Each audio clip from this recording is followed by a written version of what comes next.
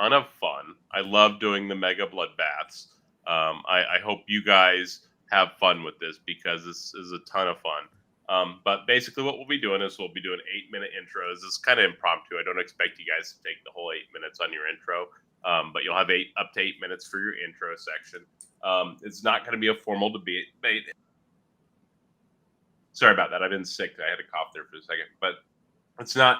This isn't really like a super formal format, but you're going to have your own time to do your introduction on each side, and then you'll have. So it's going to be an hour and 45 minutes. It'll start with introductions. Any time that isn't included in the introductions gets included into the open discussion portion. It's going to be a 2v2 open discussion for the majority of that.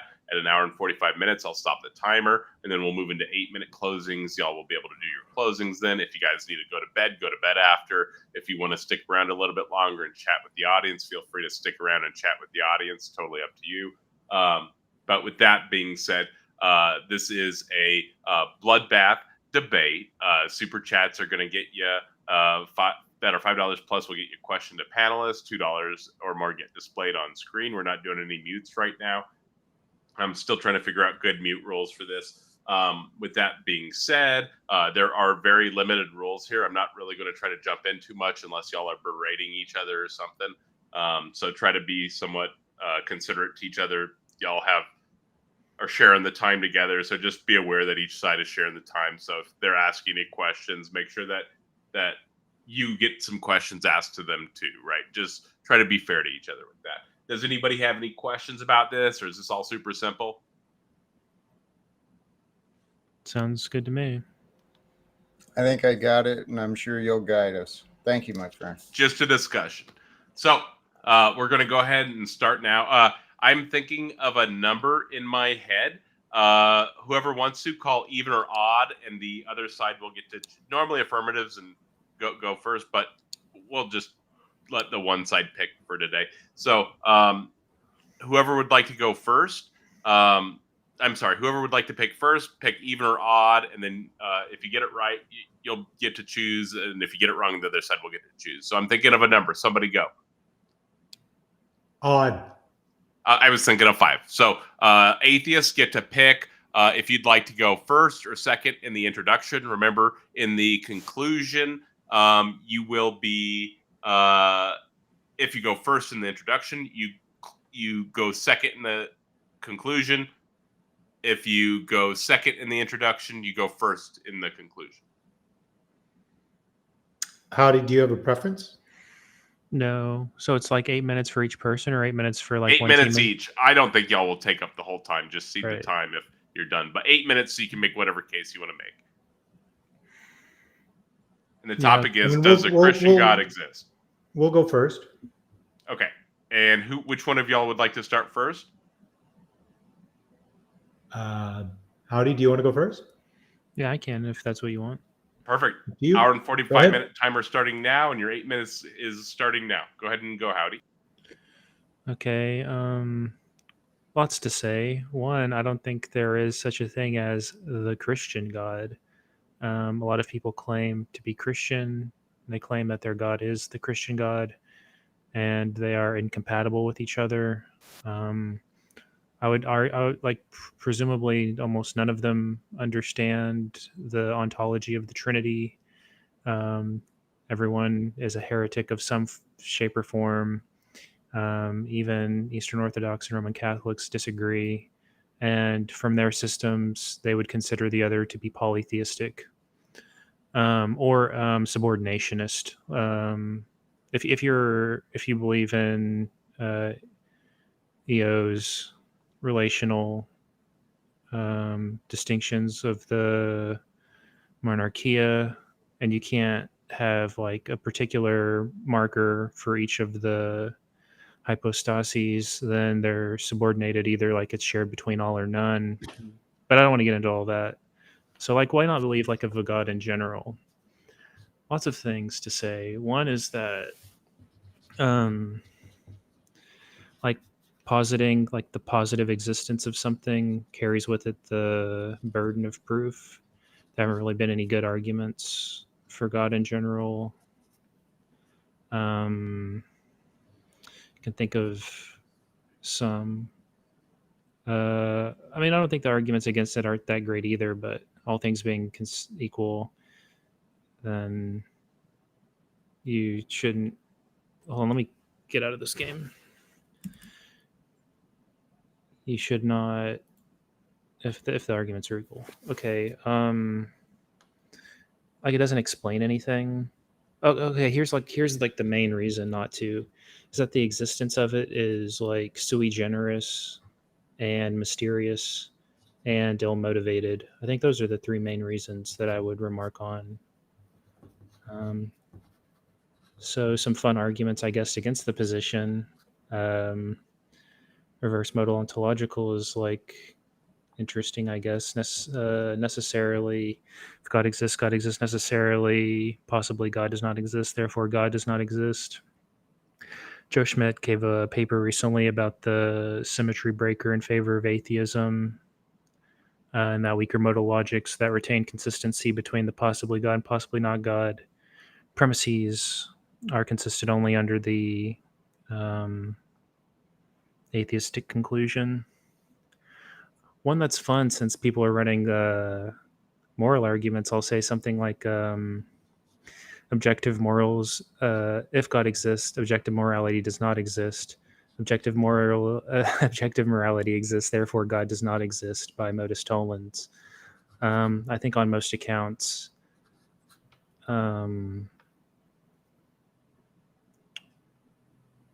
God grounded morality is subjective. What's another good one? So like an internal critique, I guess, specifically for Christianity would be the logical problem of evil. If God is all powerful, all knowing, and omnibenevolent, evil would not exist. Evil exists, therefore God doesn't have these characteristics. And if those characteristics are necessary for the Christian God, then the Christian God doesn't exist.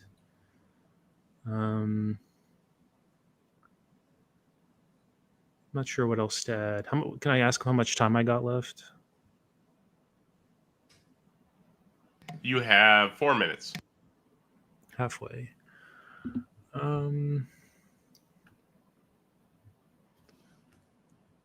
What else?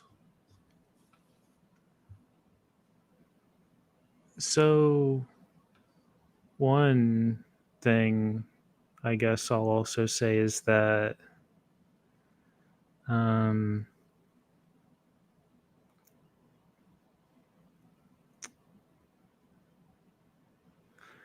guess I'll remark on some of the proposed arguments for the Christian God. You see, you had mentioned someone was like a presuppositionalist apologetic. So I'm not sure which version they'll run, but they'll run something of the form, some necessary fact obtains. If there is no Christian God, this necessary fact would not obtain, therefore God exists. Most of the time there's like no justification for premise one, like the inference or the implication. Sometimes, depending on what they mean, it would be the case that you reject premise two of it, but regardless, transcendental arguments are analytic, so they deny the revelatory nature of God, and I take it that Christianity is a revelatory religion and cannot be derived analytically. As far as I'm aware, the main branches that I've read on all affirm the revelatory nature of God and the prerequisite of Scripture for the religion. And so the counter argument would be, if the transcendental argument for Christianity is sound, Christian theology is true. If Christian theology is true, then the transcendental argument for Christian theology is unsound. So either the argument's unsound or it's true, and Christian theology is true. And if Christianity is true, then it's unsound. So it's unsound or it's unsound. So it's unsound by excluded middle.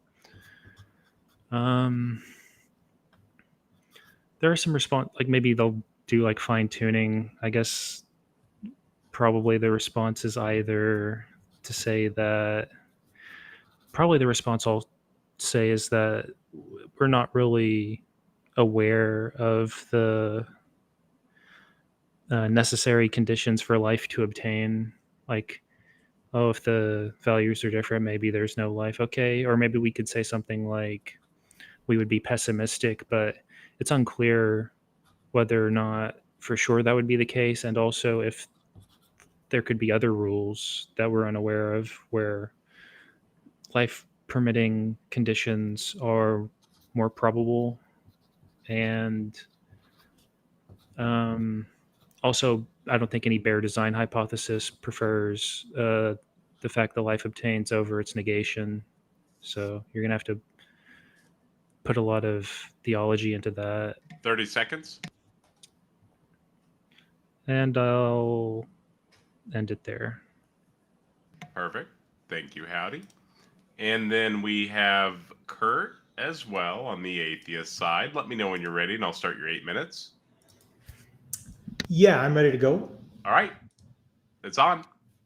Okay, so as Howdy mentioned early, but I also want to bring up, even within the scriptures, there isn't a stable God concept. So you have everything from the logos like Redeemer to a moral exemplar to an eschatological prophet. And the book of Revelation represents a very Hebrew prophetic Lamb of God. And these are never unified in the text or made clear. But the history after the New Testament is even more diverse. So you have Marcionites as possibly the very first Christians.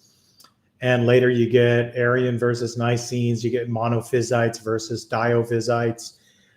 You have Unitarians that show up again later in Christianity. You have splinter groups like the Jehovah's Witnesses who become Arian again. You have Mormons who don't even have a traditional idea of God. Yet all of these groups claim to be Christian, and one will count the other as heretical, and the other will count itself as Orthodox. And so there's really not a way to analyze a single Christian God. You can only analyze the family of Christian gods. And this is where I think linguistically analyzing the words is really helpful. So Christian God is really just an adjective that is poorly determined, being used to describe the noun form of the word divine that has maximal play in human minds. And so that even if a person says they identify with a Christian God, that distinction from person to person is massive. So then what are the specific issues with the Christian God family, since we've identified that there's not one single one? And the first problem, of course, is the Trinitarian problem that Howdy alluded to. You have one being, and yet there are three persons. All of us understand as single persons how we make choices. But how would a single being that has three persons make choices? And is it possible that their wills are at times unaligned? If you have distinct wills, then you have a majority 2 out of 3, but you have 3 distinct wills, which means 3 gods. If there's only one will, then there can't really be 3 persons because there are no separate impulses within the Trinity. And this collapses into a contradiction. And of course, that's just the critique made by Unitarians who are within the Christian tradition. That's not even an atheist critique. But a deeper critique of the Trinity that comes from modern science is the understanding of the incarnation as a holobiont. Human beings, as we understand them now, are not a single organism made of human cells and human DNA. They're an organism community made of the host and its multicellular and single cellular commensal organisms. Without these other organisms, many necessary body processes simply don't work. So the person who imagines an incarnation of any kind of deity is stuck trying to figure out where the deity ends and the other organisms that are part of the unity of that being begin, because we now know that there's huge amounts of communication between the brain tissue and these other organisms, and that areas that we thought were sterile do have microbiota in them that interact with and alter behavior. The Trinity itself claims unity in diversity, but that's unity between the divine and the human substance. Once we add in a third substance, the non-human substances, there can't be a mechanism of shared substance, and there's not really any interdependence here, only a contradiction. If Jesus's, eye follicle mites were also divine, that means that God shared in insect life as well as human life. And for most Christians, that is not something they want to accept. Another problem is the problem of divine substance. Divine substance is really a category mistake for modern scientific people. It's borrowed from Greek metaphysics, and it's very clear from the earliest phraseology in Plato's works that the soul and the idea of divinity were for Plato a divine substance that was rarefied but made of material. The Greek concept of ichor, which is the blood of the gods, guarantees that they thought that the gods had physical substance. But in the modern world, we now know there is no such thing. And so we get a nonsense phrase from Christians like immaterial substance. An immaterial substance is a philosophically incoherent concept and is not more sensible than a square circle in a two-dimensional plane. The Gospels themselves don't give a coherent God concept. The first Gospel that we have is the Gospel of Mark, and it's the uniform belief by all scholars that the Gospel of Mark is the origin of the Jesus story as we know it. In the Gospel of Mark, Jesus is ignorant in Mark 13:32, limited in Mark 6:5, and he has despair on the cross in Mark 15:34. The later Gospels recognize this problem and alter the story to inflate Jesus's divinity. But it is highly likely that Mark does not see himself as writing a history of a specific individual, but is writing an allegory about the role of the divine logos and its transport through the three stages of Pauline soteriology. In Paul, we see that there's a fleshly man, the sarkic man, there is a psychic man, the man of philosophy, and a pneumatic man. And the pneumatic man is the man of spirit. Hang on one second. Modern Men lost again. You keep having background noise slamming in the back. Oh, he left. Okay. You can continue. Sorry. So, and we see that what's happening is that Mark is writing a description in allegory of this Pauline understanding of salvation, and Mark is also taking Paul's side. Theodore Whedon, in his book, Mark, Traditions in Conflict, clearly identifies the author of the Gospel of Mark as anti-apostolic and anti-Petrine, and he is trying to, with the concepts of the Messianic secret and the description of the disciple Peter as Satan, minimize the authority of the Jerusalem pillars as described in Galatians. So there's constant conflict within the New Testament itself about what the nature of the Christian God is and what he wants. The book of Revelation describes a synagogue of Satan that they describe as having taken over much of the Christian world. We today simply do not know that the book of Revelation isn't describing what are now referred to as the proto-Orthodox Christians and who have become the winners in the early Christian battle. So we see a collapse of the concept of the Trinity itself is contradictory. The concept of divine substance is incoherent. And within the Gospels, the texts for the Christian doctrine, there is no stable conception of God. And that is time. Okay. I gave you a couple extra seconds because I had to talk to Modern Men Lost again there. Is he going to be rejoining, or do you know what's going on with him? Okay. I'll let you do your intro, Jack, and I'm going to try to find you. I have a couple other people that I reached out to earlier, so I'm going to let you do your introduction, and I'll add a couple minutes at the end of all this for what I'm interrupting with. But Jack, you've got 8 minutes. Let me know when you're ready, and I'll start your timer. I think I'm good. Yes. Perfect. Thank you to all for the host and for the opening statements already. There's so many points were brought up. First of all, the question, does the Christian God exist? As was pointed out, we need to kind of narrow these down. What does that mean, the Christian God? For me, what I will be addressing is the God that Jesus spoke of, the Father from the heavens. And for me, that Christian God is following Jesus. A lot of Christian interpretations have made the man the God and missed out on the Father, the unseen. And this is where our conversation really is, what is the source of all of this happening, that life that we know of, from the history we've learned of to each day that we discover? What's behind all that? And some of the things I heard, you guys are, I didn't actually understand all of the words used. I'm still growing in my vocabulary regarding philosophy and some of the ideas on debate and thought. But in my own words, the idea that the Christian God is revelatory by nature, I think that is accurate. This God that I've learned of is beyond logic.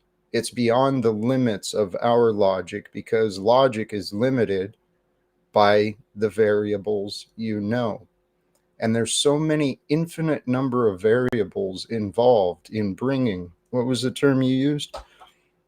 I can't read my writing. Kurt used a wonderful word about the organism being a community. That right there, the example of the human being a complex community of life, bacteria and cells and all of this. To me, that's another example of the Trinity in a broadened concept. It's the multiplicity as one, or it's the one as many. And so I'm confident that the words in the Bible, while there were lying pens of the scribes, throughout time, throughout history, the wisdom that's found in there, sorry, I got noise. The wisdom that's found in there from the words attributed to Jesus, those words of love and forgiveness and that example of sacrifice and leadership, should more men and women, should the Christian community actually live that way, we would not have wars, we would not have oppression. The evil and darkness would be overcome. So some of the other points, it was said that there's lacking a stable, if I caught this right, and I agree, many people alive today, they profess these beliefs, and yet when you ask simple questions, their answer is, go read this big book. They can't really explain a stable God concept. It's been poorly defined. In many ways it has, because in many ways our words can't do justice for that which is beyond space and time. But what we can identify through our own lens, through our own subjective perception, we can identify that which is divine, that which is holy, that which is pure, that which is saintly. We can identify those. And then the point that many of the ideas they're philosophically incoherent. And what I truly trust is the God that I know, the God that Jesus spoke of, which is the Christian God, the true Christian God, not the false God of the churches, but the true God. It can't be intellectualized. It must be realized. And I think that is the truth. And I think that's supported by the scripture.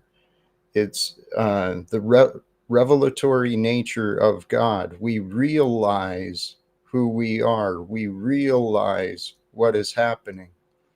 The truth exists whether we've discovered it, whether we know it, whether we ignore it, whether anything. The truth exists just as God exists. Whether we discover it, whether we seek it, whether we deny it, we have the free will. And we've been given the options of choice. I hope I'm not rambling, bouncing around too much. I hope it comes through a little bit.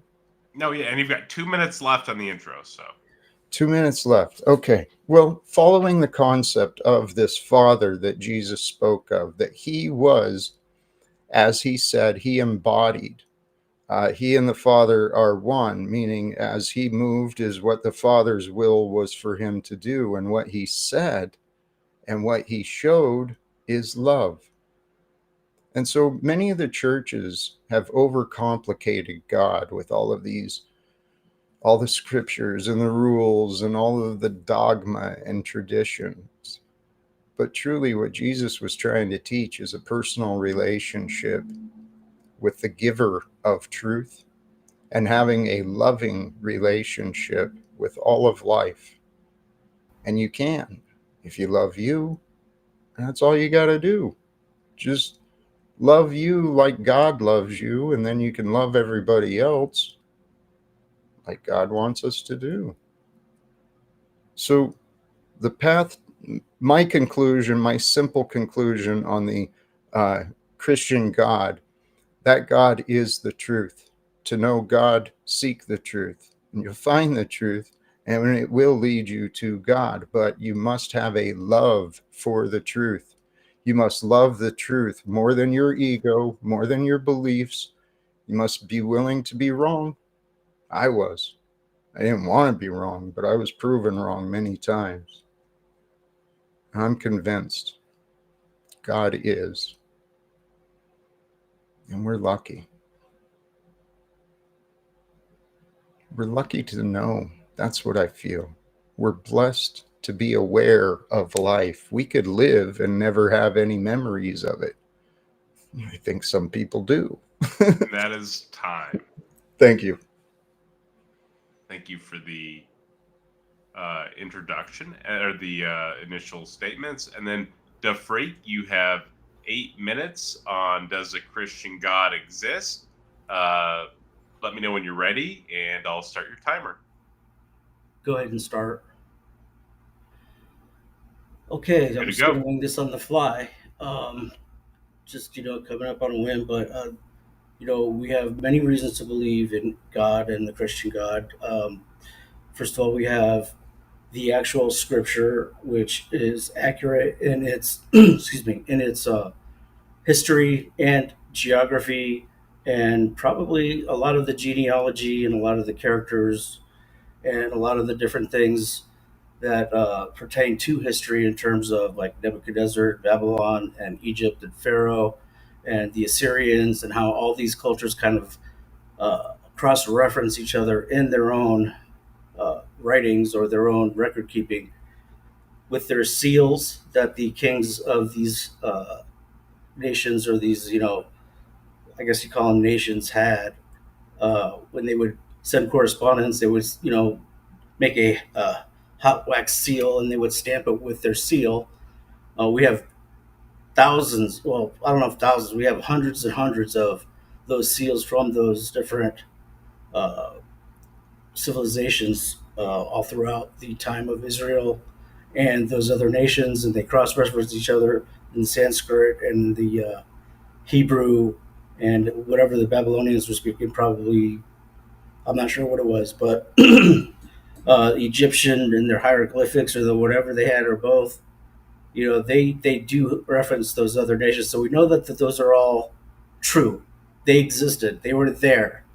There was a record. There's cross reference. There's everything that is required for valid evidence. Okay, so we have the archaeology. That's the archaeology. We have the geography. Egypt is still Egypt. The Red Sea is still the Red Sea. Mount Sinai is still Mount Sinai. Syria is Syria.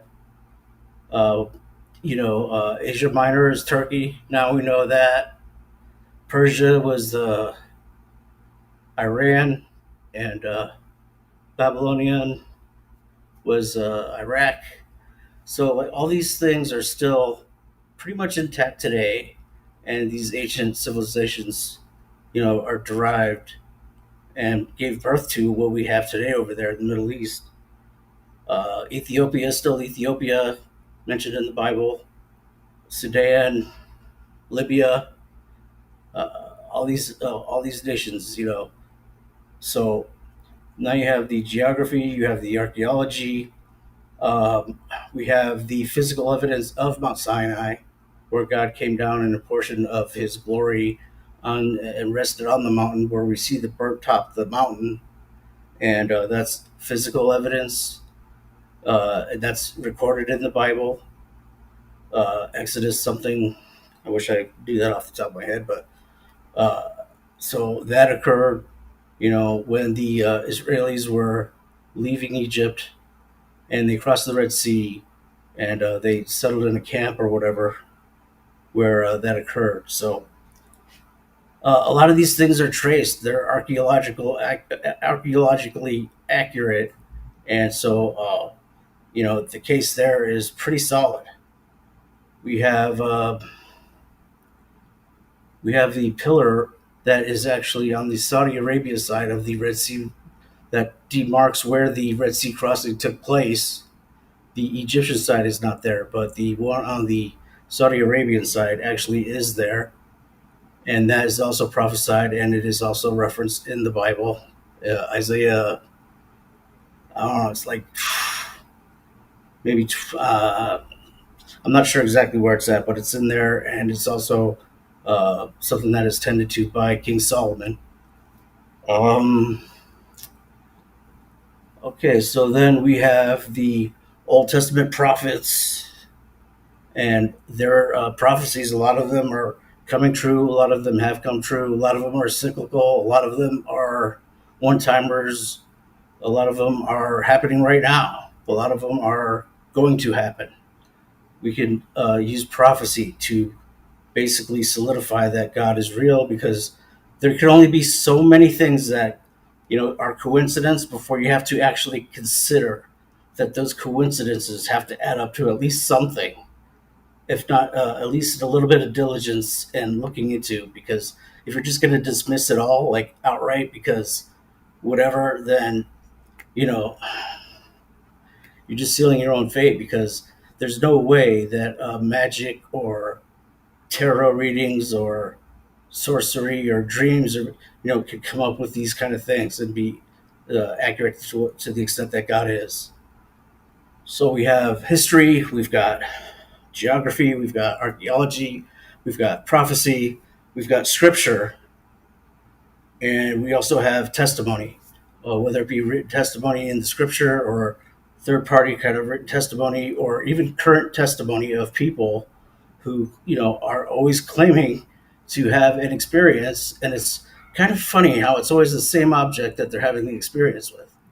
It's not just some schizophrenic delusion of the I don't know, the brick wall outside, or the the S mountain, as they call it 2 here, minutes. and where they have the football games at, or the stadium of it's always the same object. And finally, the biggest evidence for God is the Lord Himself, Jesus Christ. He declared Him in the temple, and He proved Him when He was resurrected. Thank you. Thank you to Freak for the wonderful intro. So I'm going to pause the timer real fast. So this leaves about an hour and 15 minutes left for the debate. So that's perfect. If we need to go a little bit longer and everybody's cool with it, we can add a little bit of time at the end. But with that being said, this is a mega bloodbath debate. So let's keep the low blows out of it, right? Let's try to be somewhat fair with each other's time. All of you are very nice people. I think this should be a very productive conversation. The Freak and Jack are on the same side. Howdy and Kurt are on the same side. So, at least for the purposes of the debate, let's do our best not to be arguing with your own teammate. Yeah, I don't think that'll happen. Also, during this debate, there's going to be minimal rules. I'll try not to interrupt too much, but we do want to tie the topics back into, does a Christian God exist? So if you go on a tangent, make sure it's related to the topic and you can tie it back into the topic. It should be pretty easy to do if you're staying on topic. Go veering off course on the topic and not tying it back into the topic is a negative point for the audience at the end, and they'll know to hold that against you when they go to the vote. So if that happens, just keep in mind that's a negative one imaginary point. And then there's a couple other things. Declaring yourself the winner is a negative one imaginary point. Things like that, right? Let's try to have a good conversation here. That's pretty much it. Super chats will interrupt the discussion in a reasonable time frame and shift that. This is how the audience can control the discussion. The super chats will shift to a question, and then the panelists will be able to engage from there. Anybody have any questions? Are you guys ready to rock and roll here? Mega bloodbath engaged! You have about an hour and 15 minutes. How's it going, everybody?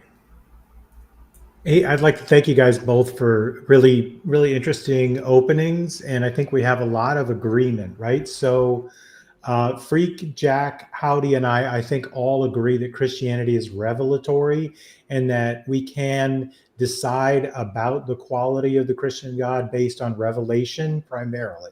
Is that true? I think that's fair. Yeah. Yes.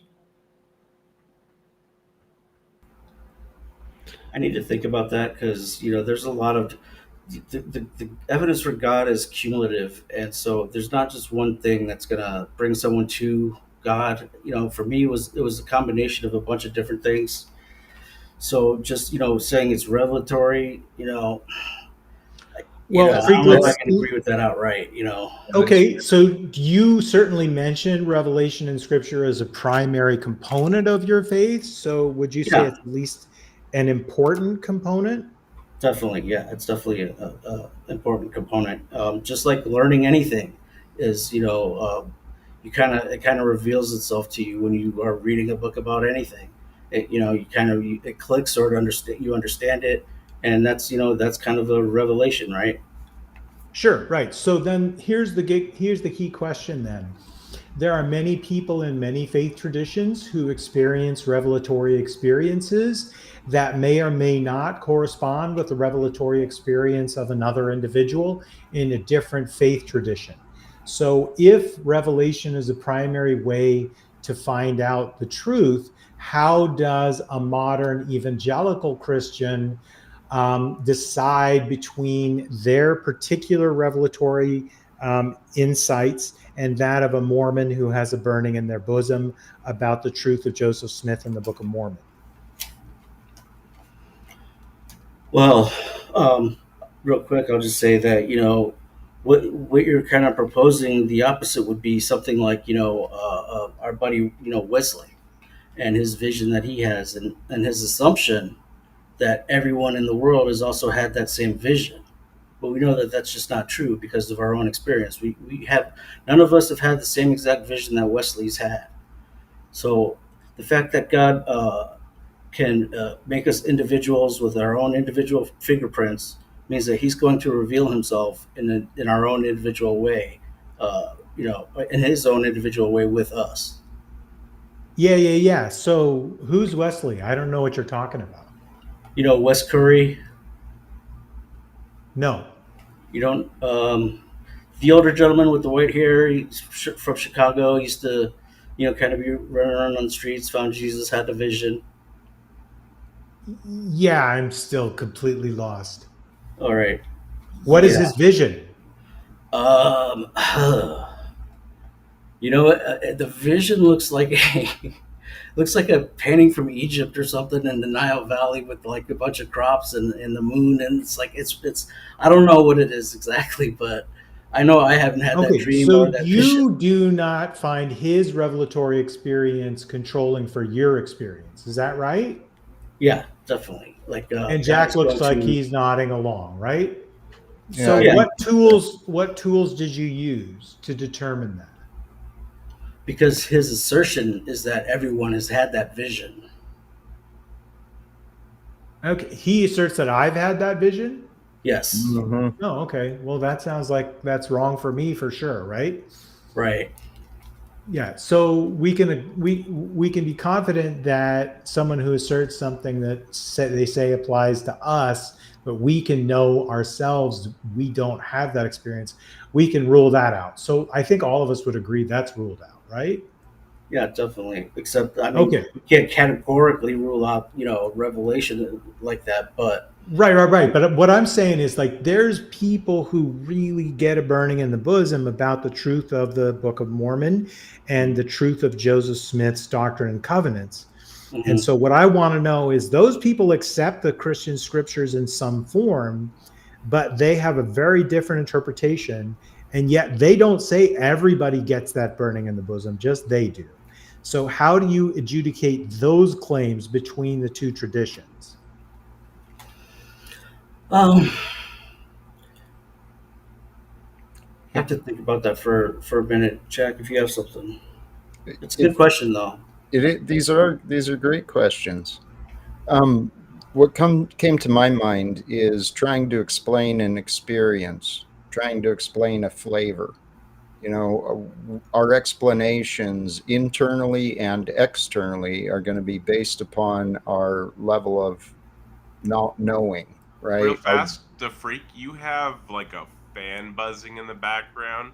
If Mm. you're not talking, could you please mute your mic just for the sake of the audience, please? And thank you. Yes, boss.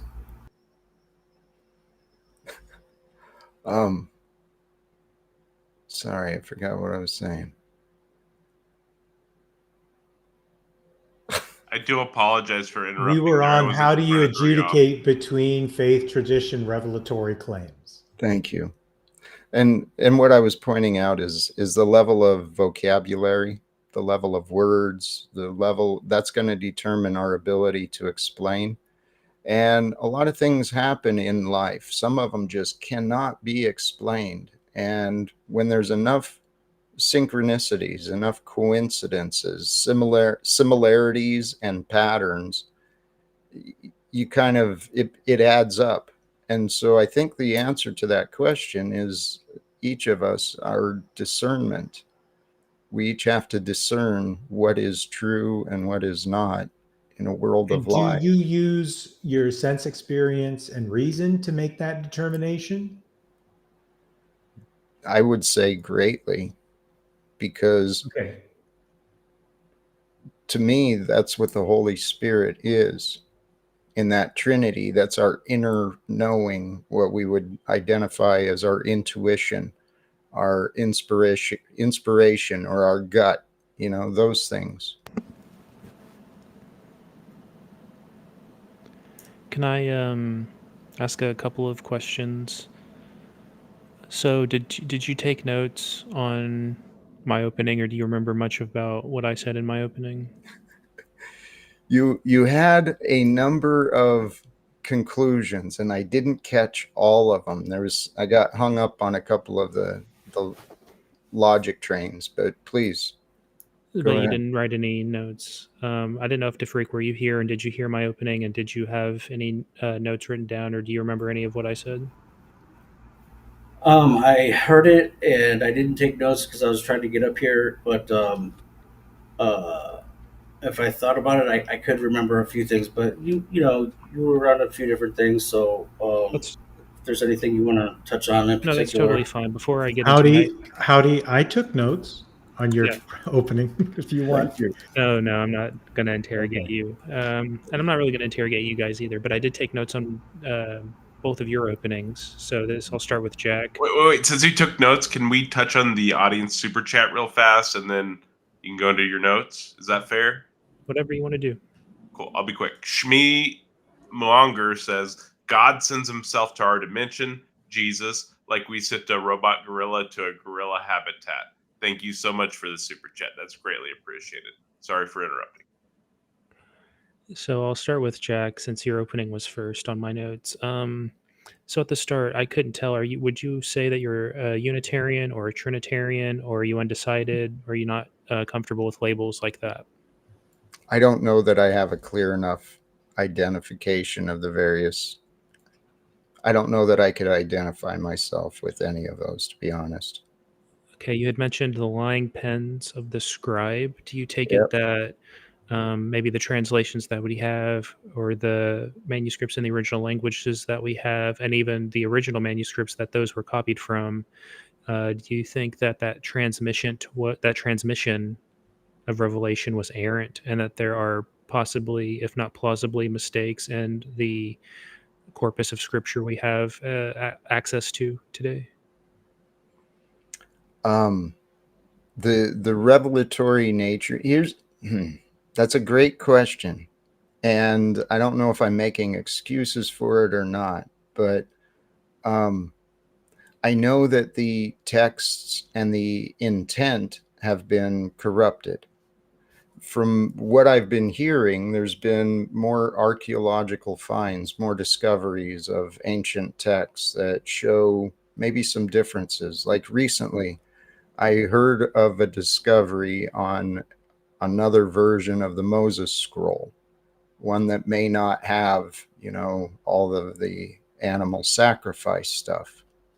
And if there is that, if there was a law offered to man, just basically the 10 Commandments, and without the animal sacrifice, that makes a lot more sense to me.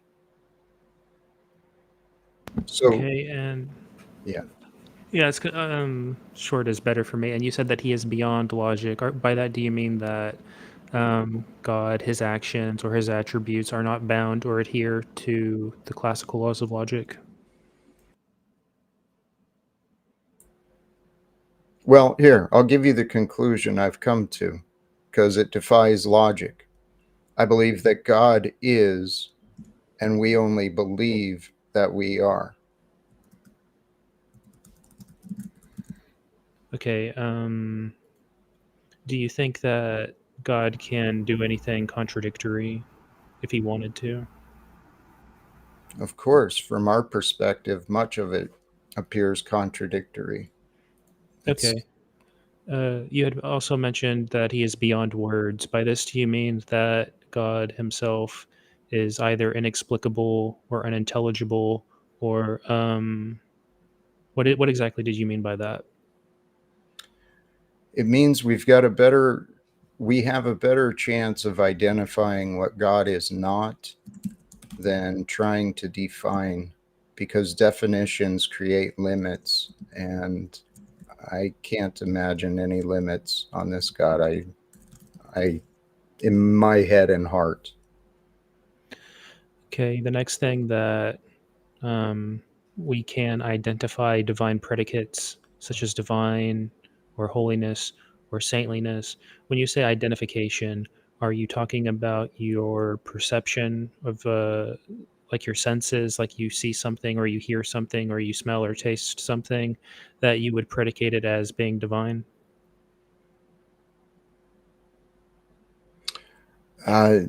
Again, I suppose it depends on the definition of divine, but it wouldn't just be an inner experience. We can witness and observe divine as well. Could you give me an example of something that you've witnessed or observed that you would classify as divine? Beauty, the gorgeous sunset, the magnificent waterfalls, the babbling brook, any of that. To me, that is all divine.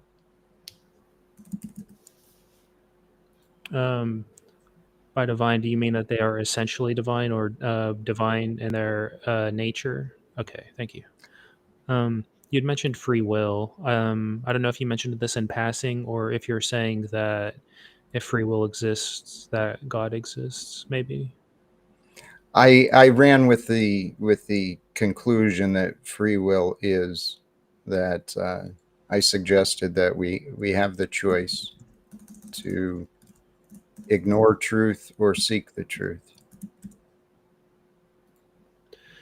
You had said that you are convinced and that you believe, but you would accept that people have personal testimonies of their own that would conflict with your revelation. I don't know that other testimonies would conflict with my revelation, because part of my revealing was external revelations, learning of testimonies, firsthand experiences of others, along with what I had learned and experienced for myself. Okay, and has God ever given you any personal subjective experiences that are unshareable with us that maybe you can't really explain or put into words directly?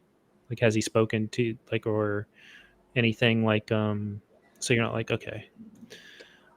I've never had any supernatural voices or powerful phenomenon, but I have experienced periods of just ecstasy and bliss during prayer meditation, doing nothing.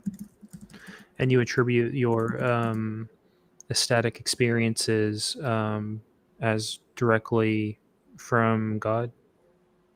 It's a Okay, and would you agree that there are hundreds of thousands of children who pray to God and die of starvation and cruel and unimaginable suffering? yes, it happens. Okay. That was it for Jack. I only have two things to say about Freak. It seems like Freak was making like a general historical case. He said that scripture has historical or geographical facts that support its reliability. So, would you agree that like I could make a book today, including thousands or tens of thousands of accurate historical facts that would lend to its credence, would not necessarily entail that everything in it was inerrant? Like I could say, list off a bunch of trivial facts about what's going on today, and then at the end say, "Oh, by the way, God is a green apple." That would make it necessarily the case that God is a green apple, correct? Yeah, like you have the Odyssey, an ancient text that's maybe part fiction, maybe part truth, maybe both, that you could reference. But then you can also reference something that's total fantasy or fiction, excuse me, fiction, which would be like the Harry Potter stuff or the Lords of the uh, Rings stuff. So I just don't think that, based on the fact that all these geographical locations are still intact, that they're still there, that they're referenced correctly, uh, would would cause anyone to think that the Bible is a made up fiction like a Harry Potter. So you had referenced the Iliad. So you agree that like the Homeric epics, even like Gilgamesh, Hellenistic period writings about pantheistic gods, could include historical information, but also would include facts or would also include propositions that you find to be false, such as the existence of Zeus, or maybe have some other things that you wouldn't take to be inerrant. Is that correct? That is correct. Okay, are you aware that it generally was the case that in ancient writings they didn't distinguish between fictional and non-fictional? They had sort of a blend in their writings of both genres. I mean, maybe for the Greeks. Okay, you had mentioned. I don't know if you had mentioned. I was trying hard to parse what exactly you were saying. You said maybe there's like lots of manuscripts that are sort of cross-referencing that we have. So would you agree that we do not have the original manuscripts for the New Testament writings? Um, the originals, I think that would be accurate. Yes. And you would agree that we don't have the copies or the copies of those copies either, and that at least not completely. Like we have maybe fragments of the copies, but nothing, like no complete works of the earliest copies. Is that I correct? don't think I could agree with that. No. I think there are copies that are intact, and they're probably housed in the Catholic, vault or something. But they've been compiled. They're rare. I mean, they're super rare. But I think there's like a copy of the original, and there may be like one of each or something like that. So I couldn't agree, just outright with that statement. So you would disagree with the statement that the earliest complete codices and unseals are dated to the earliest in around the 400 AD with the Sinaiticus, the Alexandrinus, and the Leningradus unseals. No, I couldn't agree with that either because the Council of Nicaea was before then, and they were able to compile uh, just from the regular folk in the township or whatever, that some people had a copy or whatever. They were able to round up just a few of them, and they used those during Do you that time. do you think that we have that material that they had today? It's possible. I mean, it might be fragmented out at this point, but unfortunately, unlike other things like the original, sealed, scrolled up Matthew, Mark, Luke, and John type. Those definitely don't exist as far as I know. Do, These are copies that were harvested from the citizenry, basically. do you have a complete codex of the New Testament that you could date earlier than 400 AD? I don't, but I'm pretty sure that there's at least a copy of. I think it's Mark, that exists in the Catholic vault or whatever. Do you know what the name of that manuscript would be? Or it's It's been a long time. we'll say So like P70. Okay, that's fine. yeah, it's been And a while. and the last thing that you had mentioned was experiences. I don't know if you were referring to near-death experiences. Would you agree that near-death experiences are conflicting and non-replicable? Non-replicable. Yeah, I would agree with that for the most part. And what was the other thing you described it as? Conflicting. So someone will say that they met the Hindu god and he had like a monkey face and the nose of an elephant, and someone will say they met the gator god, and someone will say they met the Trinity god, and someone will say they met Zeus. Would you agree that these are conflicting accounts from near-death experiences? Yeah, but I don't think that those people that are seeing those things are seeing the God. Okay. So Do they you may perceive it as that, but it's not. It's not. They're having a. They're not perceiving what they saw correctly. And do you think that there are any alternative explanations available for these experiences, such as hallucinations or um, mental altering substances, or lack of oxygen, or dreams, or anything else that could possibly account for these experiences? The ones that are like medically, that are actually medically, no activity, brain activity, medically, pronounced dead, whatever. There's no alternative, unfortunately, because there's just no way that a chemical can induce a whole experience and actually retain it and be able to recall it once they come back. It's not possible. And the last thing was you said was Jesus asserted that God exists, and Jesus was resurrected, therefore God exists. Um, so, do you think it's this is kind of silly, but do you think it's possible that Jesus Christ could have existed and could have said that and could have resurrected and God not existing? Like it could have been maybe an implausible explanation, like he's from the future or he's an alien or has some scientific equipment, or I don't know, you could say like the resurrection was misunderstood, or he was a body double, or any of these weird theories or scenarios that could account for both of those three datum points. Probably not, because the Jesus that we know actually loves mankind, and that Jesus would probably be like worship me, kind of like a dictator alien, bow down kind of a entity, because that's usually where the ego goes. Okay, that's all the notes I had on both of you guys. I thank you for clarifying your opening statements, and I guess I'll let you guys ask us questions, or maybe Kurt wants to talk to you guys a bit. Hopefully, we can get into my arguments later. But if you guys had questions, or Kurt, I was gonna step back for now and let you guys talk. I did have one more question, since I think we still all agree that at least Revelation is an important component. Is that right? So in the Gospel of Mark, in chapter 17, Mark, it's Matthew 17. Mark has it in chapter 11, and it's in verse 23.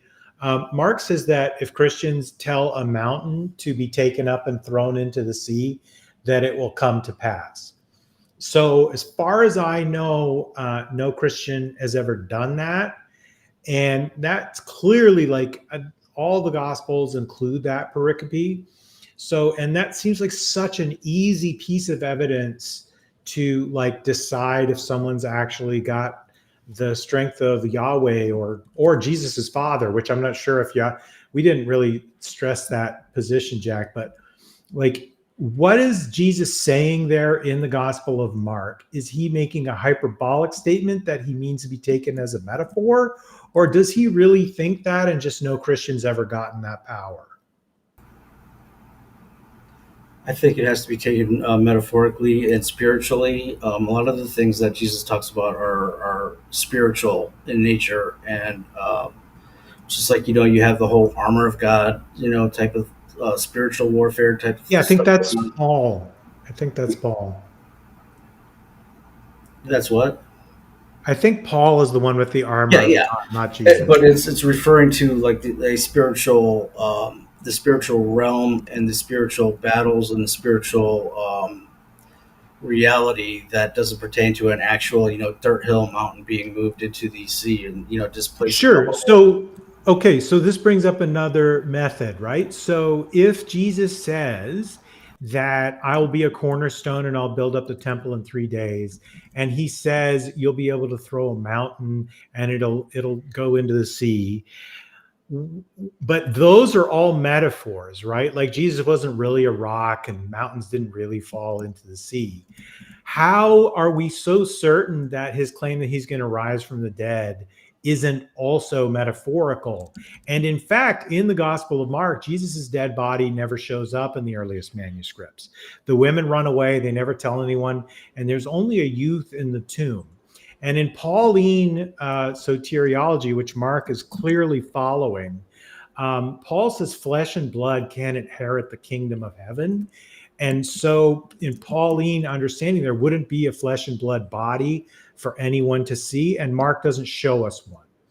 So how do we know that Jesus wasn't talking metaphorically there as well?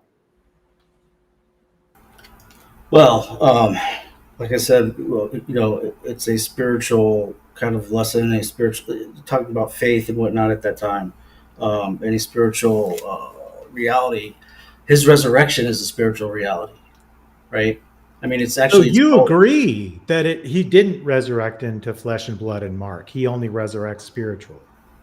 No, I don't agree with that. He since he is glorified and is God, then he can do whatever he wants, however he wants, whenever he wants, and he doesn't care, like what we think about it. Really, I mean, he does, but the thing is, the spirit is what is resurrected, and the body just kind of came along with it. Right? Because how can a physical body walk through a wall and eat fish? Right? Okay, but that's not in Mark. See, so that's all people trying to correct Mark. We really have to, if we're going to use the principle of historians, which is go to the earliest source possible, and the more difficult the reading is, the more likely it is to be correct. Right? The harder it is, that's called lectio. No, it's called lectio difficilor, lectio potior. Right? So the more difficult reading is more likely to be original and correct. So the I don't know. difficult reading is there's no physical body, right? Christians don't typically like that reading, and the other gospels all try to fix that. So if we take Mark as the primary text and we see him as following Paul, who says flesh and blood can't inherit the kingdom of heaven, and we already show that he's used metaphorical language and hyperbolic language, how do we know there was a physical body resurrected when he doesn't give us many things that the other gospels do, and the other gospels really don't like his gospel and really try to fix it? Well, I wish that like I had more understanding of the end of Mark that you're referring to without having to look it up like right now. But since I don't and I can't reference anything to the other ones, Okay, well my then answer we'll just would be, leave that. be Yeah. acceptable to you. Jack, do you have an explanation? You asked some great questions. My understanding of that, Mark 11:23, regarding faith. And faith is a mystery. God's power is a mystery. I mean, I can believe in what Jesus said, but for what will would the Father move a mountain? I don't know. But the whole point of that part is to truly express that there is power in our faith. Jesus talks about that over and over with the healing and with all sorts of things. So what is it actually intended to mean? I think it's like a subtle message telling us think big and have faith. Okay, and then I did have one other question. So again, we've all agreed that this is all revelatory, right? And do we all agree that the Hebrew scriptures are the basis for the New Testament?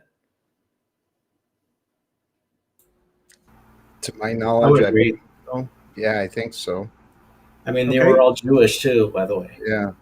Yeah, correct. So and Tafrik, you did bring up that the prophecy is a very important component, and that you view the prophecies in the Hebrew scriptures as important to understanding, right? So the Hebrew scriptures do name one historical person as the Messiah that we are pretty sure did live in history and is a real person, right? So who is that? Hold on, I gotta think now. I think in the Talmud there was. No, it's not the Talmud. The Talmud is not a Hebrew scripture that I'm talking about. I'm talking about in the text of the Hebrew scriptures that we put in the Bible. It's either Ezra or Herabel or something. Or I'm sorry, hold on. Zerubbabel, is that the name? No, it's not Zerubbabel. It's Cyrus the Great. Oh, okay. So Cyrus the Great was called the Messiah in the Hebrew Bible in Isaiah 45:1, right? All Are right, you I'll take a familiar look. with that? I mean, I I wasn't raised in church or anything, so like I know scripture and I know my way around it, but I don't have it like memory versed. Okay. Okay, that's fine. I don't expect you to. But wouldn't you say that if the Hebrew scriptures get all that way down and then they eventually say, and oh, by the way, we've been pointing towards a Messiah and here's his name and this is who he is, we can stop looking? Yeah, but what other prophecy did he fulfill? If you're talking about Cyrus, I mean, he commissioned the temple being built, right? But Yeah, after and that, he brought the Israelites out of the bondage that they were in by the Babylonians. right? But after that, And he was a king, like he was a king on earth. that's true. I don't see where it says He was a king of him kings. Messiah. The word in Hebrew is lemashio, which is anointed, right? So that means Okay. the Messiah. Okay, but we also have the same thing said about Nebuchadnezzar, my servant Nebuchadnezzar, who was killing and who actually Now, brought about. Nebuchadnezzar is not called the Messiah.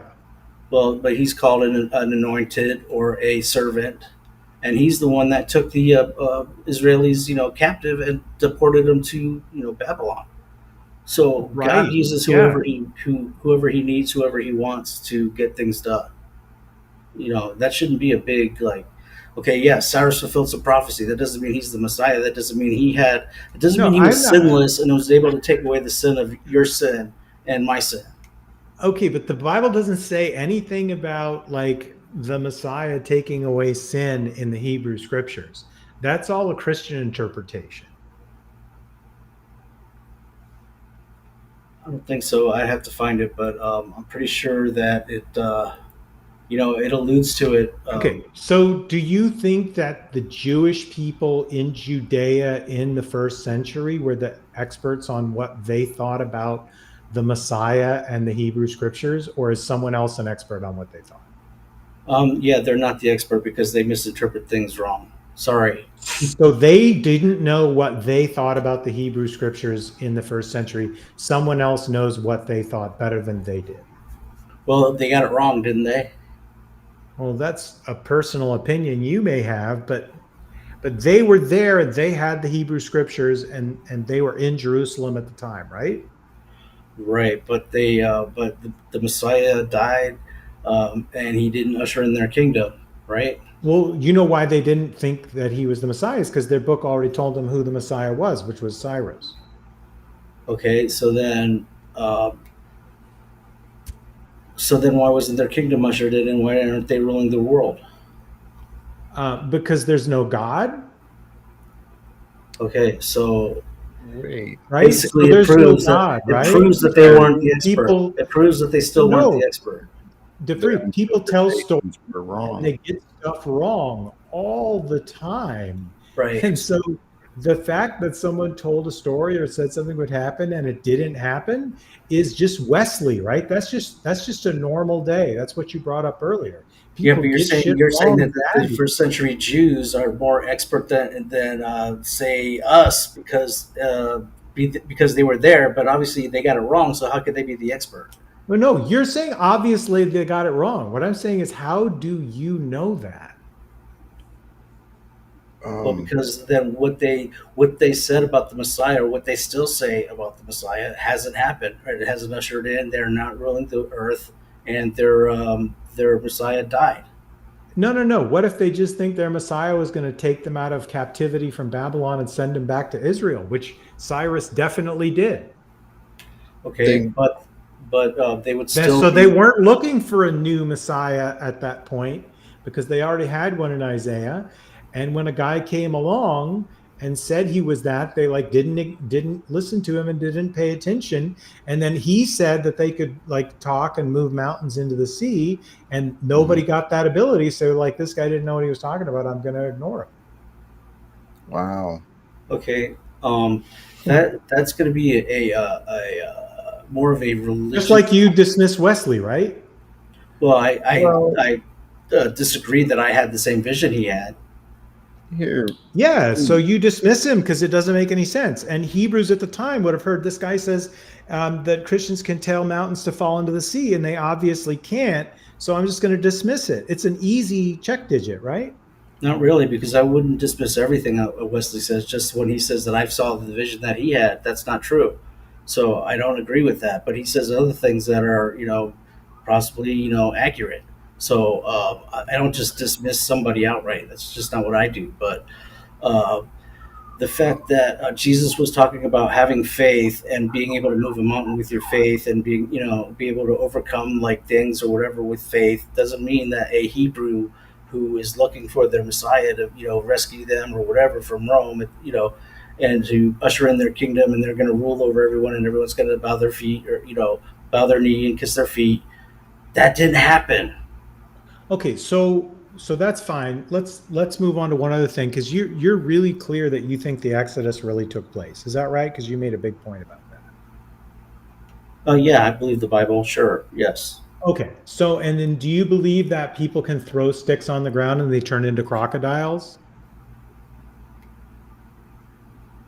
I think that God could do anything, actually. Right. So do you believe it actually took place? Like, do you believe that Moses and Aaron threw their staffs on the ground and they turned into crocodiles? Yeah, I think, why not? Okay, that's fine. Possible, why not? I mean, point taken. So then you think also that God magicked away all the human stool and all the fireplaces and all the broken potteries and all the corpses that would have been found in the Sinai from the Exodus, right? You're talking about the Israeli corpses or the Egyptian The corpses? people who were like, supposedly there's hundreds of thousands of people. I'm just going to say, let's say there's 20 to 40,000 people. Some of them would have died, right? And they would have had to been buried in the stratum of that time frame, right? And when the Israeli archaeologists went in over the late 20th century to the Sinai to try to find the archaeological evidence for the Exodus, which they totally expected to find, they didn't find anything. Well, I don't know how you can find anything in a sea where there's actually sharks and there's No. I'm not talking about the sea. I'm talking about the desert of the Sinai, which they supposedly wandered in for 40 years. They would have made campfires. They would have had pottery. They would have had animals who would have had bones. They would have had people who died, who they would have buried over a 40-year time frame. So your assessment that the Exodus is historical either is that God let all that happen and then magicked away all the evidence, or that the way that it's described in the Bible is not real.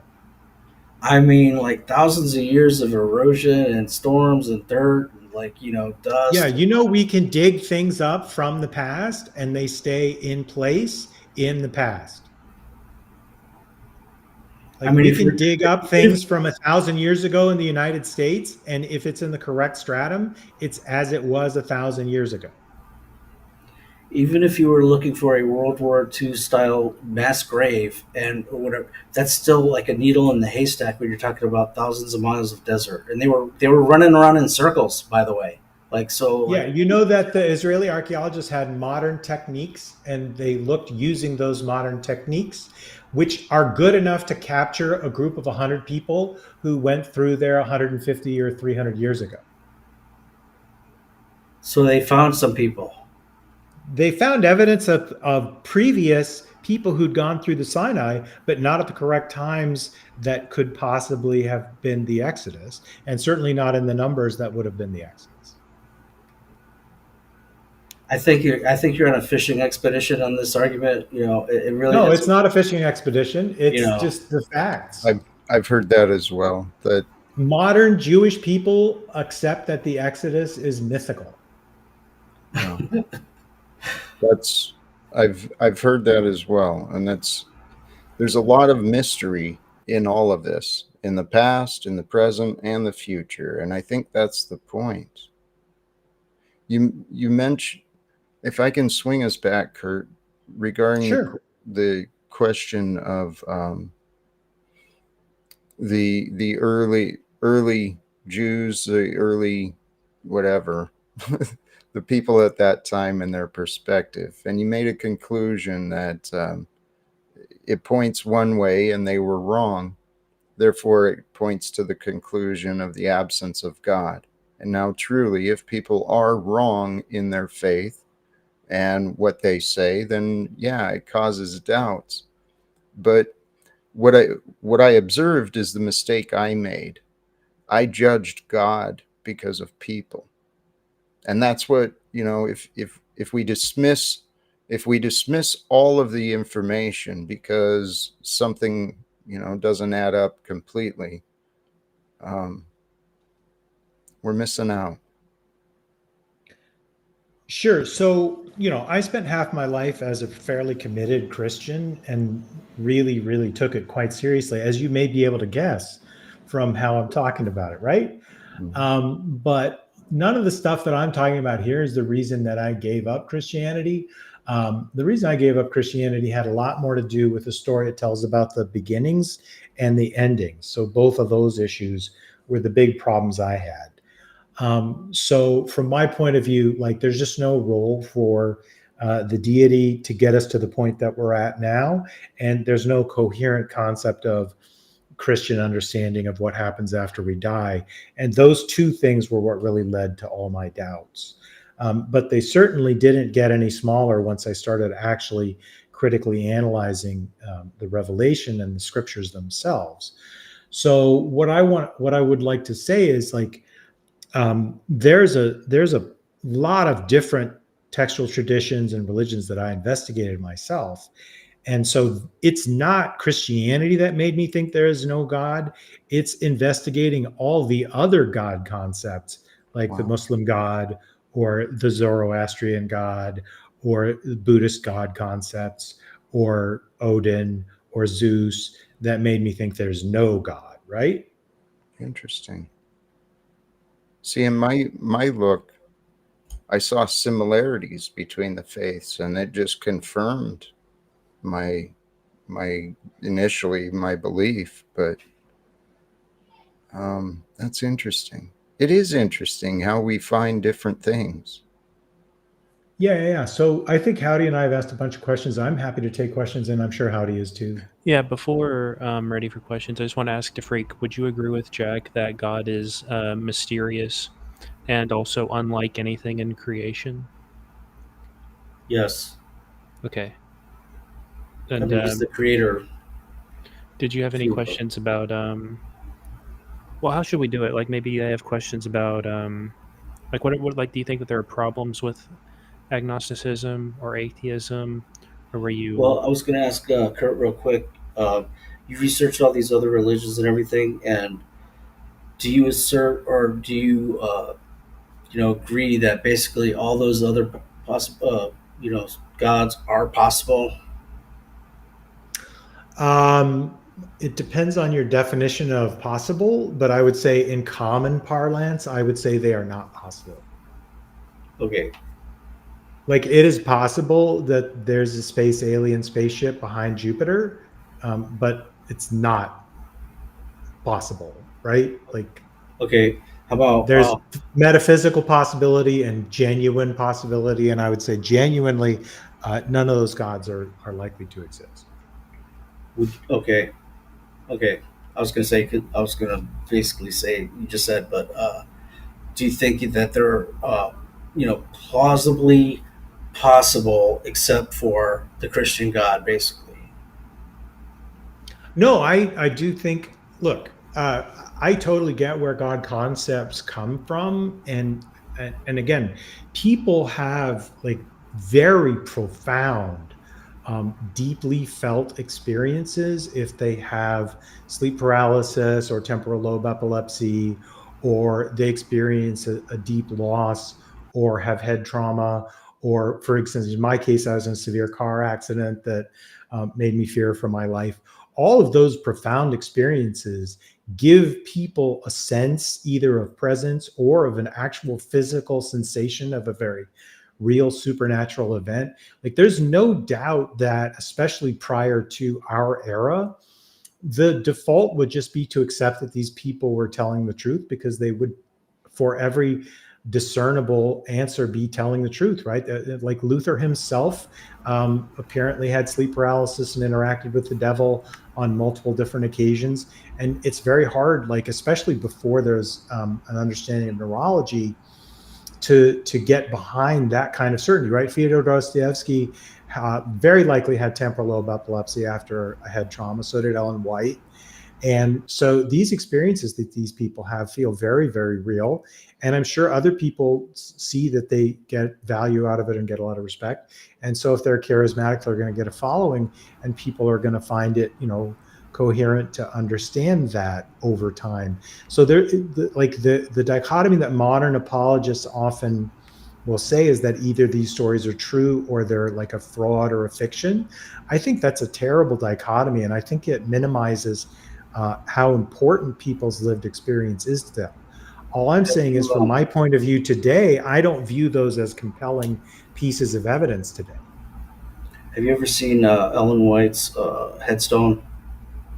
Yeah, I have seen it. Pretty weird, isn't it? I mean, I grew up in that tradition, and I have very mixed feelings about Ellen White, as you can guess. I didn't know that. Do you think that we're ever going to be able to produce energy to where we're not just boiling water to produce electricity? I don't know how that's on topic. But sure. I mean, probably we'll find a way to make better sources of energy than we have now. We certainly have up to now. And so a lot of this like it just seems like when like people deny the Exodus and other parts of the Bible, like just kind of I don't know if they're just challenging everything or if they're just basically trying to debunk the whole thing by saying that that wasn't real or whatever. Where do you think a lot of this revisionist history comes from? Well, again, there are parts of the Bible that modern historians believe do genuinely express actual historical events, right? So there was a King Josiah. We know there was a King Josiah. And we have reason to think that the book of Deuteronomy was written right around the time of King Josiah, because it meets the political goals of his kingdom. And also it matches exactly the language of Hebrew at the time that he was king. And oh, by the way, the story of its discovery is that, we were looking through the temple and we suddenly came across a really old book that seems to be written in exactly the type of words we write with right now. But hold on a second. God favored Josiah and he liked him. He was one of the good ones. So why would God have Josiah commission a false history? That's like telling me, Jack was possessed by the spirit of the Overlook. And so why would Jack have ever tried to hurt Danny? In The Shining, there's a mythical story being told. And I don't believe that The Shining's mythical story is true. And I also believe that in the Hebrew scriptures, there are, powerful people and not so powerful people who are telling stories about the past to prove a point and get people to do the things they want them to do. So King Josiah, if he's writing part of the Bible, is going to write himself as a good character and that God likes him, right?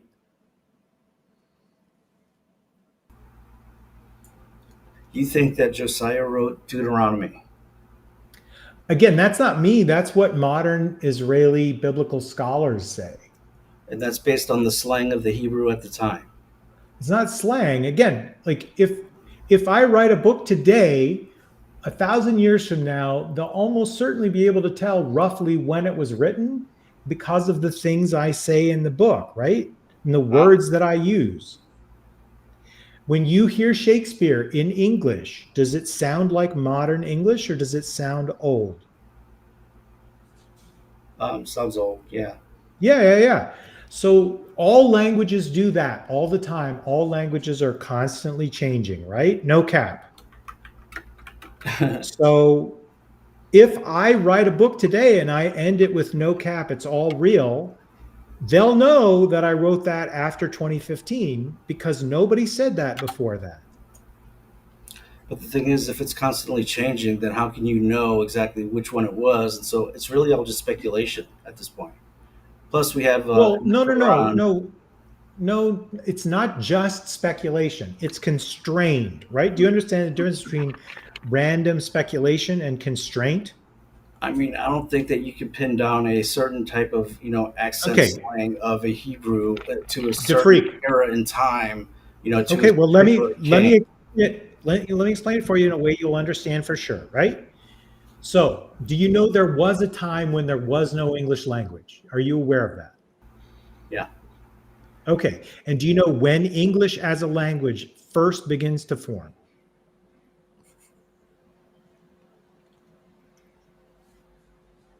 Do you know that roughly? No? I should know that, but I don't. 700 to 800 of our common era is when the Angles and the Saxons move to Britain and they start developing their own unique language, right? And some of the earliest texts we have from that are actually like translations of parts of the Bible from King Alfred the Great. And then we also have Beowulf, which is written in Old English, right? And when you hear Beowulf written in Old English, which is from what, 1,200 years or so ago, you can't understand it. It doesn't make any sense to you. Even though it is in English, it's no longer mutually intelligible, right? Yeah, there's some people from England that are like that. Okay, but But if you came across a book that was written supposedly in Old English, but it was from 400 and was supposedly written in London, you would know that that was not true, because what language did they speak in London in 400? German. Latin. London was part of the Roman Empire, so they spoke Latin. So if you come across a book supposedly written in Old English in 400, you know that that's not true, because nobody spoke that language in London at that time, and that language didn't exist. So yes, there are some variables, but there are constraints. So when did Hebrew as a language form? Oh, well, probably when Adam and Eve were like talking. Yeah, that is not true. There's no evidence of Hebrew existing until at the very earliest 1000 BCE. I don't, what, okay, why is that? Just because that's the first scroll? Why is that? Because that's when the language formed from the previous languages that it formed out of, right? So Okay, English formed from Old Germanic. As the Angles and the Saxons left Germany and moved to England, they started speaking differently from the place they Saxony, and there's a new language that started to get called Old English. And before that, it was just the Old Germanic that they spoke from that area, right? Okay, but listen, if you're talking about a particular type of Hebrew, a particular type of accent, an older type of slang, or whatever attributed to this type of king, and you have scribes and you have errors, and it's speculation, dude. I'm sorry. No, when languages are formed is not speculative. When you start writing a language, then you start writing in it, and that's when you start seeing it, right? Yeah, but you can't. People can't have a language that nobody writes. Deuteronomy to an older, a late model Hebrew or Israeli, whatever, king, because also I put it in a back chat. There's more than one verse of the Quran that says that God gave the scripture, the Torah to Moses. Okay, so there's confirmation that's not in the Bible. You're using the Quran to prove right. the Bible? Yeah. Because you believe the angel Gabriel gave it to Muhammad and he was telling the truth? Well, he didn't give it to him. Muhammad received like any old prophet, Old Testament prophet would have received, but it's consistent in the word of God. And Muhammad memorized it perfectly with no mistakes, and so did every single other person for at least 50 to 70 years. Well, no, he had like 10 scribes that were, floating around. Nope. He did not have scribes. That's not correct. That's not the tradition. Of course he did. He had like cousins and other family people that were there. Nope, they memorized it. They didn't write it down. They did. That's how it got written down, because the dude did not know how to read or write. Uthman is the one who took the recitations and wrote them down. Who? Muhammad? Uthman, not Muhammad. No, he had many scribes. Okay. There's like honestly, 10 of them. Let's move on. Do you have a different question that's not based on the Quran? Yeah, I'm just saying that there's confirmation. There's spiritual confirmation in the Quran that Moses wrote the Torah. Okay, so this whole Deuteronomy thing with King Josiah, it's bomb. I just want to be clear. Are you a Trinitarian? Yeah. Okay, so you're a Trinitarian and you understand that the Quran says you're going to go to hell, but you believe the Quran is accurate when it comes to Moses. Yeah, definitely. Okay. All right. Well, let's move on to a different topic. But you're mischaracterizing, first of all, the Quran, and second of all, the Trinity itself. Then, the Trinity is a descriptor. It's not a God, okay? The Trinity is different aspects of the power of God. It's the one God, three manifestations. Doesn't mean that there's three gods, so even though the Quran was directly rebuking the Roman Catholic Church at the time by saying, do not say three, desist, whatever, it's still him. It's still the same God of Israel and Abraham. Anyway. So you understand the very first Christians were the Marcionites, right? Do you know who they were?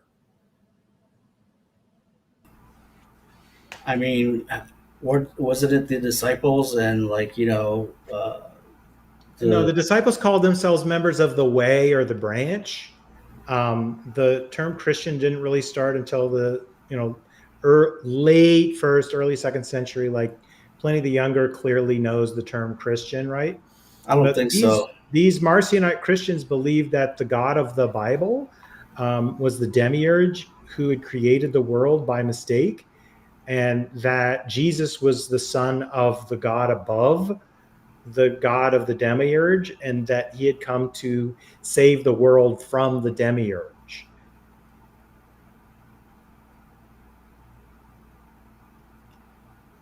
Where does this demiurge originate from? The demiurge is the God of the Hebrew scriptures in Marcionite theology.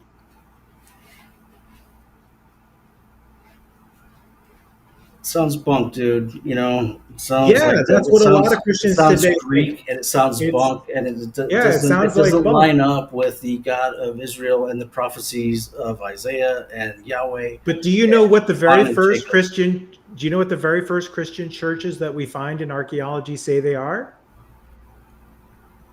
They say they're Christian Marcionite churches. The first one is Dura Europos. Where is that at? It's in Anatolia. Which is Syria? No, Anatolia is modern day Turkey. All right. So the first churches, okay. So there were a lot of Marcionites early on before what you call the Roman Catholic Church formed, right? I thought they were Orthodox. So Marcionites are not what we now call Orthodox, right? They had a different understanding. And again, one group was the synagogue of Satan, right? Revelation is really clear that there's one group of Christians who are the synagogue of Satan. Yeah. I mean, I'm sure what you're saying is true in terms of like these people existed or whatever. That doesn't mean that they had the concept of Christ and redemption and salvation and everything else correct. So you're I don't saying know what their beliefs were, but there was plenty of different Christians that were spreading around all over the place in Syria and all throughout Turkey and Greece and Macedonia. Okay, and even the North Sahara, whatever they call it. The North African Libya and whatnot. Cyrene, yeah, sure. Right. So I'm sure they were all different. I'm sure they were all different sects. I'm sure they were all, uniquely different based on whatever little thing that they could separate themselves as a different group. I'm sure that's what they did, because that's just what humans do. So how is it that you're sure that the Nicene Council got it right and that the Marcionites got it wrong? I mean, the obvious Catholic answer would be because they, prevailed and they were able to spread and, metastasize across the whole earth or whatever, blah, blah, blah. But, I don't necessarily buy into that. I would have to know their actual ideology to be able to answer that question. Okay. Well, do you think rapid growth is a sign that God has blessed a group? I mean, it could be, but I don't like to buy into that because it's just too easy to say that, and I don't think church authority should be based on that. Okay, so it's possible that there's a small group of people who are like only 50,000 people who are the actual ones who have Christianity right, and everybody else is wrong. No, I don't think so. I mean, the thing is, so what's the size that a Christian group has to be considered for possibly having God's favor and being right? All of them. I think that they're all right.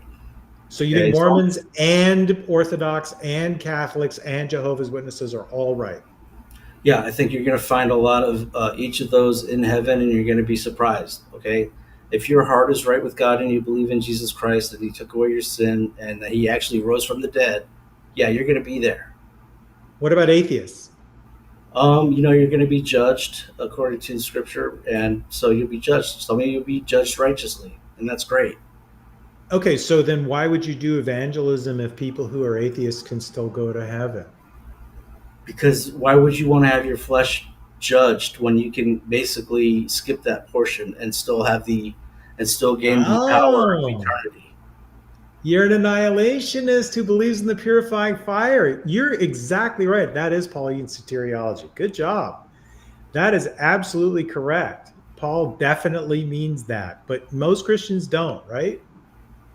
I don't even know exactly what that term means, but I know that your flesh is forgiven when you believe in Jesus Christ. Yeah, and after you die, if you didn't believe in it, you'll have a chance to be purified and then to end up in heaven. I think I don't mean that's to right, That's bro. interrupt, possible. I'm but not saying, I'm not saying that's not possible. Sorry, Howdy, go ahead. well, I was just saying like maybe you guys could wind down and let Jack have the floor. I don't know if Jack wanted to. Oh, he's just laying back. Okay. And there's about 10 minutes remaining, people, but we can add a few minutes afterwards because we'll get some voting and whatnot done. Also, No, if y'all have Freak and super I- chats, make sure you get some super chats in. We'll make sure to have some time for those if there's any asked. Yeah, Just Freak and really I have been back and briefly- forth too much. So Howdy and Jack talk. Yeah. Well, Jack, do you affirm the inspiration of the Quran, and do you think that there's like multiple paths to salvation, like apart from Jesus or anything like that? Well, there's many messages. The one God has revealed the knowledge and the wisdom through many, many different vessels. Different messengers at different times have brought these instructions and pointing the finger for us at the way. Sorry, I lost the question. That there's do you know what like religious pluralism is? Like there's lots of truths in other religions and lots of different traditions, even though they conflict, are inspired. Yes. For me, I came to the conclusion, what rules over me? It's truly the truth that I'm aware of, what I know. So for me, truth is God. And there is truth found in every philosophy. There's even truth found in every lie.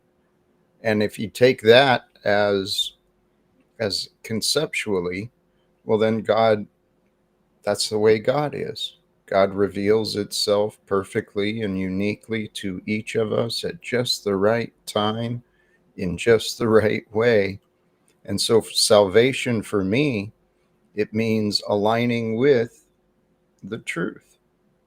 And then when we align with the truth and we feel a peace, we're not filled with anxiety or fear or resistance. In that peace, there's a wholeness, and that wholeness and rest, that's to me love. So it's the truth that leads us to love, and it's love that leads us to the truth. And I believe that's the significance of Jesus and the Father. Do you think everyone will be reconciled to God eternally in the end? This kind of ties to something I heard Kurt say, and I don't fully understand, but to me, it makes sense that God is the beginning, God is the end. We are the experience in this in between. But even in our life paths, the opportunities are the beginning, the results are the ending. We don't control opportunities, we don't control results. To me, that's God controlling everything. Do you think it's possible that you could be wrong and it's maybe God doesn't exist? Or are you like absolutely certain God has to exist? If God, like, it couldn't be anything else. I'm pretty sure if I'm wrong, then this is just a dream. This is not real. But then again, that might be if I'm right too. So Because it's okay. Go ahead. I came to this conclusion the other day, and it's the only thing that makes sense to me.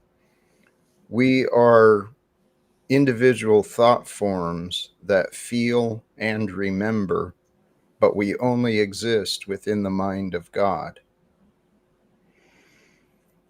So, sort of like divine conceptualism. We're in a dream. We're in God's dream, sort of thing. Possibly. Really briefly, DeFreak, would you agree that, or I don't know because I don't know if he said that, but do you think it's possible that you could be wrong? Wrong about which part? Oh, sorry, the existence of God. Or do you think that you're absolutely certain and that God must exist? Maybe there's like, you think without God there's some sort of contradiction or something like that, or Yeah. it's just like totally inconceivable to you? Based on my experience and everything, I would have to say that yeah, God exists. I don't think I'm wrong about it. Just unless my own testimony is lying to myself, right? Then I have to assert that yes, he's real. And there's a lot of different things that would also convince me. Like I say it in chat all the time. Biological symmetry. A bingo card Joe Biden dumb luck Powerball ticket is not making something able to work that efficiently. I'm sorry, it's just not. Uh, for both of you guys, really quickly, do you both affirm or reject evolution? And do you think it's like necessary to affirm or reject evolution for there to be good? For me, evolution is fine, but to the point of like class jumping or like species jumping. Uh, that's where it starts to conflict with the Bible, and that's where I would have to say that's where it stops. But God would certainly give life the ability to adapt to its environment. Okay, so you reject like speciation. Is that your position, Jack? You also would reject speciation?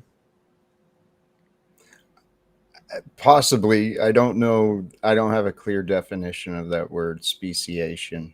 But in nature, through people, and science have identified patterns of development, and I think that is growth and could also be considered evolution. Like, you don't think we could wind the clock back and, Homo sapien, Homo erectus? I don't know the exact path. Maybe Kurt could line it out a bit clearer, but that we came from like maybe like vertebrates and then fish and then all the way back down to single-celled organisms. Like you're on board with that? Even in that theory, I still think it includes God, even in the existence of some wild theory of evolution from single-celled organisms into these other developing forms. If that was possible, it's still within a divine order. And my last question for both of you: uh, do you think that moral judgments such as X is good, X is bad, you should not X, X is permissible or impermissible, do you think that those judgments are independent of the attitude that God has towards them? So, like, for example, let's say torturing babies for no reason at all is wrong. Do you think that that's true? And do you think that if it's true because of God's attitude towards that?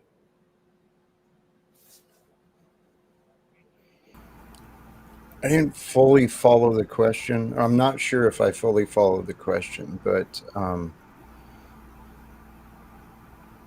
sorry. I would say I can answer. Part of the reason that we're here, like as human beings or whatever, is the whole problem of evil. Eating the fruit of the knowledge from the knowledge from the tree of the knowledge of good and evil. Our testimonies are literally hashing out what good and evil are going to consist of throughout eternity. Okay, so like whenever we hurt somebody or they hurt us, those little nuanced things, those itty bitty little nuanced individual things that are infinite, are going to be used in the judgments of future things as if they're good or evil or not. Okay, let me rephrase it. Do you think that it is true that torturing babies for no reason is wrong? Like, is that true? Okay. Do you think that Yeah, is true because God declares it? Or do you Um, think that God would not want you to do that because it's true? I would say it's because God also created that thing, and if we shouldn't be destroying what God created. Okay. Um, I could go a little bit, but I don't know if I can get much more out of that. Can I Um, can I yeah, jump in on that one? sure. The idea of causing harm I believe it violates the order, because assuming God's qualities being the force of creation, well, if we align with creation, then we preserve, nurture, and grow life. We don't destroy life. And I've heard some theories on this universe that we exist within. In the concept of the one, there's one universe, there's one God, and that one being has produced us. And the law of this universe is it's fully balanced. It's a complete balance of good and evil, light and dark, whatever, positive and negative. And the law of the universe is it's united, so it's unconditional love. That which is free to be as it is. And so the idea of causing harm on an innocent, well, that clearly causes harm to ourselves because of how we're designed. There's self destruction mechanisms built into us with our guilt and our shame that come up. So, the idea of the universe being one, we are one with the universe, and the universe is unconditional love. Well, love in itself, it's not a thing, it's a relationship. And so we are the relationship with the universe in every moment. Is that making sense? Yeah, like love is awesome. The question is like, why is love good? Are you saying that love is good because it's in alignment with God's will and his stances and his qualities? I would say that. And I'd also suggest it falls in line with what Jesus spoke. Love. And real fast. So we did hit time, but I'll add a few minutes here. I said we had 10 minutes because it sounds like y'all have some more back and forth you need there. But Professor Hizzle says thank you to all the members of the panel for their participation, and a big thank you to Taco for facilitating this event. Great discussions were had. Thank you, Professor Hizzle. That's greatly appreciated. And I'm adding 10 more minutes because it sounds like y'all do need some more back and forth. Well, And that's where I was. Sorry, I was wrapping Yeah, up. if But I wanted Jack to ask something because he didn't ask a single question the whole time. So come on, give us one or two questions at least. Give us something. I'm, yeah, that's I'm what I was going to ask. pleased and thank you, because I am curious. I don't know if I may first, not to eat up time, but thank you all sincerely. These have been great conversations. you got 10 minutes to question people, Jack. All right, let me do it. So, okay, how do you, if you come to the conclusion in the absence of God, then do you have an explanation, or you just have an open, I don't know? An explanation for what exactly? How and why everything is. Well, I believe there's something. There's like causation. So I'm a causal realist, and I think that what exists is causally dependent on prior states of affairs. Okay. So, like, if I drop a ball and it hits the ground, it hit the ground. The explanation for it hitting the ground is because I dropped the ball. I agree with that. It's the universe is made of cause and effect. One cause brings an effect, and it continues. And that which was plus that which is creates that which will be. Right. Um, but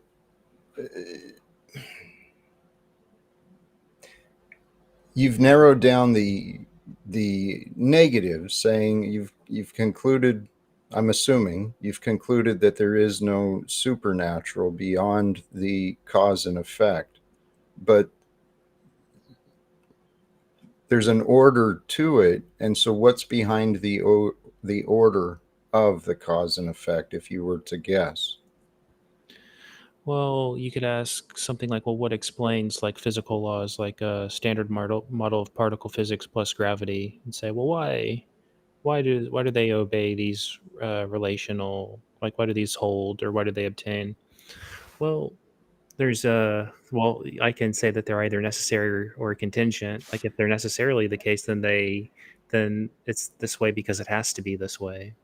It could be the case that they're dependent on something like some more fundamental truth, um, or it could be that there is no explanation for them, and they're just some brute fact about reality.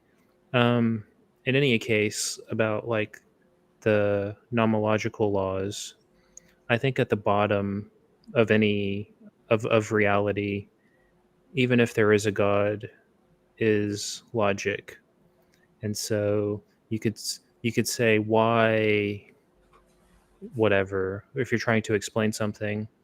Well, no matter what it is, I think it's going to at least be in virtue of the fact that it is itself and it's not something else. And it's either it's one or A or not A. So I think the foundation, like the bedrock where it all bottoms out, for me at least, would be logic. Even if there is a God as such, I could ask, is God God? Okay, then he exists in virtue of the law of identity. And I could say, is God not God? No. Then he exists as such in virtue of the law of non-contradiction. And is there a God or not a God? There is a God. Therefore, it also exists in virtue of the law of excluded middle. So that's my position on explanations where they bottom out. I'm not Wait a sure. second. Please go ahead. Oh, because when you were explaining this in your opening, that you said that basically it was unsound in both scenarios, but now you're saying that it's possible, or you're saying actually you actually sounded like you were just asserting it. So where am I getting that wrong? So I think any transcendental arguments for the existence of a revelatory God are unsound because they're self-refuting. Transcendental arguments by the structure are analytic. So analytic arguments are arguments that are true in virtue of the definitions of the words, or you could think of like them being a priori, which require no experience. So if they don't require any experience, they don't require any revelation. If your God requires revelation, then he cannot be derived analytically or a priori. So any transcendental argument for a revelatory God is self-defeating. Do you think that it's illogical that the molecule that's used for cellular respiration in animals is the same molecule that actually causes decay?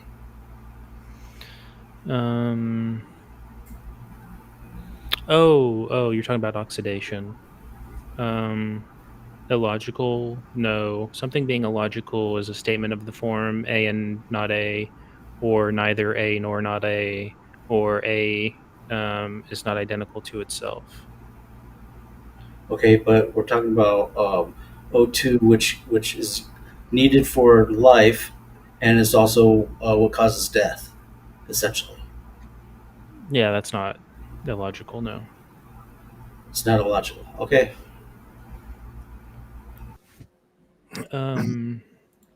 So what were your thoughts on that, Jack? What did you have for a question or a comment on that, or did you were thinking about something else? I'm not sure if I followed your arguments clearly, but this idea of God, truly, my logic prevented me from accepting that there could be a God for most of my life. And then I became broken. I was an alcoholic. I was ready to be done living. And in the rooms of AA, it opened my mind to the idea of higher powers. And I experienced a profound I had a profound experience one night, and it opened my mind. And so I started searching for answers, learning of previous saints, previous scholars, yogis, gurus. Mankind has had some amazing people, and that's who we are. We're all amazing people who were created to become. I'll wrap. One thing that helped me better understand the idea of God, the Trinity, and such, it was from the realm of science. That line from Tesla, you want to understand the universe, start thinking in terms of frequency, vibrations, and energy. If you consider God and even the characters, even us, we're all characters, we're all personalities. Every character, every personality has qualities, and these qualities are in line with our energies. It's kind of conceptual, but I think that's what we are. We're concepts. So one thought on that is, you said you had mentioned AA, and understand that they stipulate that you have to believe in some form of higher power. Certainly, I understand in the utility or the usefulness or the pragmatism of certain false beliefs. There's actually a philosopher who talks about this, but I don't want to get into too much detail. But so, for one example, let's say that you have a gun, and you clear it, you cycle it, it's empty, unchambered, unloaded. You know that it's true that the gun is unloaded, but you should be trained, or you should train yourself to act as if the gun is loaded, because in doing so, you will prevent potentially disastrous outcomes. So I I don't know. Sure, I mean, I guess I could grant that belief in a higher power or God, or even the Christian God, can be beneficial to someone in lots of different ways. Maybe you could even say in 1 minute. sort of communities or tribes or societies. Unfortunately, that wasn't really the topic of the debate. It was whether or not it's true. So, regardless of whether it's more useful to believe that the gun is loaded, the question is, well, is it? And the answer would be no.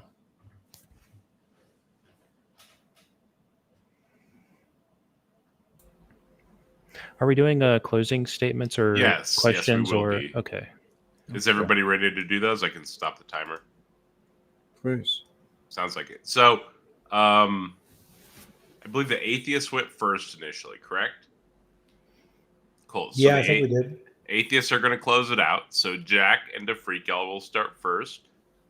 Whichever one of y'all wants to start with your closing statement first, just go ahead and start talking, and I'll start your 8-minute timer. Well, I'll start. Jack, sorry if I got wrapped up with Kurt a little bit there, but sometimes, like, if I kind of put something on the back burner, I'll never get back to it because I'll forget what we were talking about or something. So I hope that didn't infringe on what you were doing or what you're doing. So anyway, I love all these guys up here. I love chat. I love tacos. The only person I really don't love is that guy Fu or whatever. But that's a different thing. Anyway, I think of Howdy and Kurt as, like, they're like lawyers, and Kurt would be a great, like, lead attorney in a trial, and, like, Howdy would be like the perfect, like, observer, like, counteractor, counterpuncher. Like, they make a really great team, I think, actually. So I just want to give props to those guys and whatnot.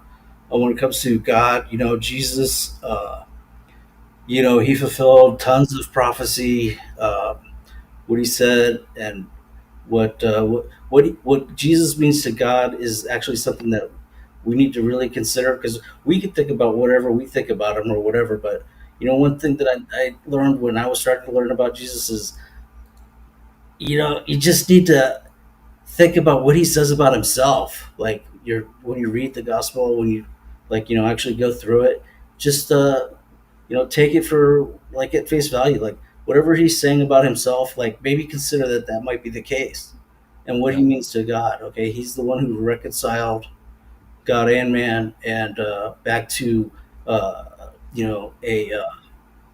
a working relationship because of the fall and the knowledge of good and evil, and all that other stuff. So, proof of God, yeah, it's out there. Archaeology is actually science, in major universities like the British Museum of Natural History, or any major like university. Archaeology is a wing or a sector of that institution, and it is actually science, and they actually do look at biblical archaeology as a real thing. So like this whole science is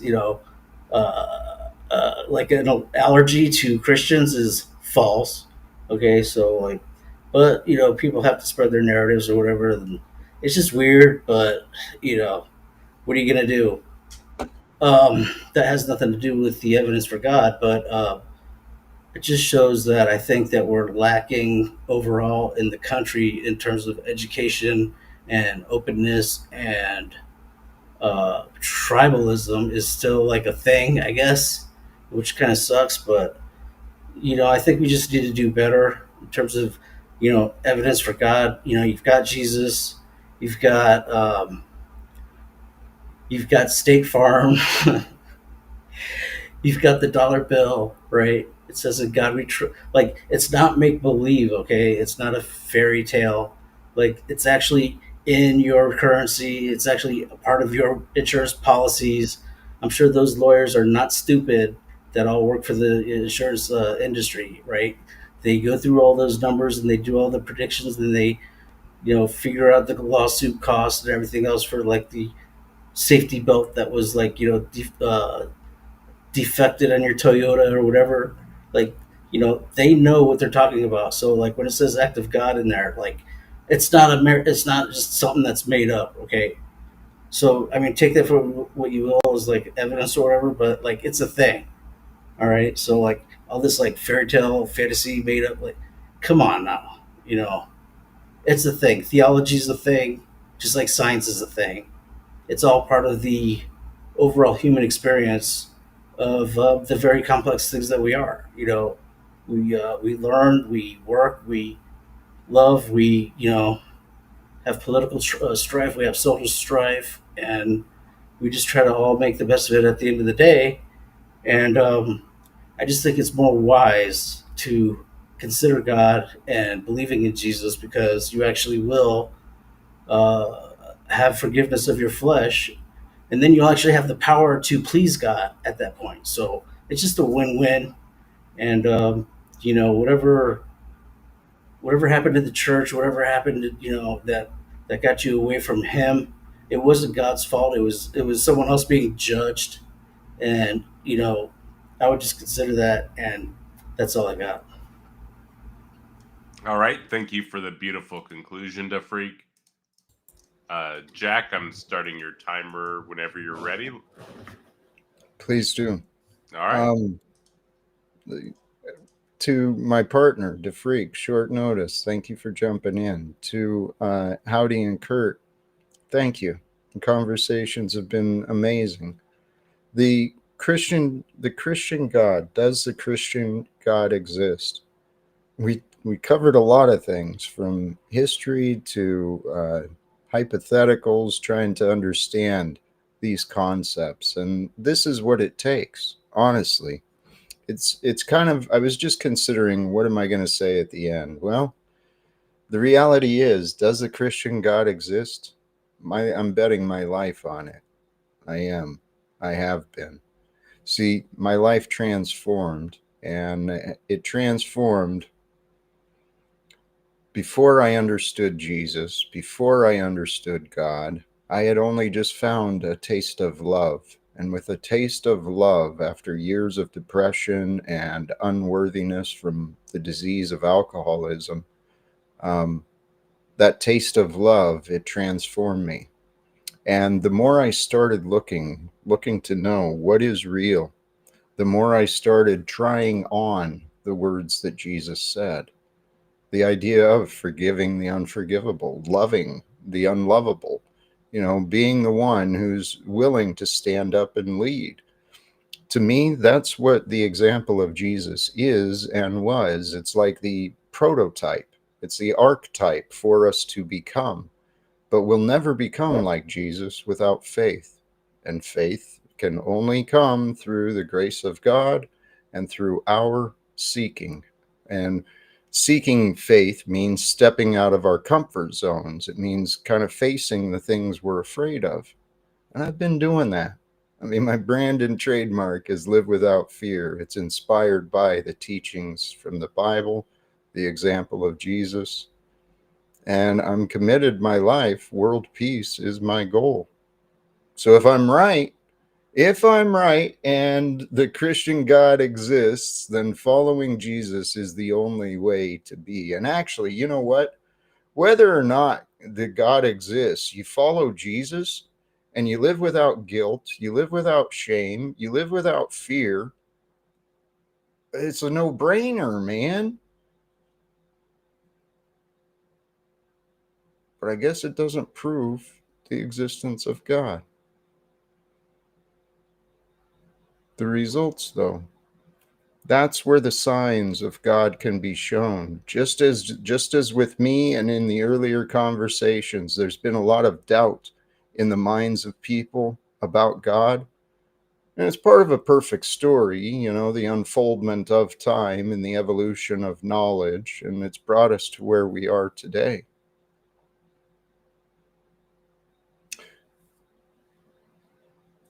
Sorry, now I lost where I was going to land at. The Christian God and the teachings of Jesus brings us to know inner peace.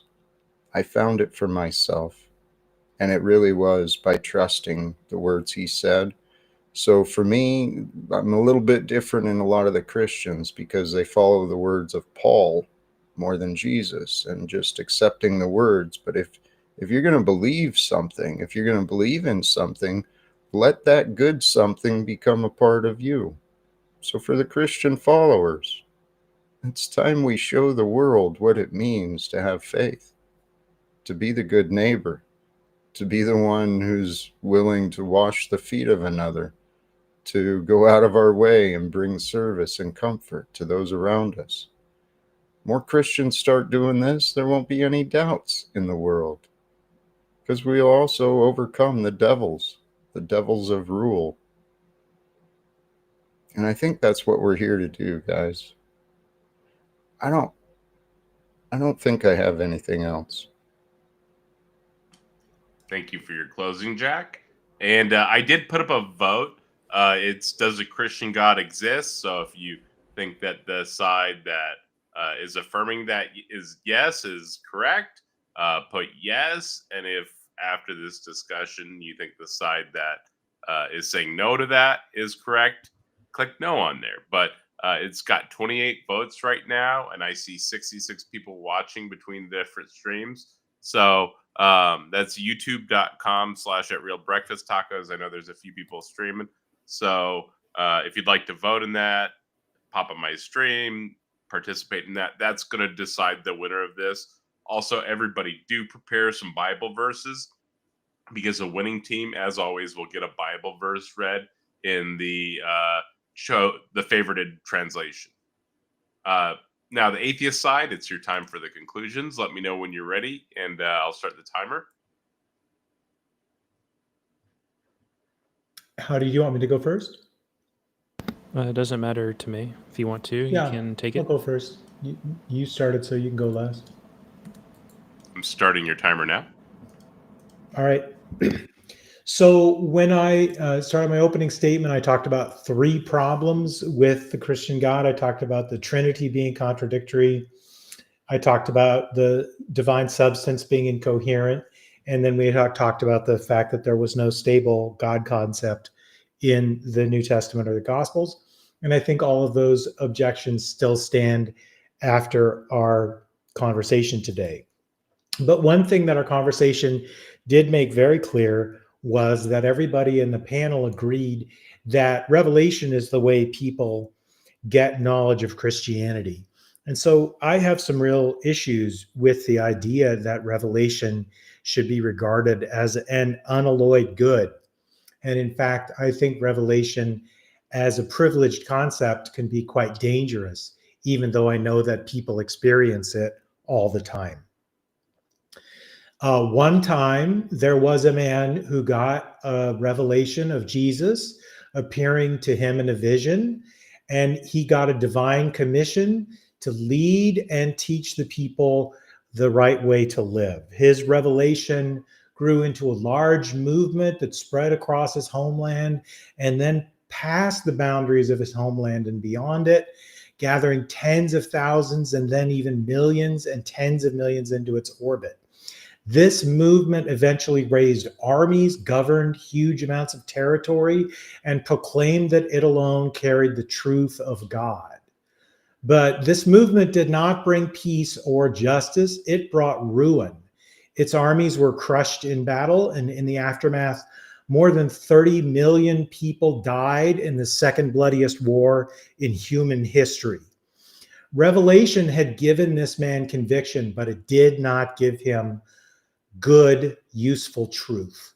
That man was named Hong Xiu Quan. He was a failed Chinese exam candidate who, right around the time of Joseph Smith, experienced visions in which Jesus told him he was the younger brother of Christ, chosen to purify China and establish the heavenly kingdom. He launched the Taiping Rebellion, which we've already talked about, having taken Nanjing, was then crushed by the Qing dynasty, where 20 to 30 million people died. You cannot use any method, and we talked about methods here, to determine whether Paul's vision was correct and Hong's was wrong. And we even discussed this evening that it's just using your sense data and your interpretation that allows you to tell which revelation of Jesus is accurate. But the people who joined Hong didn't know how the story would end. Both of these movements were far-reaching, both grew, but the outcomes were starkly different. So if success or growth validated revelation, then Hong's was truer than Paul's because it got a much larger number of followers in a much shorter period of time. But revelation is danger on a micro level as well. In Genesis 22, Abraham hears a divine voice telling him to kill his only son. The story is presented as a test of faith, ending with a reprieve from God. But we're left with the harrowing figure of a father raising a knife to stab his own child. A horrific picture that everybody today would see as immoral. And yet in modern America, Andrea Yates, when she was suffering from a severe postpartum psychosis, got the same message from God and drowned 5 of her children in 2001. She told investigators she believed God commanded her to do it to save them from going to hell. And just like Abraham, she believed she was obeying a revelation. Unlike Abraham, there wasn't an angel there to stay her hand. So whether it's in the hands of a prophet, a revolutionary, or a parent, revelation as a device of knowledge by itself is fraught with risk. People who receive revelations need to understand that they have no guarantee of accuracy and that they are just as likely to be false as true, and that the only way they can judge them is to talk about them with other people and to get a consensus about whether this is a true thing or not based on reason and logic alone and not on the quality of their sense perceptions. That's all I have. Thank you for the closing, and howdy. Let me know when you're ready, and I'll start your timer. Oh, and real fast, before that, there are currently 33 votes, and there's like 66 people watching right now. So let's get some more votes on that poll. The poll is on my YouTube. It says, does a Christian God exist? There's a yes and a no option. The yes is Jack's side, Jack and DeFreak. The no is Kurt and Howdy. Sorry, Howdy. Let me know when you're ready.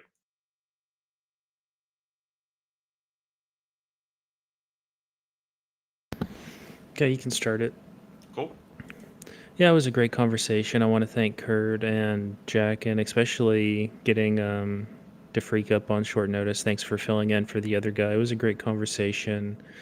Definitely a good pace for me. Good tenor, good tone. Thanks for your time. I think everyone brought something to the table. Maybe we can continue the conversation or have something like this at another time. Okay, so my closing remarks on this one, my closing statements. One is that the scripture is plausibly corrupt. Jack agreed, and the lying pens of the scribe sort of lack of divine prevention of inaccurate transmission. So I guess it's not. It's. I mean, it would only be evidence against the Christian God if you take it that the Christian God would bother to preserve the transmission of his written revelation. The other is that DeFreak and Jack seem to take it that there is truth in other religions that are conflicting with the New Testament corpus of Scripture. And so there isn't a Christian God per se.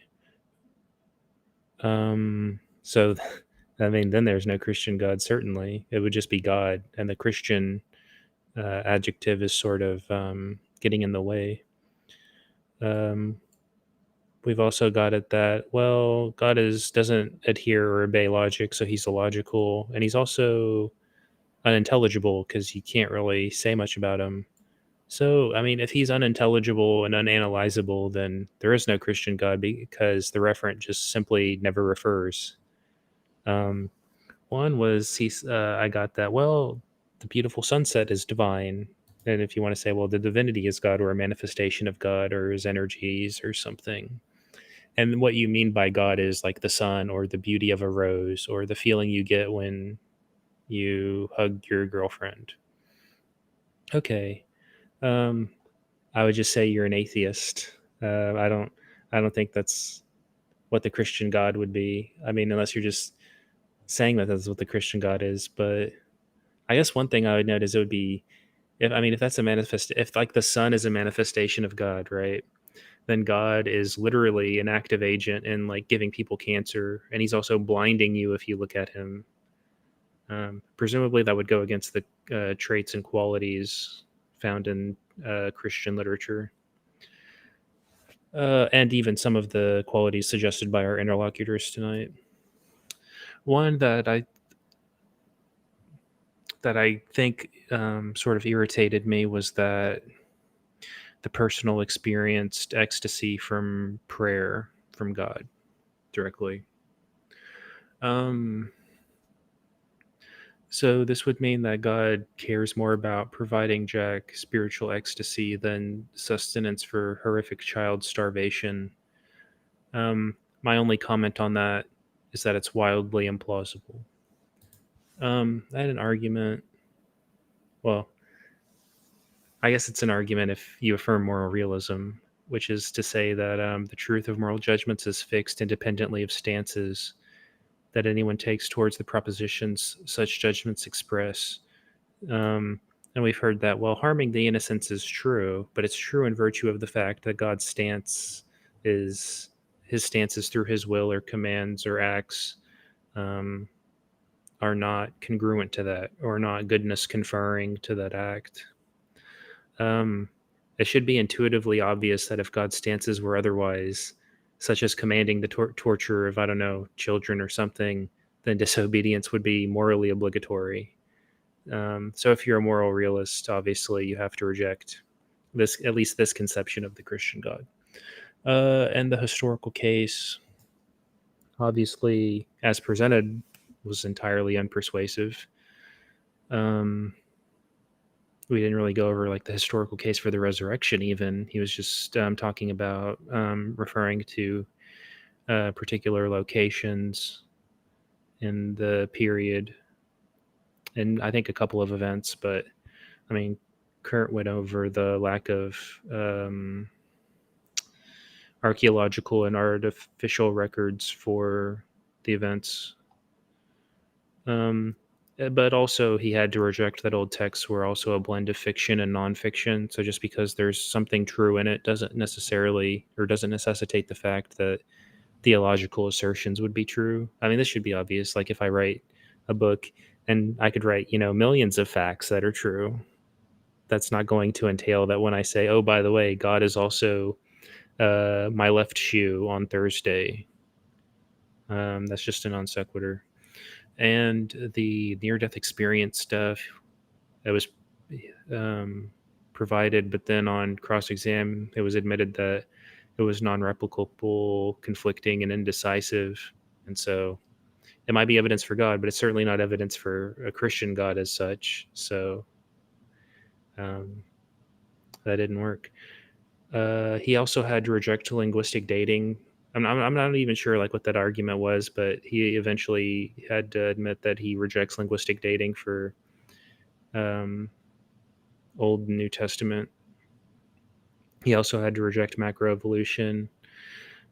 So plausibly, like if you take it that Scripture is like it has some credence to it, it's going to cause friction with a lot of modern science. And so if you're going to affirm this Christian God, you're going to be at odds with a lot of things. Like it's going to be a heavy cost for some people, unless you're like a total allegorist, right? But it's sort of unclear. So I guess it just depends on like some conceptions of Christian gods where Christian gods are not allegorists in their writings or something. Anyways, my original point, I had other arguments too, but we didn't get into them. But they both admitted that it was possible that there was no God, and obviously, if you accept that, if the Christian God is defined as a necessary being, then straightforwardly you just run the reverse modal ontological argument, which has symmetry breakers in favor of atheism from weaker modal logics. But the last thing was that my big point was there's just like no reason to believe in such a thing because it's mysterious, sui generis, and ill-motivated. Even the interlocutors agreed to the mysterious nature of God and God being unlike anything in creation. So it's 30 seconds. Totally different fundamental kind. And I'll just leave it as the audience to discern whether or not their motivations were good or not. I guess there's like the pragmatic false belief thing, but obviously it's false, and that's sort of was the crux of this debate.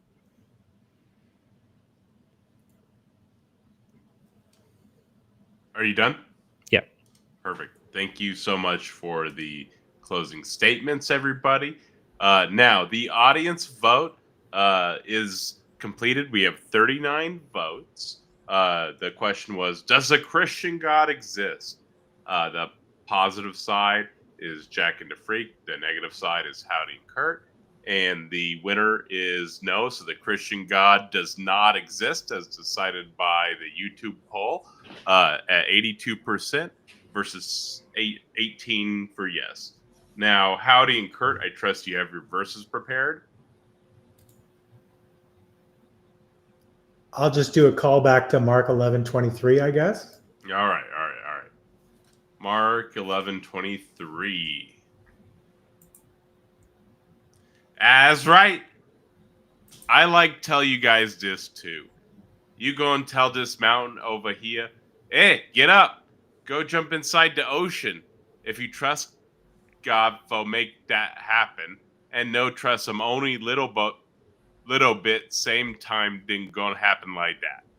And Howdy?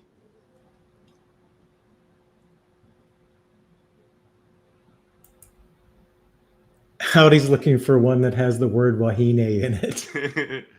Probably.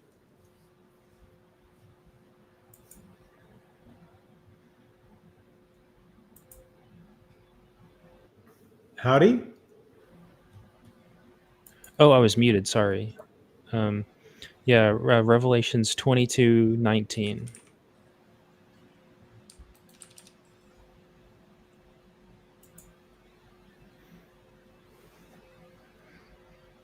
$22, you said? Revelation 22:19. All right.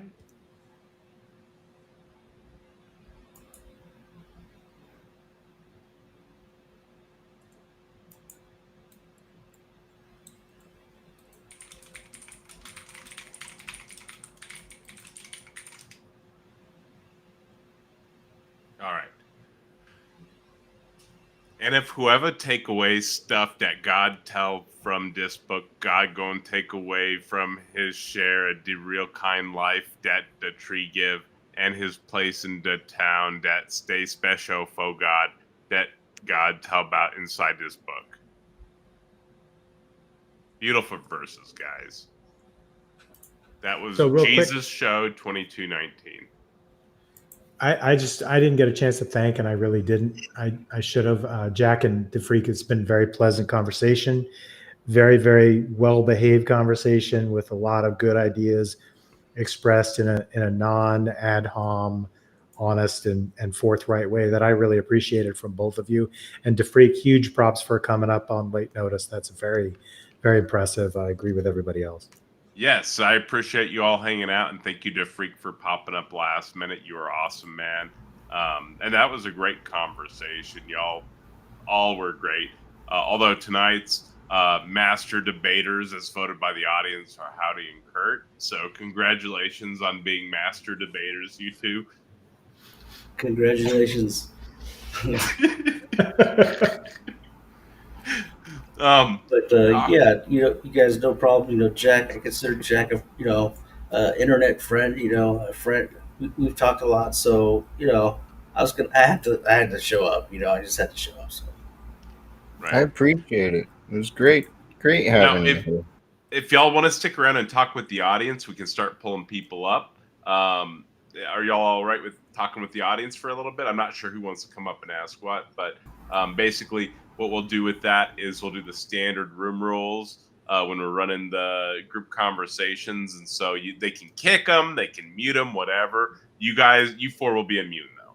So tacos, I have missed my meal. Oh, no this worries, is my Kurt. normal meal time. So I actually was going to stay logged in, but I'll mute myself and I'm going to go grab something and I'll come back. Oh, no worries. Yeah, if there's a question for you, we'll just bring it back to you. But yeah, so if you guys hate any of the people that come up and chat with them, feel free to remove them. You can mute to cancel, whatever you want to do, right? Or mute, cancel, whatever you want to do with that, right? I'm putting the link for the Restream in the chat. If you'd like to talk with our guests, please come chat with our guests. There's also a super chat from Neck2. Thank you so much. Or I'm sorry, Nobody on Fire. Read the wrong person's name there. Nobody on Fire. Thank you so much for the super chat. He says, "Sad I missed it. Love to all the master debaters. Very much love to all and the master debater." Thank you, Neck2. Really appreciate this super chat.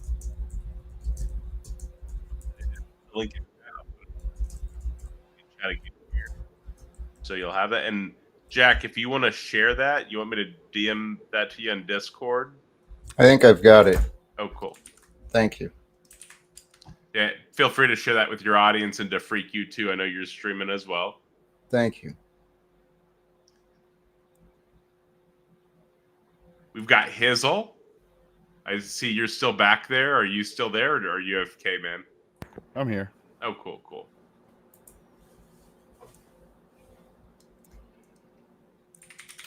Hey, I'm not sure if Kurt is in earshot, but seriously, these conversations, just as said, they were very polite. We avoided the attacks, and I'm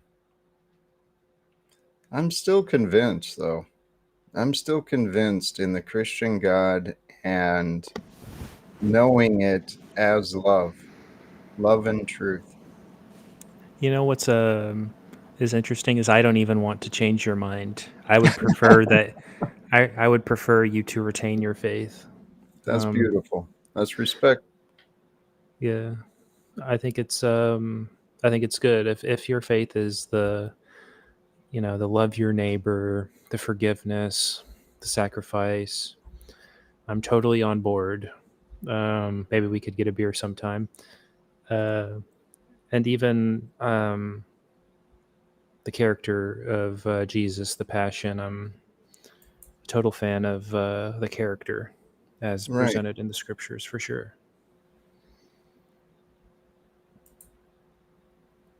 It's a wild and unbelievable story. And most of my life, I rejected the idea because I couldn't believe in miracles. I guess you know, I've heard some of the founding fathers, I can't remember which one specifically, but were of that ilk. They were, I guess the term is deists. But over the past few years, when I started looking, I mean, it froze. I just Something added happened. Austin. I can still see you moving. It might have just froze you for a sec. Oh, it's frozen on your end. Yeah. It's this dang Bible Hub. That friggin' I'm browser picking it a little always. bit too, but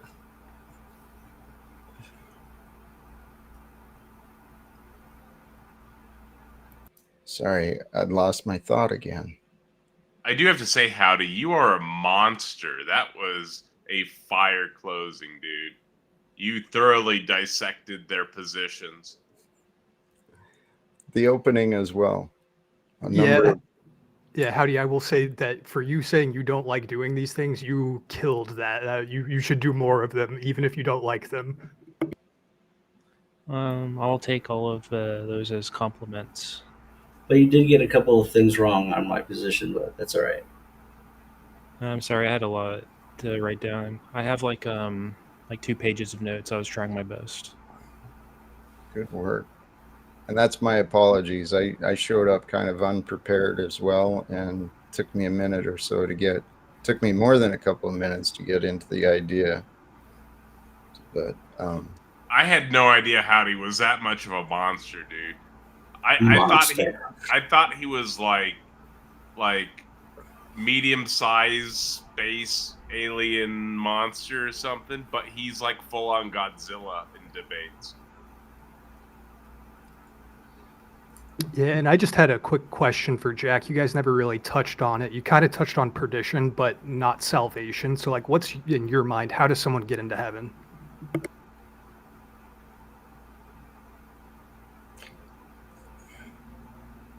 salvation is for me, it's the removal of problems. When our problems are solved, we're saved. And that salvation, when we have no problems, then the heavenly realms are with us. That's my interpretation, is we are the cause of our own salvation. It's by God's grace. But when we seek the answers to our problems, and when we go with faith, the universe reveals what we need to know. So, heaven isn't to you, heaven isn't a place, it's a state of being. Correct. Okay, and we could achieve that state of being in life. Yes. The kingdom of heaven is now. It's here. It's everywhere. It's just like the truth, and it's just like God and heaven. All those things, they can be found and experienced. But how do you describe those things? Yeah, well, what steps could someone take to try and achieve that state of being? Practice being present with loving awareness. In other words, the absence of thought, but the awareness with a joy and appreciation. You practice that mindlessness, as some of the Eastern philosophies say, I guess. To me, that's what Jesus and the Buddhas were teaching, to flow with what is, but Jesus took it another step, not just flow, but become a part, an active part in the revelation of the future. Yeah, I mean, to me, it kind of seems like you're mixing in some Eastern ideas about intentionality with like the mantric nature of prayer. So I'm not sure how to take your response here. Possibly, but I'm not sure about mantric nature of prayer. Well, you talk about like these states of euphoria that you achieve, how it's like intentionality in the prayer, and to me, it just seems more Eastern thought field than Christian theology. It seems more in line with like meditation than prayer. It is. My views probably are, because that was my path. My path took me into the Eastern philosophies of non-duality, and that concept of non-duality, when I read the New Testament and the scripture, it just kind of clicked, made sense. So you found some kind of syncretic overlap then that you're practicing? That's what I was saying earlier. I looked into the history of religion and looked at the basic principles of many of them, and I found underlying themes that were consistent. The selflessness. Jesus was selfless. He was willing to give it all, for what was needed. And that's the idea, is that's who we are. We're the self. We are the being person of who we are, but we're here for others, to serve others, just like he was. All right. Well, thanks for letting me pick your brain there. That's all I really got for you. And real Hey, fast, howdy. there's a super chat from DeFreak. He wanted me to read Pigeon Corinthians 15:26, and get another thing that stay against us guys. Us gotta make. That's the last thing God gonna wipe out. Then from that time, nobody gonna make. Thank you, DeFreak. That's a beautiful verse.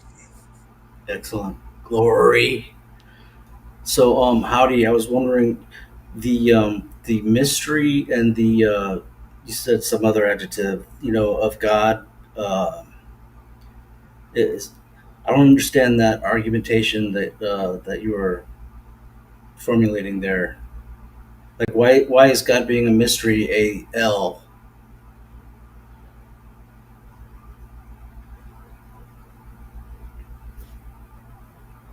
You're muted if you didn't know. Oh, thank you. Yeah, it's a cost to your theory and DeFreak, can you philosophy. push yourself to mute when you're not talking, please? You still have crazy background noise. Thank you. Yeah, in philosophy, it's a pretty huge cost to your theory if your theory is mysterious. We're looking for clarity, generally. Gotcha. And the But I other mean, it adjective, says in the Bible, like he's mysterious. He does strange things. All that. So it's like, I didn't see how that was a L. But now I understand. not towards the Christian God particularly, but certainly if I'm making an argument against God, then derivatively that would be an argument against the Christian God in particular. And the other adjective was sui generis, which means he's a fundamentally different kind of thing. And you and Jack both agreed when I asked if God is unlike anything in creation, which you both affirmed. And so it's just another cost to the theory. Well, here's kind of the paradox, is God is unlike anything, yet everything contains the essence of God.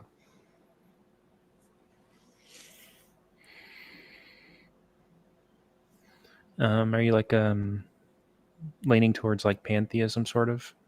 Possibly. I think that, but it's not just pantheism. If my understanding of that is every physical thing, and maybe, well, yeah, it's beyond just the things. God is that which is, which includes everything that we can ever discover. Yeah, I mean, earlier you had said something like, well, it's, at least, I mean, maybe you even said it's plausible that this is all a dream in the mind of God, in which case we are the thoughts of God, right? Mm-hmm. Or an expression or something, like you throw in whatever word you prefer. Correct. That's what I'm pointing at. And then we have the ability, with our own power of thought, we can take over the mind and we can push God out. But the mind we have is God's will for us.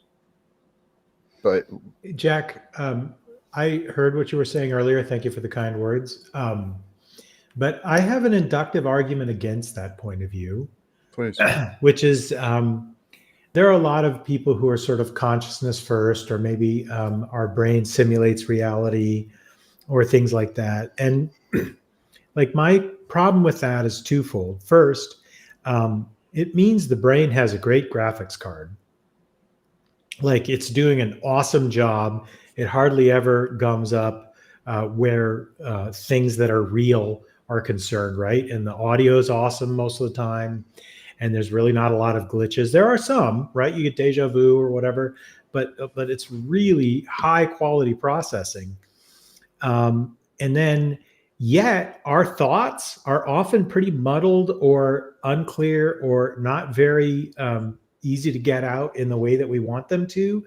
And so if we have all that processing power to do the audio and video that well, but the actual like LLM part of our brains is that weak, it just strikes me as a little bit incongruous. But at a deeper level, people have been investigating the nature of reality for, let's be really generous and say 4,000 years. And when we have done those investigations, what we found is that every single time we do an investigation, the reality of the thing is weirder and more amazing than we would have ever suspected, which means that not only is consciousness then somehow like doing all these magical audio and video things, but it's also creating this diffusely ornate character to reality that we didn't even know for thousands of years, but now we're figuring that out now, and it's always been that way.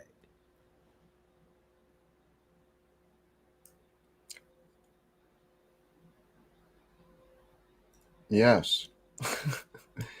It's always been that way. And as time continues, our language and understanding have evolved over time. The time of Jesus, he couldn't really go around talking about subconscious or ego. The common people wouldn't have a clue what he was talking about. So the language of the time was used.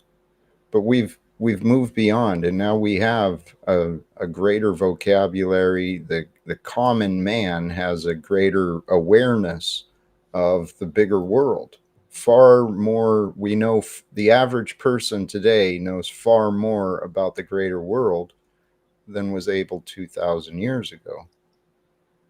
I mean, I'll accept that in that he wouldn't have been able to use those exact terms.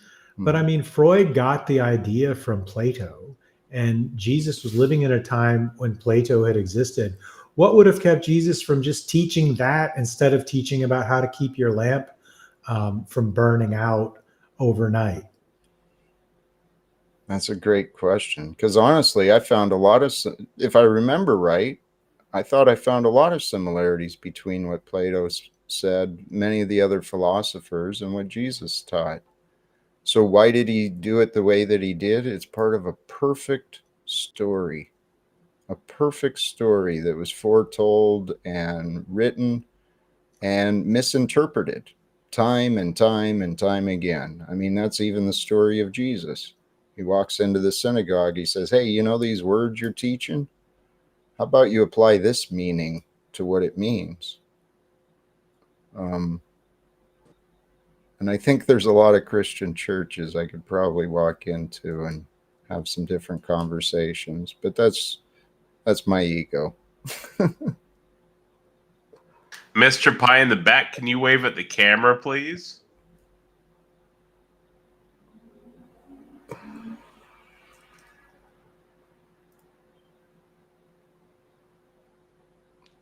And could you please stand up just so that I'm sure you're wearing pants?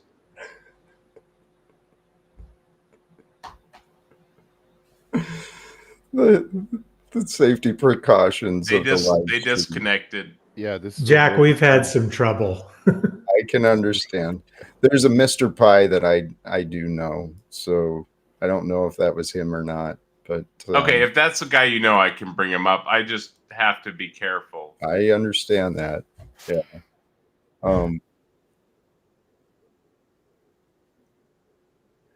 I do know Mr. Pie, but I don't know. So regarding the mystery of God, I mean, that truly is for me. Once I started allowing life and God to be more of a mystery, I really started finding more answers. That's how it worked for me.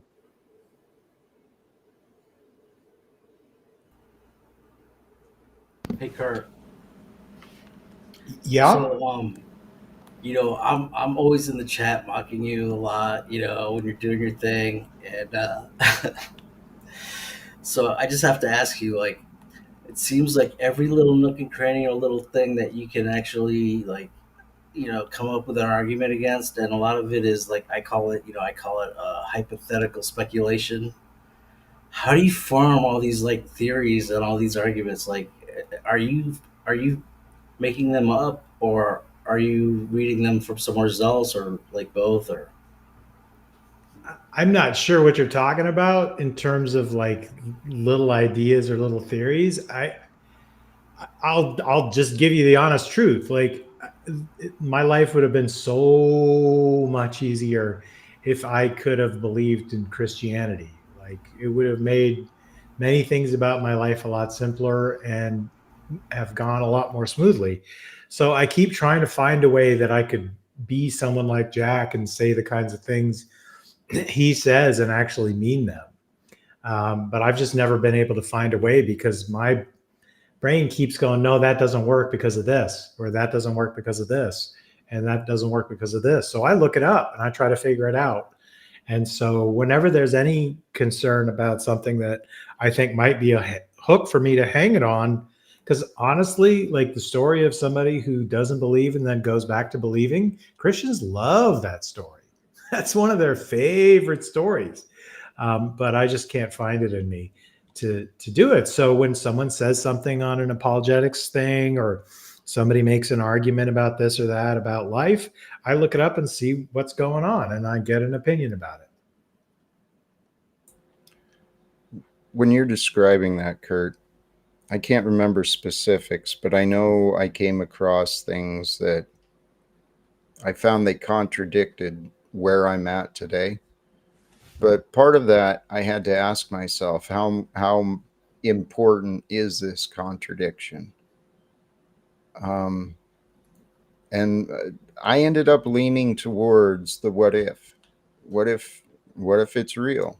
What if there is this God? And what if the words are true? I haven't experienced or witnessed, not like the Bible, miracles like that, but I've had my own experiences and heard enough testimonies to know that miracles happen all the time. Yeah, my take on it, of course, is that in my like day job, I'm exposed to people in really tough spots a lot, and it's very important that when I say something, I both can back it up and that they can act on it, and it will not hurt them. So I don't really have the ability to have maybe as much semantic range in my mind as maybe other people might. I can respect that, particularly if your profession or your path requires you to be accurate and, solid with what you say. You'd be real reluctant I can imagine being reluctant to, not be that way with myself, especially with something like this. But truly, it's beyond the doubts. We can stay in doubt. Well, you found conclusions. So maybe you have removed your doubts. I mean, I have to admit, like, I don't know if Howdy would agree with me on this, but I don't spend a lot of time like being perplexed or finding things confusing or difficult to figure out. Like, there's definitely, I think everybody has things they don't know. Very few people know the rock layers that are below their own house, or how well designed they are, or how structurally safe that is. Very few people know the total insect population of their home or things like that. There's all kinds of things that people don't know that they're very comfortable not knowing. And for me, the things that I really want to know, I kind of feel like I have a handle on those. But there's definitely unknowns for everybody. Yeah, I mean, there's obviously too much information in the world. So usually I'm not confused, like even on new things. Like I'll dabble in all sorts of things. The only thing where there's sort of this epistemic limitation for me is philosophy. Obviously, like there's things that I don't know about programming, and I can learn. I mean, I can learn things in philosophy and the arguments, but a lot of the arguments are indecisive, and there are questions that I would like the answer to that I don't have the answer to, that I don't think I could get the answer to, but I enjoy thinking about. I don't know if that answers the question or makes any sense, though. Like I what think questions?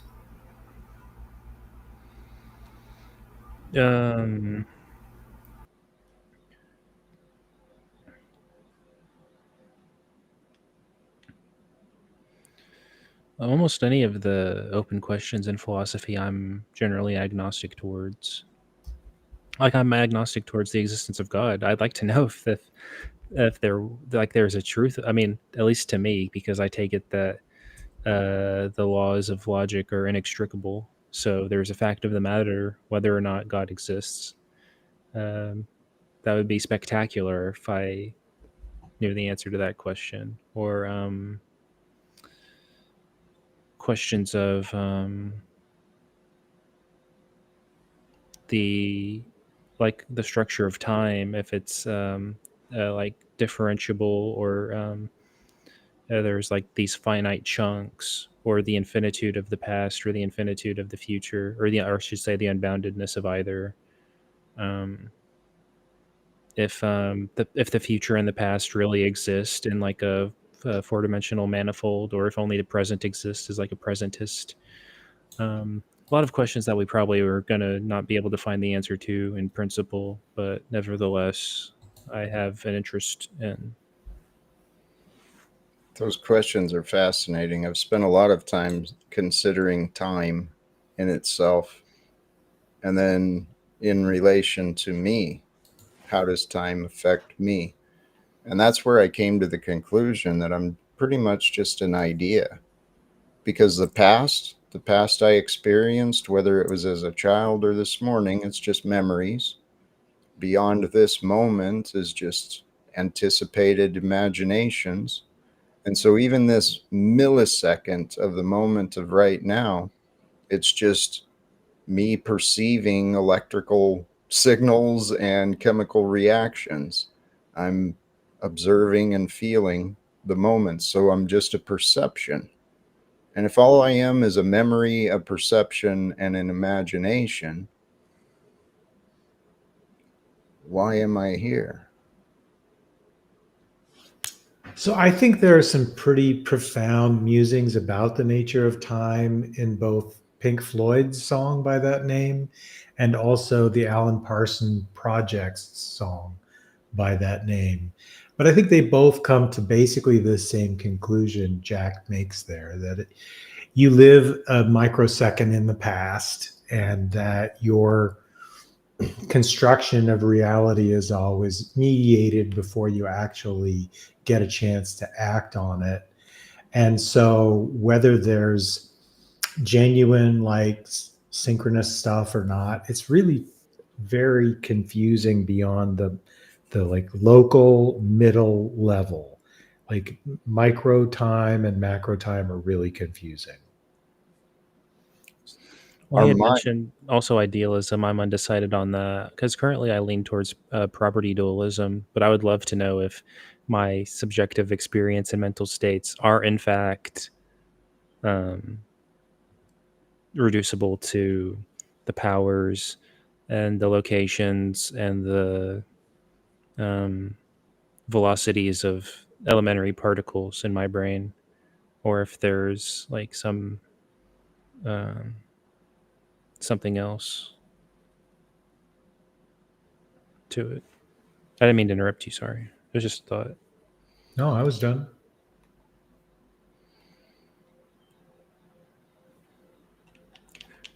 The mysteries of life, for me, I didn't really notice the mysteries of life for most of my life, but truly, time and consciousness, those two factors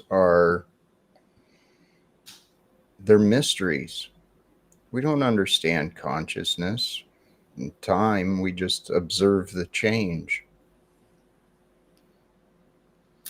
So I would say that we know more about consciousness than maybe you're fully up to date on. Potentially, but fair enough.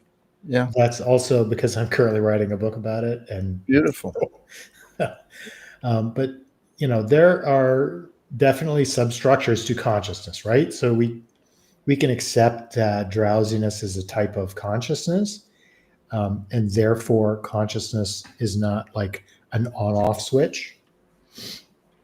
And so that allows us to say, okay, well, then what are these key characteristics?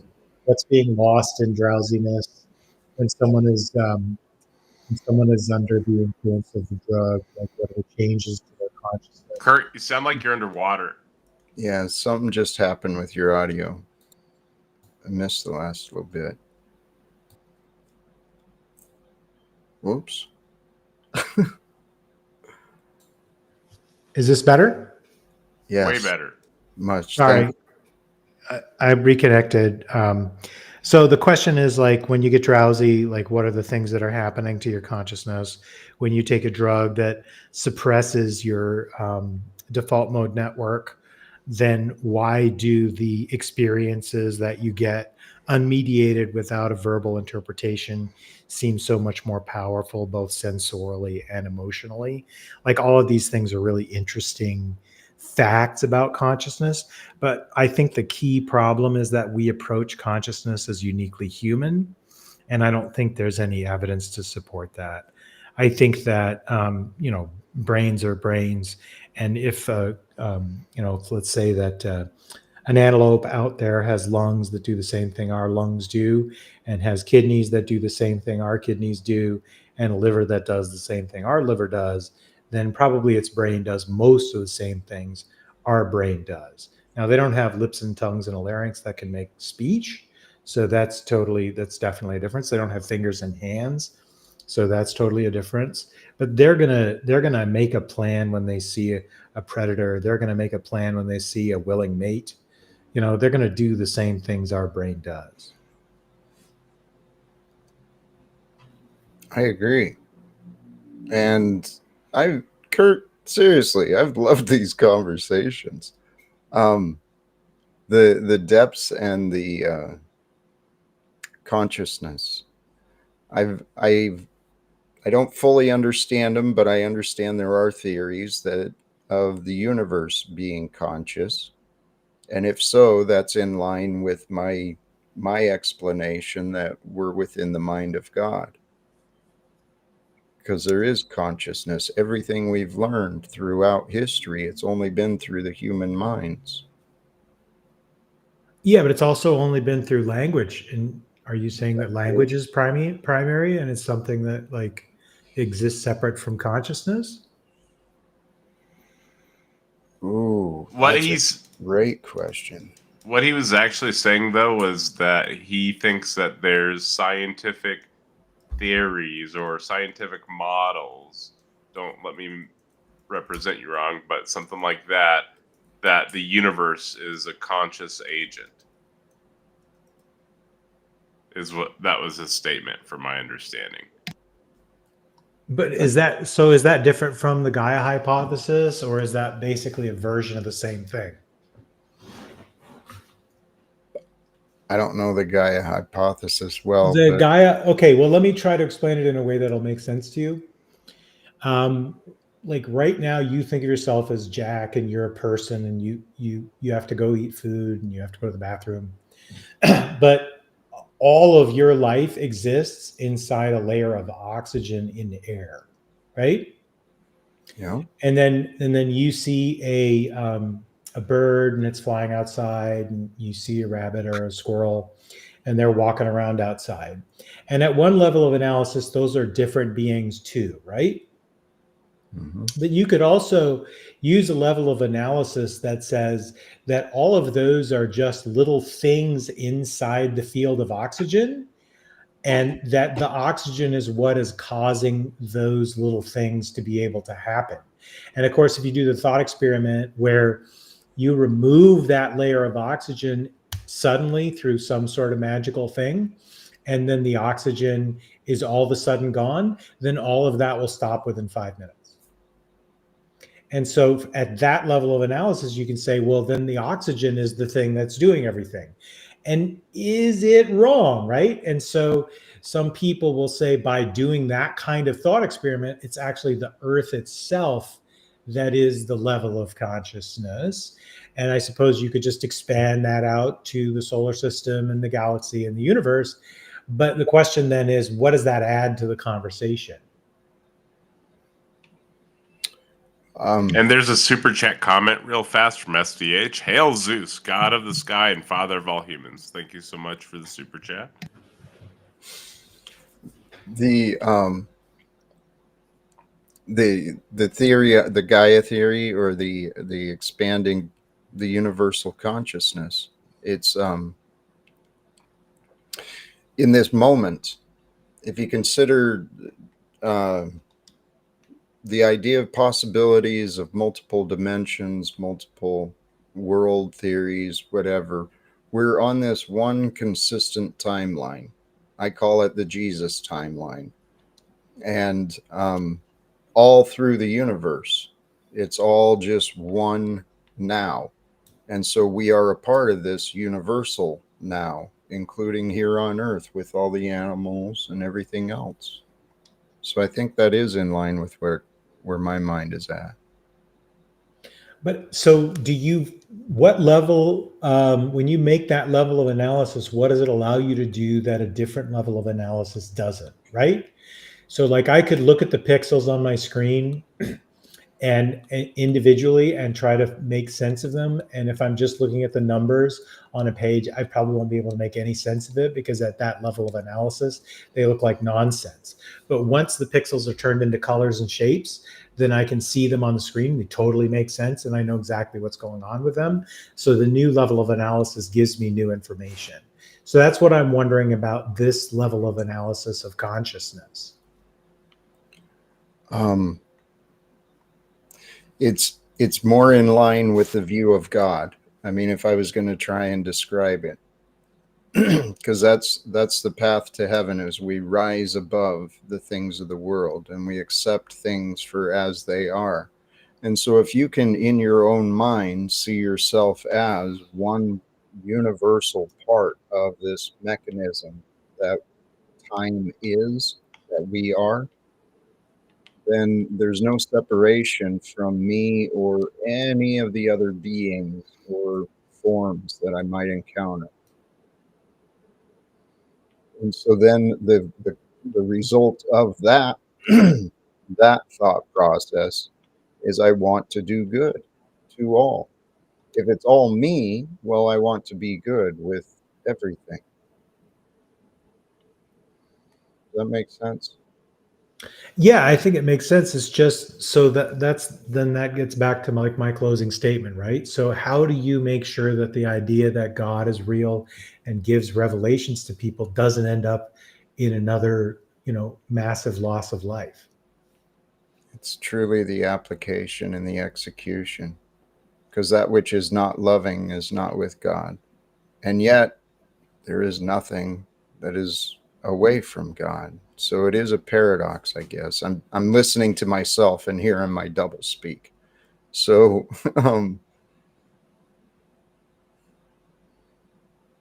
the idea is, if everything is God, that means that includes me. And so if I'm part of the one God, well, I want to shine my divinity.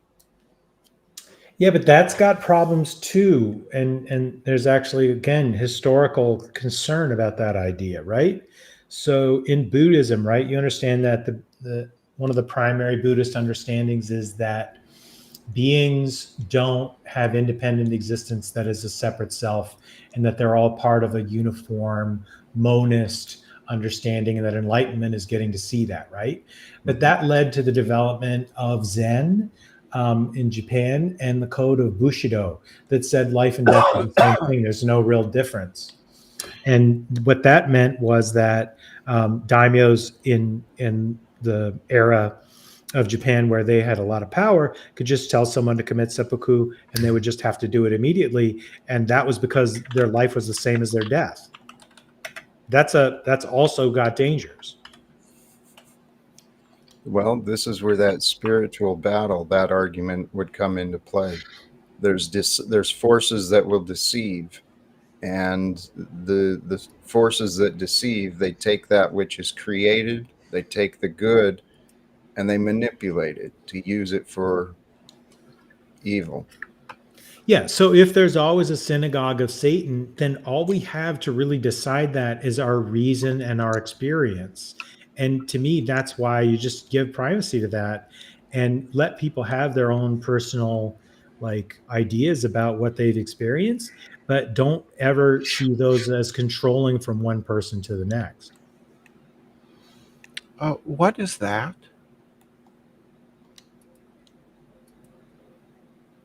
It's a video game, I believe you're talking about. No, what is the synagogue of Satan? It's a thing that the author of the book of Revelation is arguing against when he's writing the letters in the first, I think, 3 or 4 chapters of the book of Revelation, which is just to say that there was one faction in early Christianity that thought the other faction was literally of the devil, and we don't have any way to know exactly which faction that was and whether they won or not. Yeah, I was just asking what it was. Yeah, You didn't say what it was. They're the baddies. From the point of view of the author of Revelation, they're the group of Christians that are evil. I knew it was referenced in the Bible. When did Christians have synagogues? During the time of Revelation. Yeah, I don't think that's what it means. I think what it means is the Jews, right? No, there's Christians going to synagogues by the 5th century. There's a whole church father who's really upset about all these Christians who keep going to the synagogue. So there's no sharp line in the 1st and 2nd century between attendance at Jewish services and being a Christian. Most of the big dialogues in the 2nd century are between people who you assume know each other socially, and it's usually one person's Jewish and one person's Christian. I don't know. When I hear people talk about that these days, what I hear them saying is that it's the Jews. Is that what you hear? That's what I'd understood it to be in the past. Yeah. So that's what Jack thinks. Kurt disagrees. He doesn't think it's... So the book of Revelation is all about how people are no longer keeping the Jewish law and how they've abandoned the truth. So you really think that that description is of Jewish people who keep the law and are following the Torah? Christians don't keep the Jewish law. Right. Yeah, why would they? So they would be the ones who would be not doing what the book of Revelation wants them to do, which is I can't hear you. Something happened. Are you back, Kurt? Right. So yeah, he fled. No, I'm sure he's resetting. He had a connection issue earlier. Yeah. So you think it's talking about the Jews, right, Jack? Well, considering that the Jews had the commandments from Moses, they still turned to Baal worship, and I mean, it's recorded in the records. You know, the chosen people were not that pure, and the laws and stuff got twisted. So Brenda, my interpretation is that the words were directed at the misguided Maybe not Jews. just Jews. Maybe Jews. not just Jews. Maybe it was a foretelling of the churches as well. To be honest, I got to relook it up again, I think. I don't know. When did the Hebrews worship Baal? That wasn't at the time of Jesus. No, earlier That than wasn't. Yeah, it was hundreds of years earlier. It wasn't at the time of the writing of the Book of Revelations. That was centuries after Jesus lived. Well, my point is that the traditions got misguided. My personal theory is that the some of the stories were created for the purposes of controlling the tribe. You get the tribe to think like-minded, and then it's easier for everyone to get along. But somewhere along the line, the commandments of love one another and the 10 Commandments, it continued on with this animal sacrifice.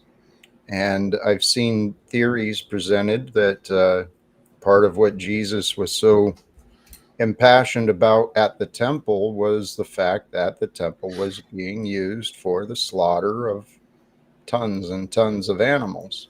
No, that's not what he was objecting to. He was objecting to money lenders being in there. And more. The money changers and more. Yeah. He had lots of righteous rage. Right, against the money lenders. He didn't have any problem with sacrificing animals because that was Jewish tradition for hundreds and hundreds of years. That was the whole point of the temple, is that you sacrifice animals to take up your sins, right? And so Jesus in Christianity is the ultimate sacrifice, so that you don't have to do that anymore, right? And Brenda, isn't that right? Brenda, you may have misheard or missed what I said, that there are theories presenting this. This isn't just Jack's idea. There's plenty of substance that supports this idea. So you can dismiss what it. idea? I don't care. What could you repeat it, please? What the idea that Jesus in the temple, he wasn't just upset at the commercialized money changers. He was also upset at the sacrifice and the selling of the animals. Why would he be upset with that? Tell you what, there's a documentary. Christ. Just tell me. Christ. Just tell me. Hey, Brenda, you can look for yourself if you're interested. Yeah. Because I don't have all the details, and my experience. So you're just going to refer me to like what, a 5-hour YouTube video? Nope. Well, then what? To what? What's your source? What's your source, Jack? Don't worry about it, Brenda. Oh, so we're just going to hand wave this away. Well, tell you what, I tried offering you the source. You wanted to keep interrupting and dismiss what I want to offer, so get bent. I don't think you have anything. I think all you have is a spurious YouTube video, right? And I'm not going to accept the YouTube video. Then don't. You're the one who imagined a YouTube video, dude. Why would I accept a YouTube video? Do you have scholarly opinion that supports your position that Jesus was upset about animal sacrifices and not so much about money changers? Because it's pretty clear in the original text, he overturns the money changer tables. He's upset with them. It doesn't say anything about the animal sacrifices. Okay. So in your education and your memory, you might be correct. So in the private chat, I dropped a link, Christspiracy, made by I can't remember. Kip Anderson, Cameron Waters. I've listened to a lot of lectures with Cameron Waters as well in his support of the film that he produced. Seems to make a lot of sense. The guy's really done some research. So I encourage you, check it out for yourself.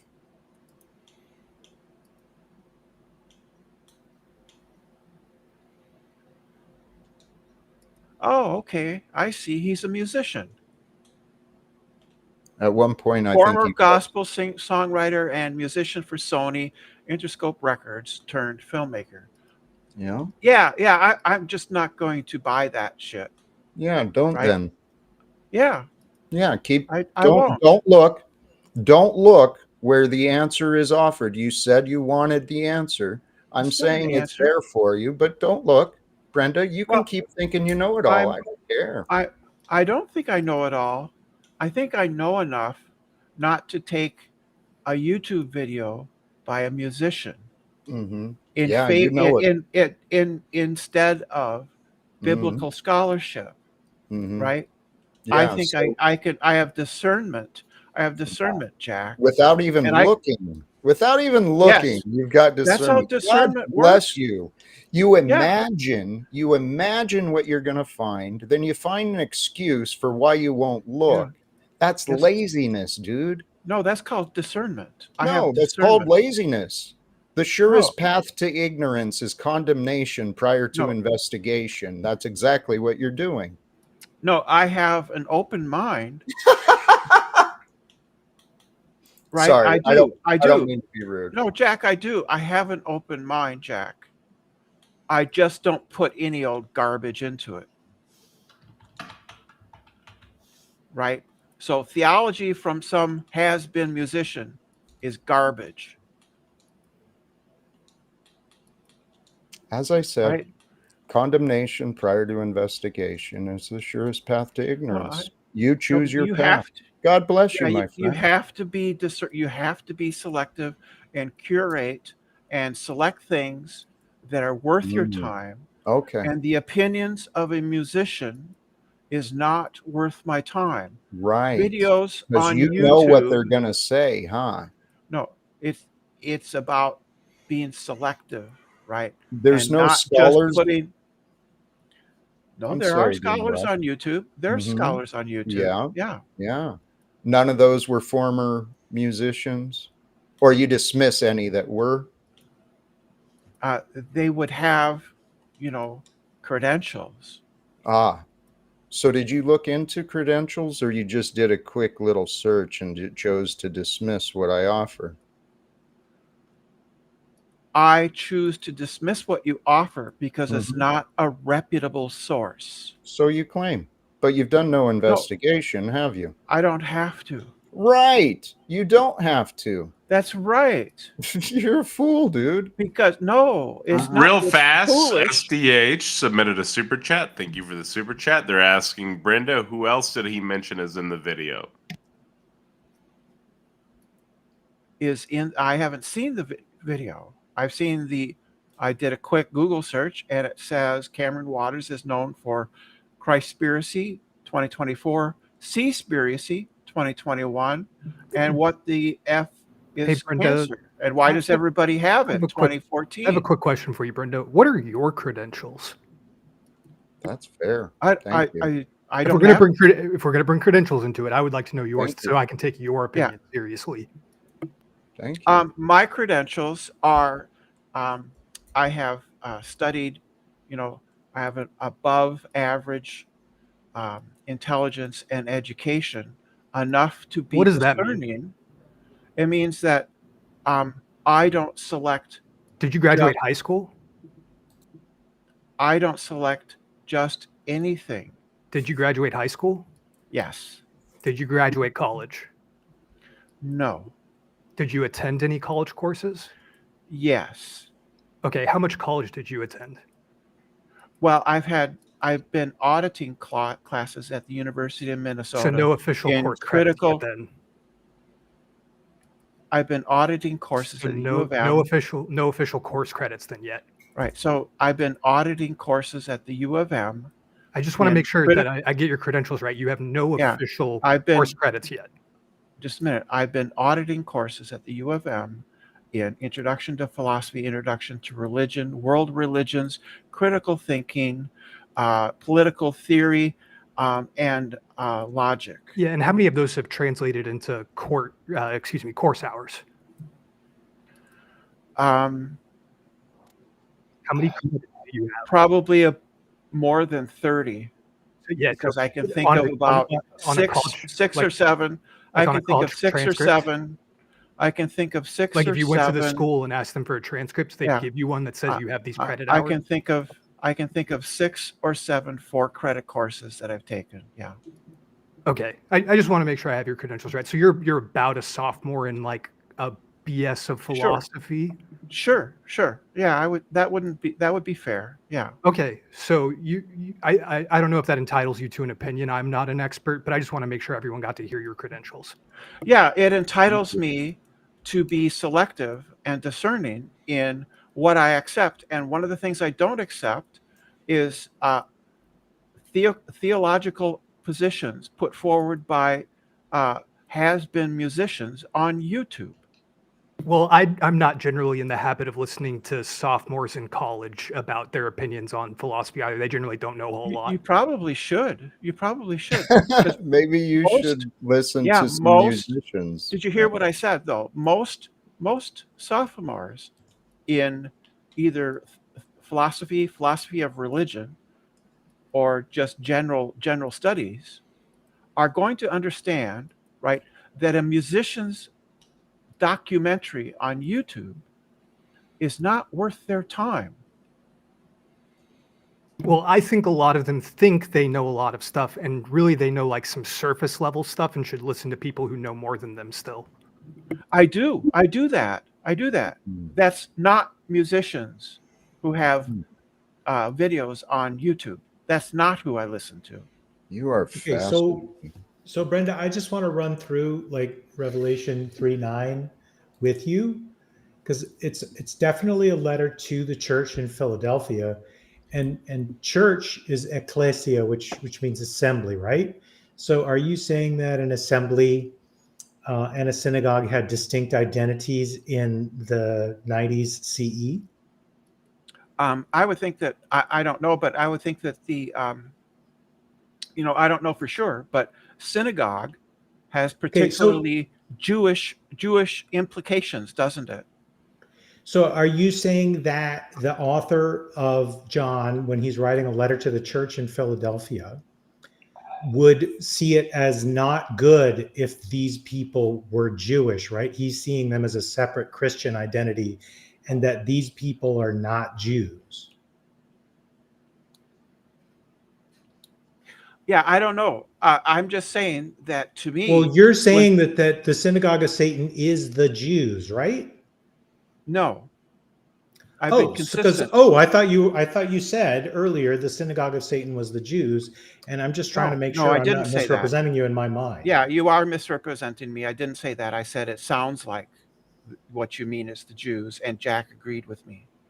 Okay, so let's look at what the text says. It says, I will make those of the synagogue of Satan who say that they are Jews and are not, but are lying.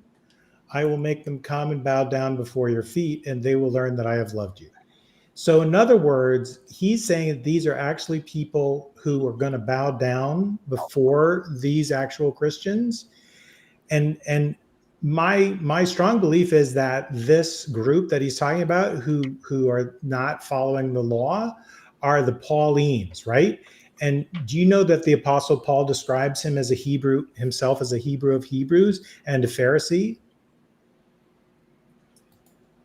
Yes, I'm aware that Paul had a Jewish background. Yes. So would you say Paul is not a Christian? He converted, didn't he? So would you say he's not a Christian? Because he's writing about Christ in the book where he says he's a Hebrew of Hebrews and a Pharisee. Yeah, but he converted to Christianity, didn't he? So where does he say that? Where does he say that Paul? in his, We're talking about in his Paul of genuine Tarsus? epistles? Yeah, Are where we does talking Paul about say, Paul? I am a Christian? Paul of Tarsus, when he Yeah, had where- when he saw the risen Christ. Where Right? does Paul, even in Acts, where does Paul ever say, I am a Christian? No, didn't he witness the risen Christ? He had a vision.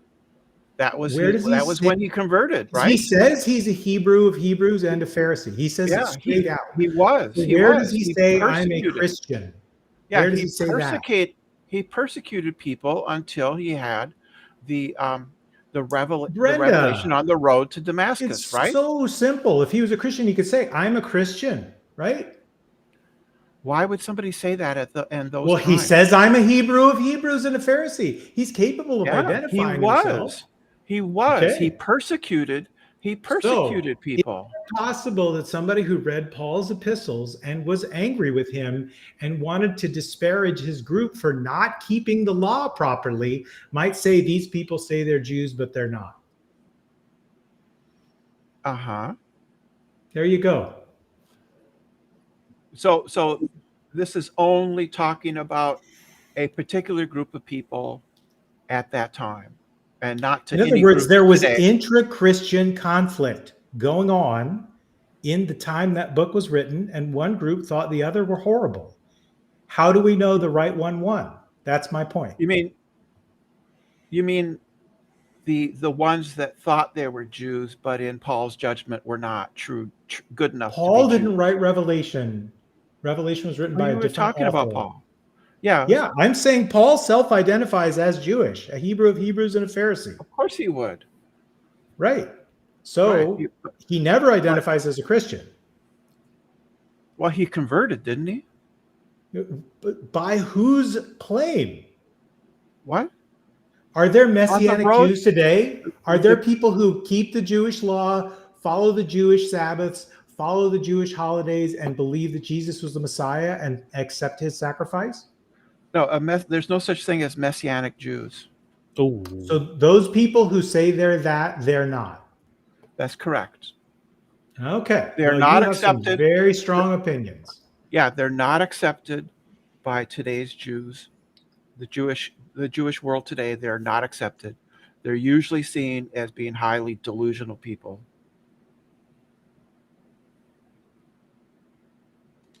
There is a Jewish secret that was given to Noah after the waters abated from the flood. Jesus had killed all on earth in the flood because they would not tell the vision he told them to tell. That's right. You're right. Jesus killed millions of people in the flood, didn't he? Well, beasts. Those No, beasts, humans, God, people. People died in the flood, right? People died. Jesus killed them, Look, you interrupt Including- because you do not listen. including babies. And in fact, Jesus Abate your opinions and your pollution. Either Jesus watched the You're going bubbles to be- come up from their mouths You're as going they to be drowned stuck. in the waters of the flood. every time you go onto TV and don't tell the vision. I don't know Every what you're time. talking about. I'm just talking about how Jesus murdered little babies and watched the bubbles rise to the You're surface not as they interested in your drowned. pollution. You're a Huh? half a head in a pit that's not going to move. Whatever. So I just want to be So clear. It either was let me Jesus. speak and silence him, or I don't have to. I don't need your TV. It was I'm the Jesus one who murdered you're little going babies Be in made the great bow flood, down to right? Jesus to Because God and Jesus are one. look. God and Jesus You're are one and the fraud. same, right? You're going to take cash and be branded like a frog and die with gray scabs on your face, beast. No, I don't. have any Hey, scabs on no my threats, face. no threats. I don't have any scabs Look, on my I'm face. I telling don't you. have any scabs. Why would I have scabs on my face? I'm healthy. Look, you don't listen. You interrupt. You don't hear anything anybody says. Okay, I apologize for that. Sometimes I do. I'm not going to accept your apology until you make it real. Jack, thank you so much for the super chat. He says, thank you, everybody, for the great conversations. When you Much stop- love and appreciation to the panel. When you Chat, stop Jack, interrupting, I do your appreciate the super apology chat. will Thank be you for the real. support. And thank you for being here, man. You're awesome. Wesley, you interrupted the owner of this channel. Jesus, would you cause all that gang to tremble, please? I didn't feel anything. Did anybody feel anything? My stomach grumbled, but I don't know if it was Every Jesus. time you go on TV and do not tell the vision. I'm not on TV, dude. Wesley, we shouldn't really talk about this stuff with you because the last time, or like 2 times ago when you came on, we had everybody in the audience give you an opportunity to have Jesus touch There is not us one where the sun time don't shine, I have come on and nobody your felt boy. anything. Not one time. And I you have didn't come believe on your us. boy that Wesley, did you not thought we were interrupt lying.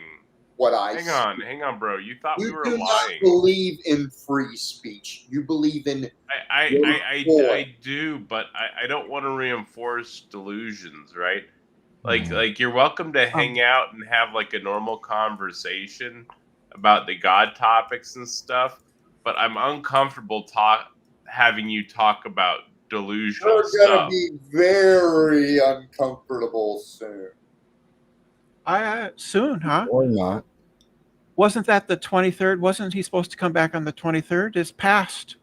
Are you making a new date? You saw Jesus and you are dead to it. No, but are you making a new prediction for the return of Wait, Jesus was that now, Wesley's Wesley? date, the 23rd? No. I said it shall happen according to the weather report during Trump's presidency. The exact weather date. report. Well, you cannot shut your arrogant, childish, shameless mouth, can you? What do you mean the weather report? What are you talking about? The weather report? What are you You're not talking going to about? understand anything. You don't listen. Of course not. You're saying gibberish. You think the return of Jesus is going to be announced on the weather really report? Have fun with your little toy TV, boys and girls. You're shut. Toy TV? What TV? What are you talking about TV? I'm not on TV. All right, take it easy, my brother in atheism. Fascinating. Truly fascinating. Were you disappointed that Jesus didn't come back the other day, Frank? Jack, I mean. I don't know why I called you Frank. Jesus is eternal. He's been here for us to discover. So he's not coming back? I found him. He's here with me. So And he's he's not here with- not going to come back with a shout? I don't That's know. not going to happen? I don't know what God's got planned, to be honest, but I do know that he's here. The day of judgment that Wesley and others are talking about, the Christians have, I don't know. My beliefs are a little bit different than many others. But this day Well, of yeah, our you don't believe in the Bible because the Bible clearly says he will come back with a shout. So you jump to a conclusion based upon your interpretations of a book and me. So No, you want to what you assume said. I don't believe in the Bible because of what you think. You're fascinating, Brenda.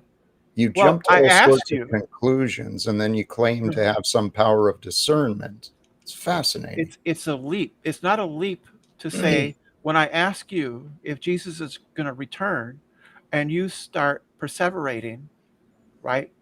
That I go to the conclusion you're avoiding answering the question because you don't want to, because you don't accept, because you don't accept what the Bible says, which is that Jesus will return.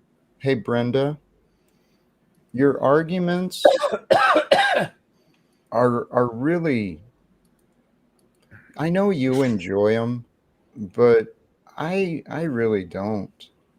So here, what I was trying to, you're jumping to conclusions, creating straw man arguments, trying to defeat when you're not even trying to pay attention. Fine. It's No, fascinating. I can pay attention. I can understand you. Well, Right? you think you do. can. No, you think No, you I can. No, your I can't. ego. I've experienced it, Brenda. I've experienced it and witnessed it time and time again. Yeah. You are so quick to judge and determine. Nope. No, I'm ruling this out. Dismissing that. And then it's like, what's the point of even trying to talk to you?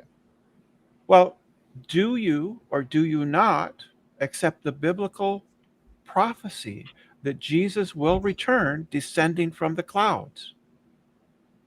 As I said, I don't know what exactly God's got planned, but I do know this day of judgment, the day of our Lord, it's here, it's now.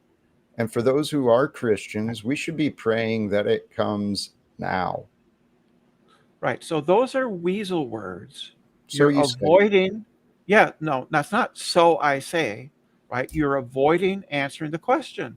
It's really simple. There are a I lot of answered people the just a question, couple Brenda. days. Brenda, No, I you answered didn't. and You did Brenda, not. Brenda, I will say it again. I do not know exactly. I do not claim to know exactly what God has planned for us. Can you accept that answer, Brenda, and stop accusing me of failing to answer? That wasn't the question. Holy The shit. question was, do you accept the biblical prophecy that Jesus will arrive on earth in a physical body? He will manifest. He will come down from the clouds with a shout, right? And all will witness him. Do you agree with that or not? Hey, Brenda. That was the question. And I know. avoiding it just tells me that you don't want to answer it. Brenda, please recognize your pattern of denial. I have answered it. I said I You have don't know. I know that you, those words are unfamiliar to you. You probably never say I don't know. I mean, I say it all the time. What are you well, talking about? then why are you so argumentative and dismissive with me? I've answered your damn question, dude. You did not. I did not. When I said I don't know the answer to that. You didn't say that. I did say that. I said You said you don't know what Jesus has planned for us. I asked if you think he's going to come back. Those are two different questions. Holy shit. Yeah, Brenda, for real, you need to take a chill pill because he They're definitely said different it. questions. He definitely said it 4 times. What Hey, did Brenda, he are say? you a believer? I don't see why it matters, but No. I'm an atheist. Clearly. You're atheist? All right. Yeah. Mm-hmm. Is there a difference between Sally went to the store and she's going to come back sometime soon, or Sally went to the store and she has something planned for us? Are those two And different questions? correct me if I'm wrong here, Jack, but in this analogy, he said, I don't know if Sally is going to come back. I don't know how Sally is going to come back. And the question I heard from Brenda was very specific about Jesus returning from the clouds as he went away. I don't claim to know exactly how God's going to do what God's going to do. Is that acceptable, Brenda? So you don't agree with the Bible, which clearly says I he didn't will say that. descend from the heavens. Tell you what, Brenda, why don't you explain to me what that means, descend from the heavens? Make sure that it's in line with God's interpretation. Well, I don't know God's interpretation. Right. Find some humility, dude. I just said I don't know what God's. I can only interpret things by my reason. As can I. So quit twisting my answers into your false narratives. But I just go by the plain meaning of the words. It says he's going to descend from the heavens. And with what a is shout. your plain meanings of those words? That he's going to be up in the air, and that he's going to come down physically. It's going to be a physical. It's the physical body that is going to return. It's not your spiritual presence, right? Okay. And that's in many of the early creeds of Christianity. Do you reject those creeds? The Nicene Creed and others? Do you reject the Nicene Creed? I don't know the Nicene Creed according to your standards. So how about this? You're presenting the case that the Bible, a book of mysticism and spirituality, is limited to only physical form. So therefore, the only interpretation of the return to Jesus is he's going to float down out of the air. Is that right?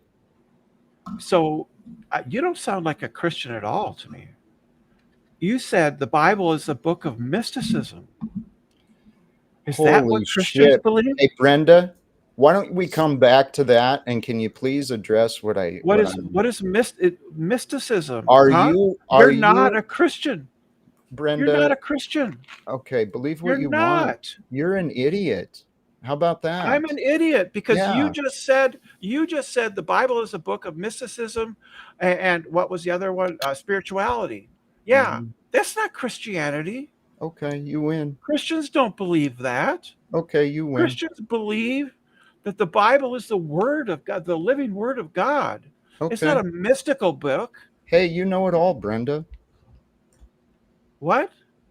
You clearly know it all. I know nothing. What are you talking about? Thank you for teaching me. I'm completely wrong about everything I've lived. Well, is Thank the you, Brenda. Bible a book of mysticism, or is Brenda, it the living Word of God? Which one is it? tell you what, go ask someone else, please. I'm done with you. Yeah, you can't handle it. No, you waste my time. That's right. Your What do you mean waste your ignorance and time? arrogance are foolish. It's a How am waste of time. I Brenda. arrogant? I'm Brenda, just asking you. You said the Bible is a book of mysticism. Brenda, Jack is asking you to back off some. I would respect him because he's giving us his time, and there are other people that may have questions for him. I know he was please. talking with Donnie when you jumped in. And there's Isn't plenty it kind of of weird others. though? Like if you're an atheist, that you're holding someone else to the Bible standard. Like, I mean, Yeah. it's, I don't, you know. It's called an internal critique. But Oh, you're yeah. ignoring information, Brenda. You're critiquing based off your selective, right? You want to pick and choose what you consider.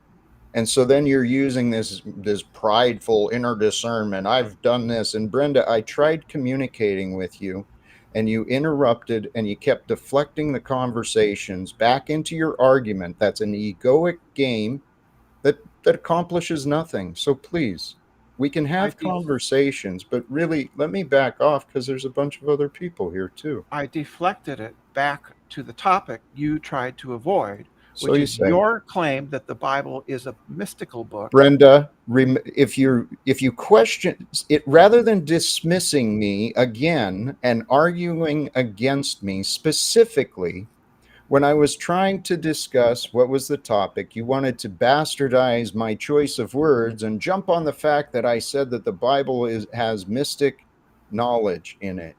Okay, so No, you said it was totally, a book of Brenda, mysticism. right? So what?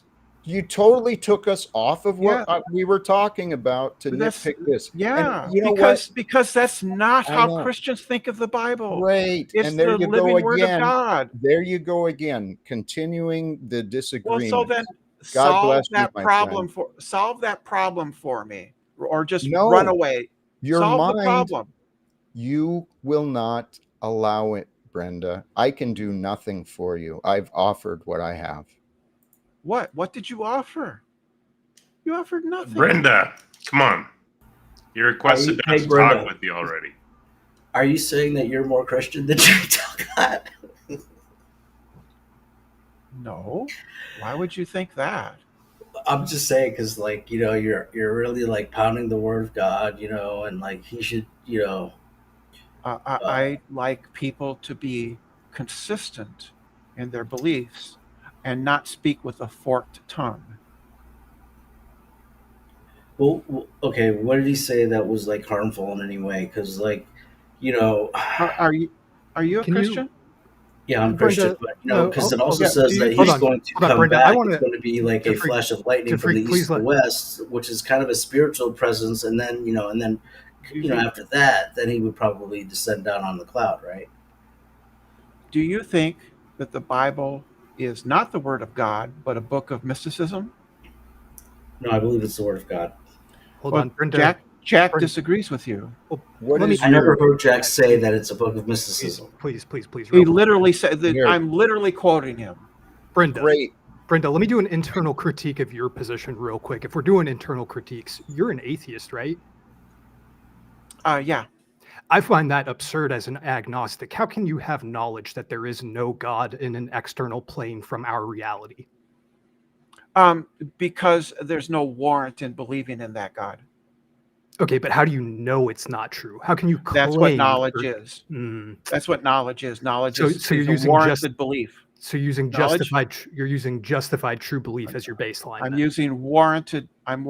Warranted belief is what I'm using. Warranted. That's a word I'm I not used to. Most people would put it as I know, justified true I know. belief for the knowledge claim that you're making. Yes, So but would there's you like? Would you? problems with that. With Okay. Would getting you your like to? cases. Well, you got to let me talk here, Brenda. Would you like to elaborate what you mean by warranted? Because I'm not familiar with that terminology. There's some system of justification that allows you to say some proposition is either true or false, right? You could almost And say the it's failure of theists to provide any kind of evidence for the deities that they believe in gives me warrant in rejecting their claims, because things are innocent of existing until they can be shown to be otherwise. Okay, You but have to give evidence.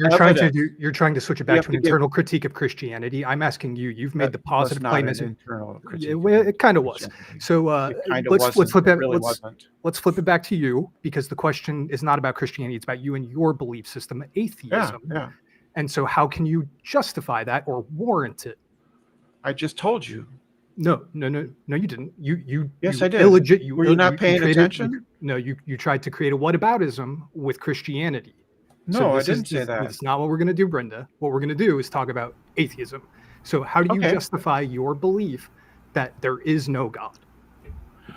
Because things are innocent of existing unless and until, right, we can provide some kind of evidence for them to exist. So I don't believe in the fairies in Fairy Hollow because there's no evidence that there are any fairies in Fairy Hollow, right? So I have a warrant in saying they don't exist. I don't have So to your say belief is I'm based agnostic. I don't So have to say I'm agnostic about the fairies in Fairy Hollow. I can say positively they don't exist because there is no warrant to believe that they do exist. Well, so I find it interesting, though, that you're using Christianity as the baseline here. What about other God concepts? Are you entirely atheistic to all concepts of a God? If you say like No for eternal instance, watchmaker ability? money is my God, then or you could say like my stomach is my God because I obey my stomach when it gets hungry. I suppose I would believe in that, but I don't think that that's what you mean by God. Well, God as Do a you? brute fact is often a claim. So that's kind of exactly what I'm talking about. You're Oh, mentioning it in a show way it to that me then. well, so again, what I'm saying is that I can point to anything with the word God and say that's God to me, and I'm not incorrect Oh, based okay. off of your worldview. That's a justified belief. It's warranted to say It's I believe not what. it's true, so it Yeah, is a God. yeah. I just don't think that's what people mean by God when they say this rock is God. You can say that, but that's not what people mean. Is it? Do you think the rock is God? Would If I you be don't make the wrong? Would I be deconstruction wrong stuff- in defining it as God and then calling it God? Yeah, you can carve a wooden idol and worship it, and it's your God, right? Okay, yeah. Yeah. Those Same gods thing. exist. Those kinds of gods exist. People So worship you're not them. an atheist then? Oh, absolutely, I am. Well, then how? But you just said that gods exist, and atheism is the rejection of gods. Yeah, but I understand that a wooden totem pole is not actually a god. It doesn't have the No, but it is God. properties We've that defined people. it as God. It's a brute fact now. It's God. Uh-huh. You can't be atheistic to this God.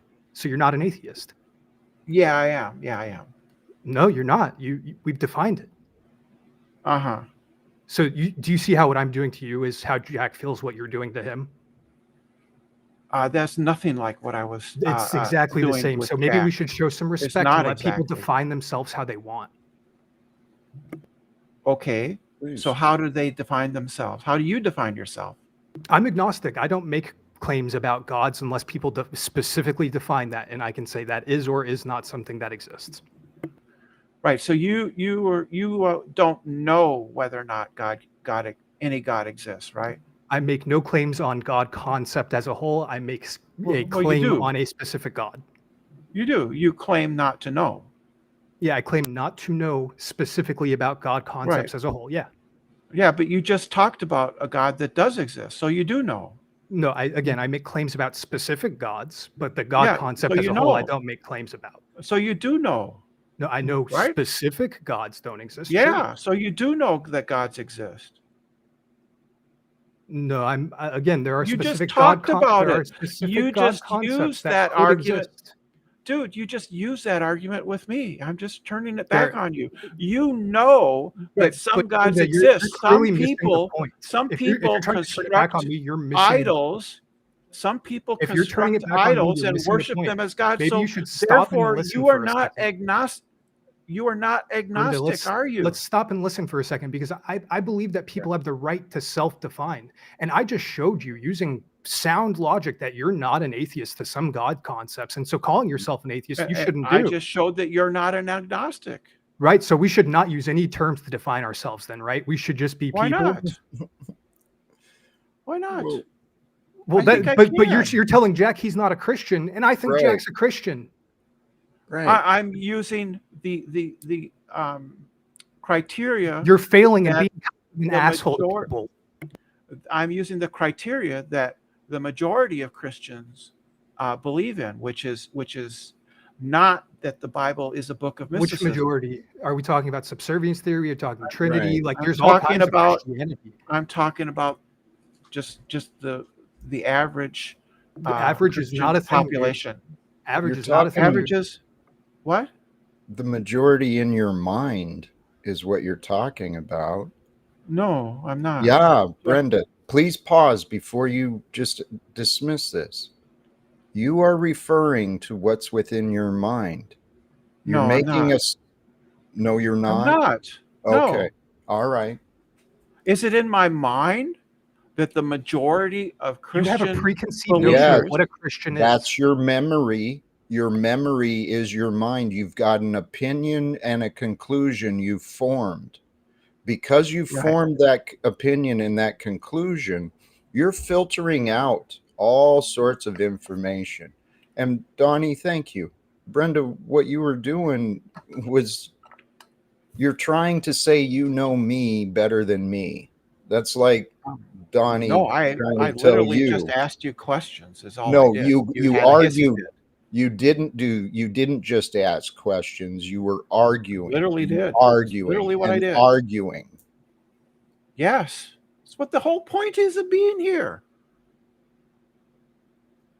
What the hell? You're a And by the confused way- person. You're a very confused. By the way, my having a concept behind the words that I use doesn't mean that they don't exist in reality. So averages exist in reality. So I'm talking about the larger Christian community, all 1 billion people. The vast majority of them do not think the Bible is a book of mysticism. They According think to it is what? the Word of God. According to what, Brenda? What do you mean, according to what? Besides you and your imagination, where did you get that fact from? So you think that's just in my imagination? Well, I know that That I've would be met, a number. That would be a number that we Mhm. would check with surveys Mhm. about what Christians believe. Okay. Probably in the Pew research, you could probably find what the But Brenda- majority of Christians believe in the world, right? And that's going to be the Bible is the Word of God. It's not going to be the Brenda. Bible is a book of mysticism and arcane spirituality. They're not going to say that. And Brenda, but if you're you're not atheist, why don't you understanding. believe that? You're not understanding how words work, and trying to be a sophist and be Fascinating. equivocate on the meanings of words, right? Isn't my problem. That's a you problem. And you're not doing that at all? No. So would you help clarify me? Because you got offended when I said that maybe offended isn't the accurate word, but you called me out on saying the Bible contains mysticism, but you never explained what's your definition of you mysticism. didn't say the Bible contains mysticism. Please correct me then. What is the word that you You want said to challenge me on? you said, quote, the Bible is a book of mysticism and spirituality and spirituality, unquote. Okay. That's what you said. And what is not, your not the objection? weasel words that you're adding onto it now. Okay. Now You're that we've adding corrected weasel it, words. now that we've corrected it, please give me your definitions of my words, since you're convinced my words were wrong. Please. Edify me. Help me better understand. What does it mean if something is mystical and spiritual to you? Not factual. Not factual. So, that's interesting. But if you don't believe in God, shouldn't you also believe that it's mysticism? Yeah. There's a couple Right. super chats. Cutlery Duck, thank you for the super chat. He says, "Can Jack explain when to take the Bible seriously? When is it literal? When is it not? How does he distinguish? What's the Bible's role in his belief?" I love those questions. For me, I looked for the meaning. I mean, the Bible's filled with stories, and admittedly, there's a lot of what appears to be contradictions. So when you look at the stories, I've been looking at the stories trying to understand what is the lesson. And a lot of times the lesson is in the words. And so the words of love, the words of faith, the words of peace, those are when I take it literal and I take it serious. When it's where it's man's laws and punishing and going to war with each other, I take that as man's interpretation. So you pick and choose.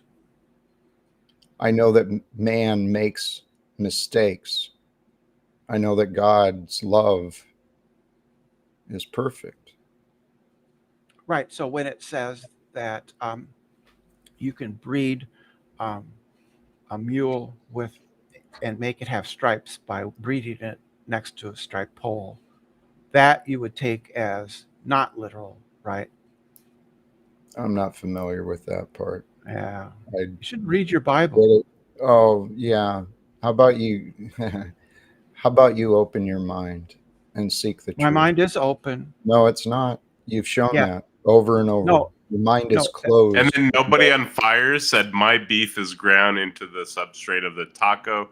Praised be the burrito." What a wonderful choice of a taco. Thank you so much for the super chat. Well, you got to add some guac Thank to you. that. You got to add some guacamole to that. Right? So my mind is open, Jack. I just don't put just anything into it. Mm-hmm. Yeah, I know. Right. You Failed. don't allow anything that disagrees with you. No, that's not true. Really? No, absolutely. I haven't found that in my experience. I found lots of disagreements coming from you. Yes. Yeah. Yeah, you have. That's not an open mind, is it? It doesn't have anything to do with having an open mind or not. How The is fact one that you and I mind- disagree, Mhm. right? Because it doesn't follow that because I have I curate my beliefs and I Mhm. select, even Mhm. though I'm willing to change my mind, it doesn't follow that I'm going to agree with you. No, it follows It what doesn't you've follow. shown. You don't even listen. And that's a sign of a closed mind. You're filled No, with disagreements, Brenda. It's I obvious. listened to you. No, listened. you have not. I quoted your own words back to you when you failed to quote them back. I listened better to you than you listened to yourself. You mean So, the AI that you have running alongside with the conversation listened better? No, I'm not. How could you You read them actually back if you shouldn't be didn't? disagreeing if you both believe that the book is a myth, whatever. You know? I have a memory that can remember what people said. So you more than remembered it back? Is your memory 15 fallible, seconds ago. possibly? In this So case, you're arguing with him because no. because he agrees with you about the book. In this case, Because no. he How do you know that? Are you equivocates. sure about that? Because he equivocates. Right? Do you think he's I coming have. down on a puffy cloud of cotton clouds? Brenda, I I'm don't not going to know. lie. We were having a really nice, lovely conversation, actually picking each other's brains, and then you came along all hostile. If you shouldn't. chilled out and just asked questions instead, maybe Right. we would maybe chill and be cool. You ought not to Thank you. have coddled discussions. You ought to have discussions Oh where my you are goodness. pressed. Where Brenda.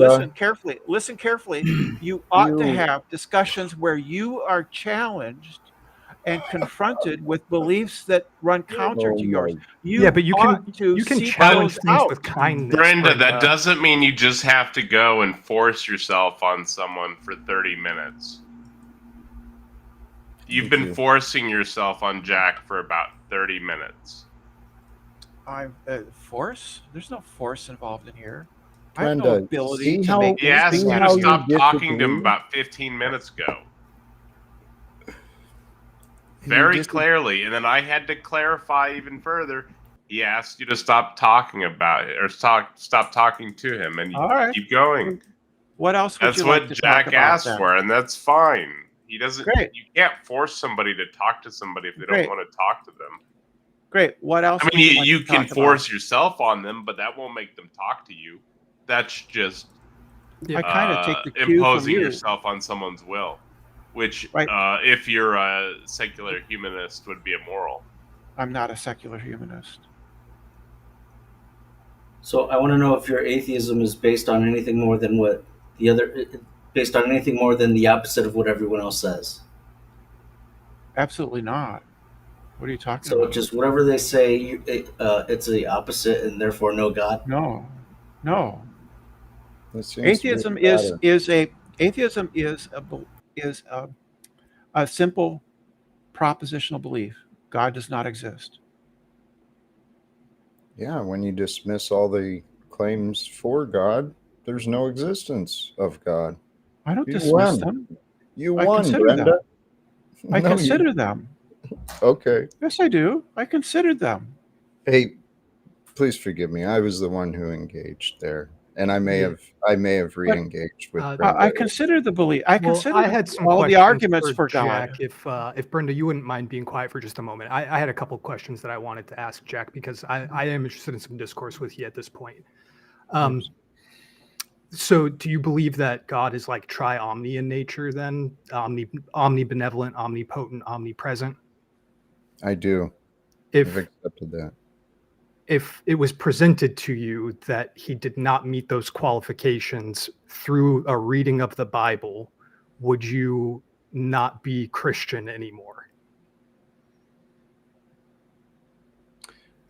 No, because this offends a lot of people when I say this, but this is the honest truth. If Jesus did not exist, if it turned out it was proven he was never there, I would still have faith in God. Well, so I mean, that's fine. It would be fine to have like a different God concept that you adhere to afterwards. Like if you reshaped it, I'm okay with that. But if you're like presented with proof that the Bible's version of the omnipotent God isn't possible based off of the Bible's own words, would Please. you look into shifting your faith? I'd have to see. But at this point, like I said, it was following and trusting what Jesus said caused me to change my way of thinking, caused me to step out and do things that I wouldn't have done in the past. And doing that, following the way of Jesus, it brought me to this. I'm convinced. I am so convinced that God is, and God's love is, well, we haven't understood. Yeah, well, so you've brought up the love thing a couple of times, and that has made me think about the argument from divine hiddenness and people like me and Kurt who really have a desire to commune with God if God exists. So how can an all-loving being that wants to have a personal connection with its creations deny us that if it is all-loving? Like, I genuinely want that if God is real. Why would he deny me that? That's a great question, and I wish I had a clear answer on that. I can answer that. Please. Do you deny Jesus Christ? I'm not sure what you mean by that. Well, in other words, why would God deny Jesus Christ just for you? Again, I'm not sure what you mean by that. If you can't love Jesus Christ, why would God love you? Okay, I mean, I feel like I love Jesus because I love all humans and the value that they bring. So if Jesus was a human, then I love him. Yeah. All right. Do you believe he died for your sins? That's a harder ask for me because I don't see how it's possible that someone who lived 2,000 years before I was born with the butterfly effect being a thing, could have ever possibly imagined that I was going to be a thing to have. This is where I bring up the omnipotent, omnibenevolent. Like, that's what that makes it not make sense to me. How could he be all knowing in that capacity? How does he know he's dying for my sins? Well, You want I to say mean- he died for the people alive at the time sins? I might be able to get more behind that. the thing is, his sacrifice was, he was perfect and sinless, and therefore God can reconcile mankind back to himself because of that. It's a one-time thing. Okay, so like, however many years there are after him or whatever, it's a done deal. Like he even shouted on the cross, it is finished. Um, because now death has no hold on the flesh of mankind to be able to hold him in the spirit realm in darkness, right? But you have to believe in Christ in order for that to be a true reality for you. And This sounds like Yu-Gi-Oh. How does somebody I don't know die who that for your? is. How does that work? Why are blood sacrifices necessary for the creator of the universe? Well, Leviticus 17, 11-ish or something. I think it says that the Well, life I was of really the hoping Jack could address life is in the the blood. argument from divine hiddenness for me. Like, why doesn't God reveal himself to me if I have a genuine desire to meet him? Like, if it's imprinted on our hearts, why am I not allowed to in this capacity? That's what makes me think the Christian God can't be true. At a minimum, God in this capacity can't be all loving. Like, he would just let us all know him. Okay, but if you forsake, why would God forsake Jesus Christ just for you? Well, why is there this forsaking happening? If it's as simple as showing me, it's literally that simple. He just has to show me in a vision that Jesus died on the cross, and that would be Okay. enough for me. And that's never happened. Okay, but that can happen if you put your faith in Jesus Christ, and that's according to God. But if he made me a rational creature who needs proof of things, how am I supposed to just accept this claim that isn't substantiated in any other way without divine revelation, like you guys have both claimed? Why is he withholding that from me? This answer may not, because we've got to go for what we want. And there's a number of things with Jesus dying for our sins. If you can take this possibility that through time there was the plan that while mankind has descended and fallen into sin and horrible stuff, there would be one who would come and be the answer for us all. So it was foretold, it was thought of ahead of time, it was foretold of, and then Jesus came. Now he was perfectly innocent. He was perfect with love, showed us how unfair this world is. But through those teachings, when people follow the way, our world will overcome the sin and the oppression. So I think he was tested. It was like he had a life. He was prepared with the knowledge and the skills he needed to do what he needed to do. And in the bigger picture, it may take a couple of thousand years, but his selfless act of living and dying perfectly, that's going to save the world. Why?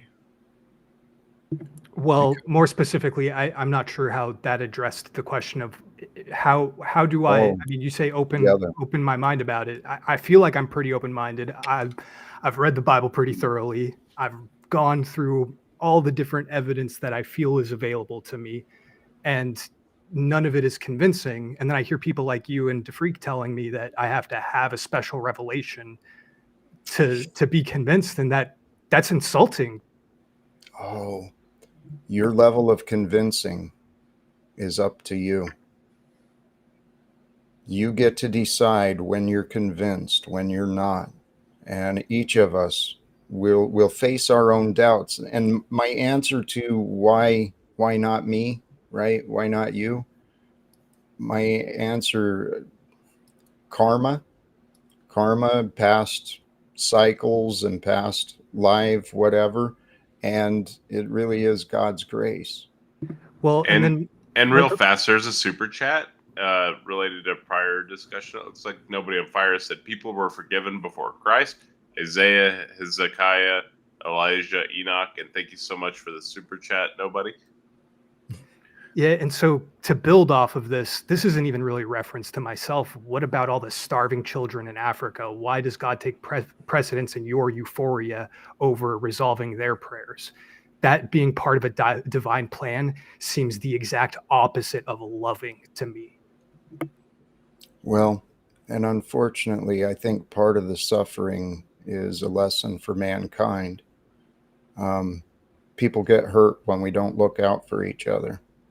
That's the unwritten message of the sacrifice of Jesus. But if he's all powerful, he doesn't have to set the divine plan in this way. Like, if he's all powerful, he can set the divine plan in any way. Why did it have to be this way? If he's all love, like, to call him all loving and all powerful is a problem for me in that regard. Like, either he could make it different and chose not to, so he's an asshole, or it couldn't be different, and so he's not all powerful. Or it's all God playing all parts. So your suggestion would be, your suggestion would be then that, like, we all have the divine spark within us and are doing this to ourselves. Yes, in part. And then you talk about being able to move to this, like, above state and be with God. So I'm already part of God, though. So how do I achieve a higher state than already being with God? Aligning. How do I get more with God than I already am with God? I'm sorry to rephrase. Oh, that's beautiful. The awareness. Things can be in our lives, but if we don't notice it, is it there? That's what I feel God is. God is God and the Spirit of Christ, the Spirit of life. It's with us all. But if we're not aware of it, we don't see it. That feels like it's just pleading for mystery there, that, like, oh, I can find the mystery in anything, right? Like, I could attribute anything to God I wanted to under that worldview. How do I know it's God? Realistically, I think that can only be answered from within. And it's not necessarily through the mind, but through the senses. Because when you feel, you know when something feels right, and you know when something feels off. The feelings aren't always accurate, but between the feelings and thoughts, that's how we learn, and that's what we are. I thought you said senses. And there's a couple super chats. Cutlery Duck asked, I'll read Robin's first because it's a statement, and then we'll read Cutlery. So Robin said, no one should be required to lower their epistemological criteria to access an all-loving God, which seems like a very, very, very fair statement, in my opinion. Sure. And I'm totally not biased. And then Cutlery Duck asks, what's required to be a Christian? And thank you, Robin. Cutlery Duck asks, what's required to be a Christian? Jesus only. Every Christian here has a unique set of copes on the whole thing. Which Christian sect is correct? And thank you for the super chat, Cutlery. Great questions. Well, all of them are. People self-select to be Christian. You're a Christian if you identify as a Christian.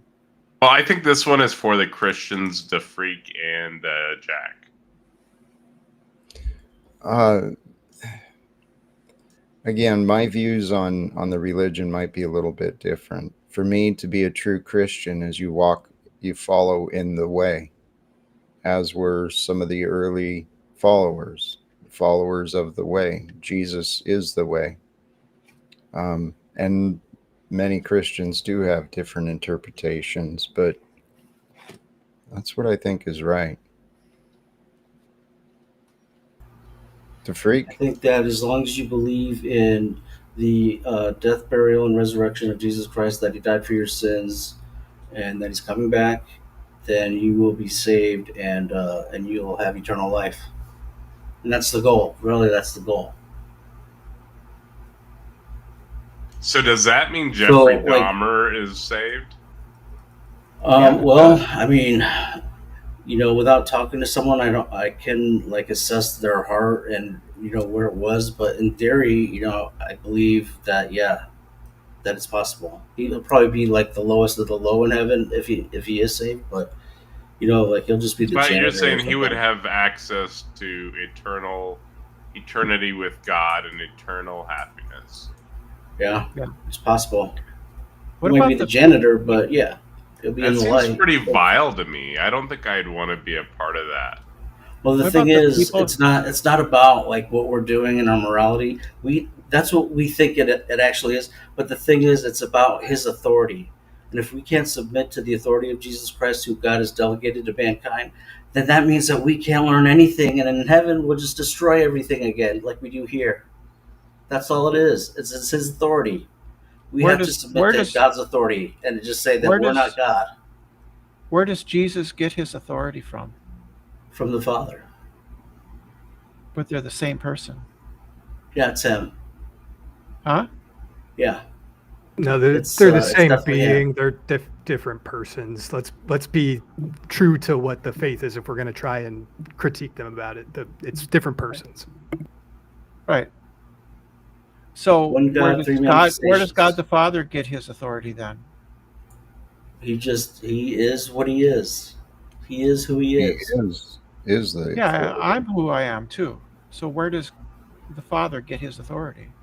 It doesn't matter because the only way that you could know that is if He allowed you to know it, and until then, you have to deal with Him. I just want to know where he gets it from. It doesn't matter Why? because unless He told you, then you would never know, and until then, you have Yeah. to deal with Him. No, I'm not asking about how I That's would fair. know. I'm asking where does he get his authority from? He just is. He From is who Him. He is. I am who I am. So I Okay. have Right. authority, right? You have authority over you, No, I have authority over everything, right? over you. Because I am who I am. I am who I am, right? Well, turn this water into wine. Yeah, it's just your limited vision that can't see that it is wine already. Nice. Right. Yes. So, more seriously, authority is something that is granted to people by somebody who is in a position, or so. For instance, the police have the authority to stop you if you're speeding, and they get that authority from the laws that are passed by, the government, And where do That's those where get they that get their- authority? from the people. And where do they get their authority? Huh? No, that's just it comes from the people. That's granted to them by the consent Yeah, of but the who gave government. them the authority to do that? It's by means No, they of have the to get that consent- authority from somewhere. No, by the consent of the No, government. but by your I told argument, they have to get that authority from somewhere. Everything is Yeah, I granted told you. authority. I So told you, what's granted them that authority? but from the consent, from consent. So it's Right. it's self-granting. It's self-fulfilling. No, And it's not Jack, self-fulfilling. Police there don't is get their a- authority from themselves. Right, There but is I a think- reading recommendation for Jack from one of the audience members. Thank you so much for the super chat cut, Larry Duck. He says, read Shunryu Suzuki, silliness not required. I made a note. Thank you very much. And Yeah, but thanks for your support. Thank you for the super chat. You're pointing to a fundamental thing that says this is where authority derives from, the consent of the governed. They're doing the exact Yes. same thing, and you're saying they can't do No, that. they're not. Yes, they are. I didn't consent. I didn't consent to. I mean, God they're the Father they're having not authority. saying that exact thing, but they're saying that he derives the authority from himself, and so you're saying Yeah. the authority to govern them is from themselves. Well, he has authority. God has authority over himself if he existed, but he doesn't have authority over me because I don't consent to it. Okay, and I think the Christian view of that would agree that he has granted you free will. That doesn't have So anything to that do with there the is consent. basically the spirit of rebellion, and if you have the spirit of rebellion, it means you're literally incapable of learning one thing, and therefore you're useless to God. And what would happen is your darkness would have to be purged in another eternal cycle, and He's done doing that. So That's the state we're in right now. Yeah, I don't see how that's darkness or any of those things. I think that I have authority over myself, right? I have the rights By Jack's to. argument, we're all God. So of course we're himself. He has authority. No, over I'm not us. a god. I'm not. I don't have to presuppose I'm a god. I'm just a person. Look, but I'm just saying have your a- argument fails as soon as you self-reference. So no, it doesn't, because I have Yes, it authority does, over because my. you're saying they can't do that.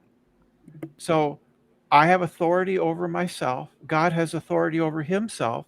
He doesn't have rights over me without my consent. Right. So Yeah, that's and I don't disagree rebellion. with I don't disagree with that in principle as like a person. So I'm not disagreeing with you. What I'm saying is the way you're arguing you it certainly doesn't have work. been, right? And you've been. The way you're arguing it doesn't work. Yes, it does. It works just fine. Authority comes from me. If that was the case, I would be inclined to agree with you. Well, so then where do you think political authority comes from? Oh yeah, that definitely derives from the consent of the governed. Absolutely. Yeah. But I'm not the one arguing that people can't self-reference authority derived from themselves. That's not self-reference. Yes, it is. No, it's The consent of the governed are governing themselves. They give their consent to be governed. That is self-referential authority. No, it's not circular. It's not a If circular you don't argument. see how it is, then there's really no point Yeah, in it's talking to me not. at all. because the terms are different. Are you an anarchist? No, just a bog standard Democrat, right? Like So- an anti-communist Democrat or leftist Democrat? So what is wrong with my saying that God has no right to put me into hell for eternity? You're looking at it from your because- worldview is the problem. Their worldview says that God created it all. And so God derives his authority to do that from himself. In the same way that in your worldview, you say the consent for authority derives from the self.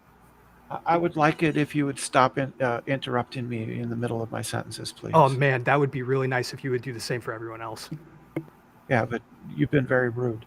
So I'm asking, where does I'm sorry, God... hold on. Jack, have I been rude? Yes, you have been. Jack, have I been rude? I'm sorry, I didn't know your name was Jack. Brenda, I'll have try not. to. Jack Talcott, am I rude? I have not seen it very Jack rude. has mashed No. potatoes for brains. DeFreak, am I rude? It really hasn't been Wow. that bad, like at all. Like in my opinion. been- So like The Hizzle, last have I 5 been rude? no. In the last 5 minutes, you've been interrupting me mid-sentence. Yeah, because I'm tired of you just saying shit. I'm not just saying shit. You're not letting me finish, right? So Just can I for the finish? past 5 minutes, Can I right? finish my question? Right, because I'm You trying should to look get it back out, through but you your keep AI interrupting transcript me. and see how many paragraphs you have and how many I have. So, God has no right over me, even though he's the creator of the universe. The fact that he created me grants him no authority over me. He can rule himself, but he can keep his damn fingers out to himself and not consign me to hell for eternity because I don't do one of his dumb commandments. Right? Yeah, So I agree. You That's think that you're asinine. going to Yeah. outsmart God by judging him, basically, right? I have every right to judge him. I mean, Right? when you Yeah. Why when can't you I are making judge a him? piece of pottery on one of those, stool things, the spin thing, whatever, don't you have the right to smash whatever you made if it's defective? I'm not an inanimate object. How dare you? Yeah, DeFreak, that's You not a good look for if you. I created, Well, I if mean, I that's created a how it's being, if explained I- in the Bible. So, I don't it's not give a really shit. that out of line, right? I mean, you've been referencing the Bible a little bit. Yeah, Right. but the Bible's Am not I- a good look. Am I an inanimate pot? No, but the potter has the right to, discard whatever he, deems fit, right? So the fact that No. God has He created doesn't. you or whatever, He makes them and he takes them. Okay, Right. The fact. that's authority. That's power. No. And real fast, there was a super chat comment from Robin Webster. Thank you so much for the super chat. That's greatly appreciated. She says, God did not self-reference. The freak is saying it. Right. So God has the power to consign me to hell. He doesn't have the authority. Sure he does. You didn't submit to Jesus How? Christ. How? Why? Because you rejected Jesus Christ. He has the authority to do that.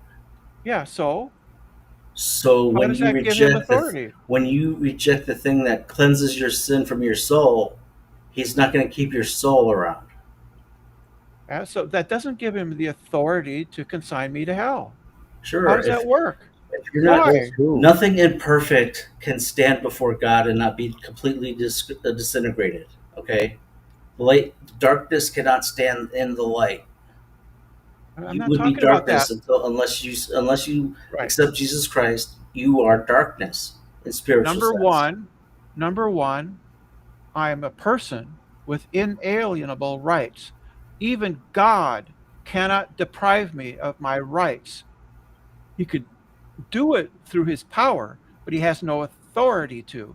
So a potter can create a pot, but I'm not an inanimate object. I'm a living, breathing being.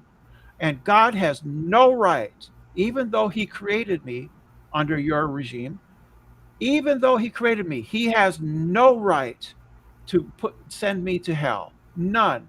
And you just whipping up this imaginary authority, his authority because he has authority, is gibberish. What makes you think you know the rights of others? I mean, especially if we're discussing what you consider maybe to be a hypothetical God.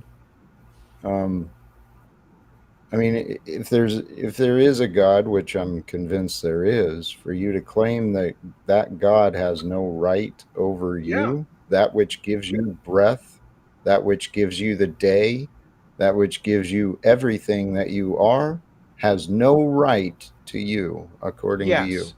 I could concede for argument's sake that God gives me my breath every day. That still doesn't give him the right to torture me for eternity. No, you can do that yourself by denying God. No, I'm not doing it, dude. It's your choice. It's your choice. I'm not doing it. When you say he has no authority over you, you have full authority. That's rebellion. What? That's the right that you're talking about. At that point, he has the right. Authority isn't rights. What are you talking about? Yeah, authority is a responsibility. No, it's a duty. It's an obligation. It's something that we consent to. We consent to allow the policeman to stop us. That we consent to allow the policeman to stop us for speeding. That's by consent. See, this is the problem, Brenda. You keep moving away from the internal critique and applying your worldview, and that's not how it works. Authority is the right to exercise power. No, not indiscriminately. That is exactly what the definition of the word is. And so if you derive that power in a different way than consent, it is still authority. No. Yes. The policeman has authority to stop me. He doesn't have authority to shoot me. Right. Again, this is the problem, is that you're equivocating in a way that doesn't apply. The real world. Equivocating. You are. Okay. What are the two terms that I am equivocating on? Authority and rights. Yeah, those are two completely different things. I haven't mentioned anything about, rights. Again, authority is defined by rights, the right to exercise power. No. Yes. No, we give policemen the authority to enforce the law, right? Right. So, and then rights are acknowledged by the police. Hold on. They acknowledge the certain rights of the police, that they have to respect certain rights. let's replace the word authority here with my definition, okay? So the police have the right to exercise the power to pull you over. Does that still hold Yes. true? So is that definitionally the same? Is that P equals P for you? That ultimately? Oh, I'm sorry. Then you're missing the I point. don't think. Yeah, I don't think that authority and rights are the same things. If you They invite are someone not. over to your But house, authority is defined by rights. And so then I'm not equivocating, then, am I? Your Because you said I was equivocating between Yes. between authority and rights, and now Yes. you have agreed that they're not the same thing. So therefore, I did not equivocate, did I? Brenda, I'm trying to help I you did out not here, and you're making equivocate, a did bad I? argument. No, did I equivocate? You accused me of equivocation. Did I equivocate?